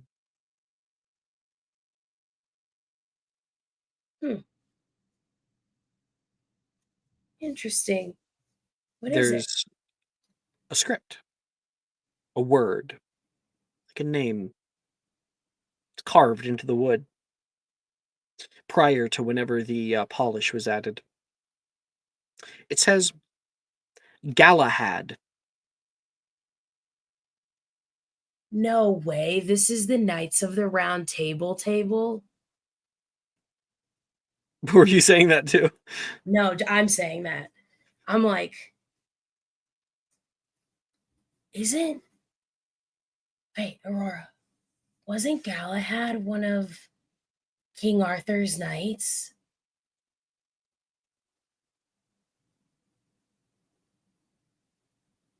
Jess? Yeah. He had You a want to gal? make a history of magic check, maybe. Okay. See if maybe you know that. Because Let's it's see. stories, you know? It's stories, yeah. Mhm. I was so used to writing a plus in other games. It's in fact a minus. 7. You can see Like where from Monty Python? Yes. So it's written like the table's like this, right? It's written on the edge of the table. So it's not on top, it's not underneath, it's on the side of the coin. Is there one over there too? Do you have one in front of you? Aurora will look. Lancelot. No way. This is metal. What are you guys talking about? Janice like notices you two. Oh, there. Look down. Do you have a name in front of your, like, right here?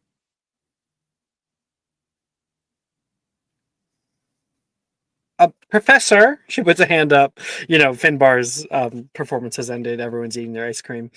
Um, is this table what I think it is? You've noticed, I see. Yes, yes, indeed. I got it for a pretty penny out in Diagon Alley on auction. The chairs too came as a set. That's amazing. And a few people start looking at themselves. A few people realize, other people don't. And he says, I keep the best seat for my own, he says. What's the best seat? Come on over. Come see. Come see. A few people start coming over. Melis, do you want to come sit? Yeah, definitely. So he like pulls out the seat and pushes Aurora in. And Aurora, you're able to see it. Oh, that's cool. And she says, yes. One of my personal favorites. Melis, your turn. Okay. Sits you in and Look, sits look. you down. What do you see? You look down and you see it says Merlin Sylvestris.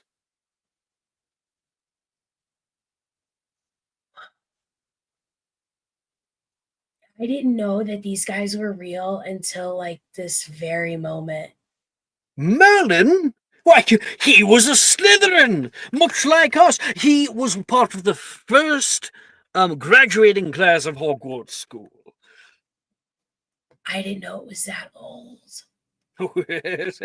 Very old indeed. And he pulls you out, and like a few people go and look. And I always felt that he exemplified what it truly means to be a Slytherin.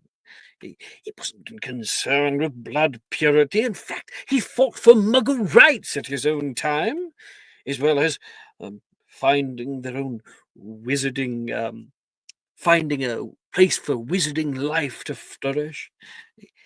He wanted to create the ministry, an own governing body, and he wouldn't see the creation of it proper in his lifetime, but down the line, I mean, that's why we have the Order of Merlin, for instance. Wow. And yeah, Merlin Sylvestris. The night comes to a quiet end. Gemma enjoys her time here, acting like all high and mighty, and we're able to get a little bit closer to the people around us. Strong drink, rabble-rousing, good company. That's where we're going to end tonight's episode of Magic and Mysterium. Yes, and as we're leaving, Dee Dee taps Finbar's shoulder and says, I didn't tell Janice. Keep that down. Oh, okay. Thank you. It's like a little after credit scene, you know? They're all coming down, and like you come out. Thank you everyone for playing. Thank you guys for watching. See you guys next time. Bye bye, stream.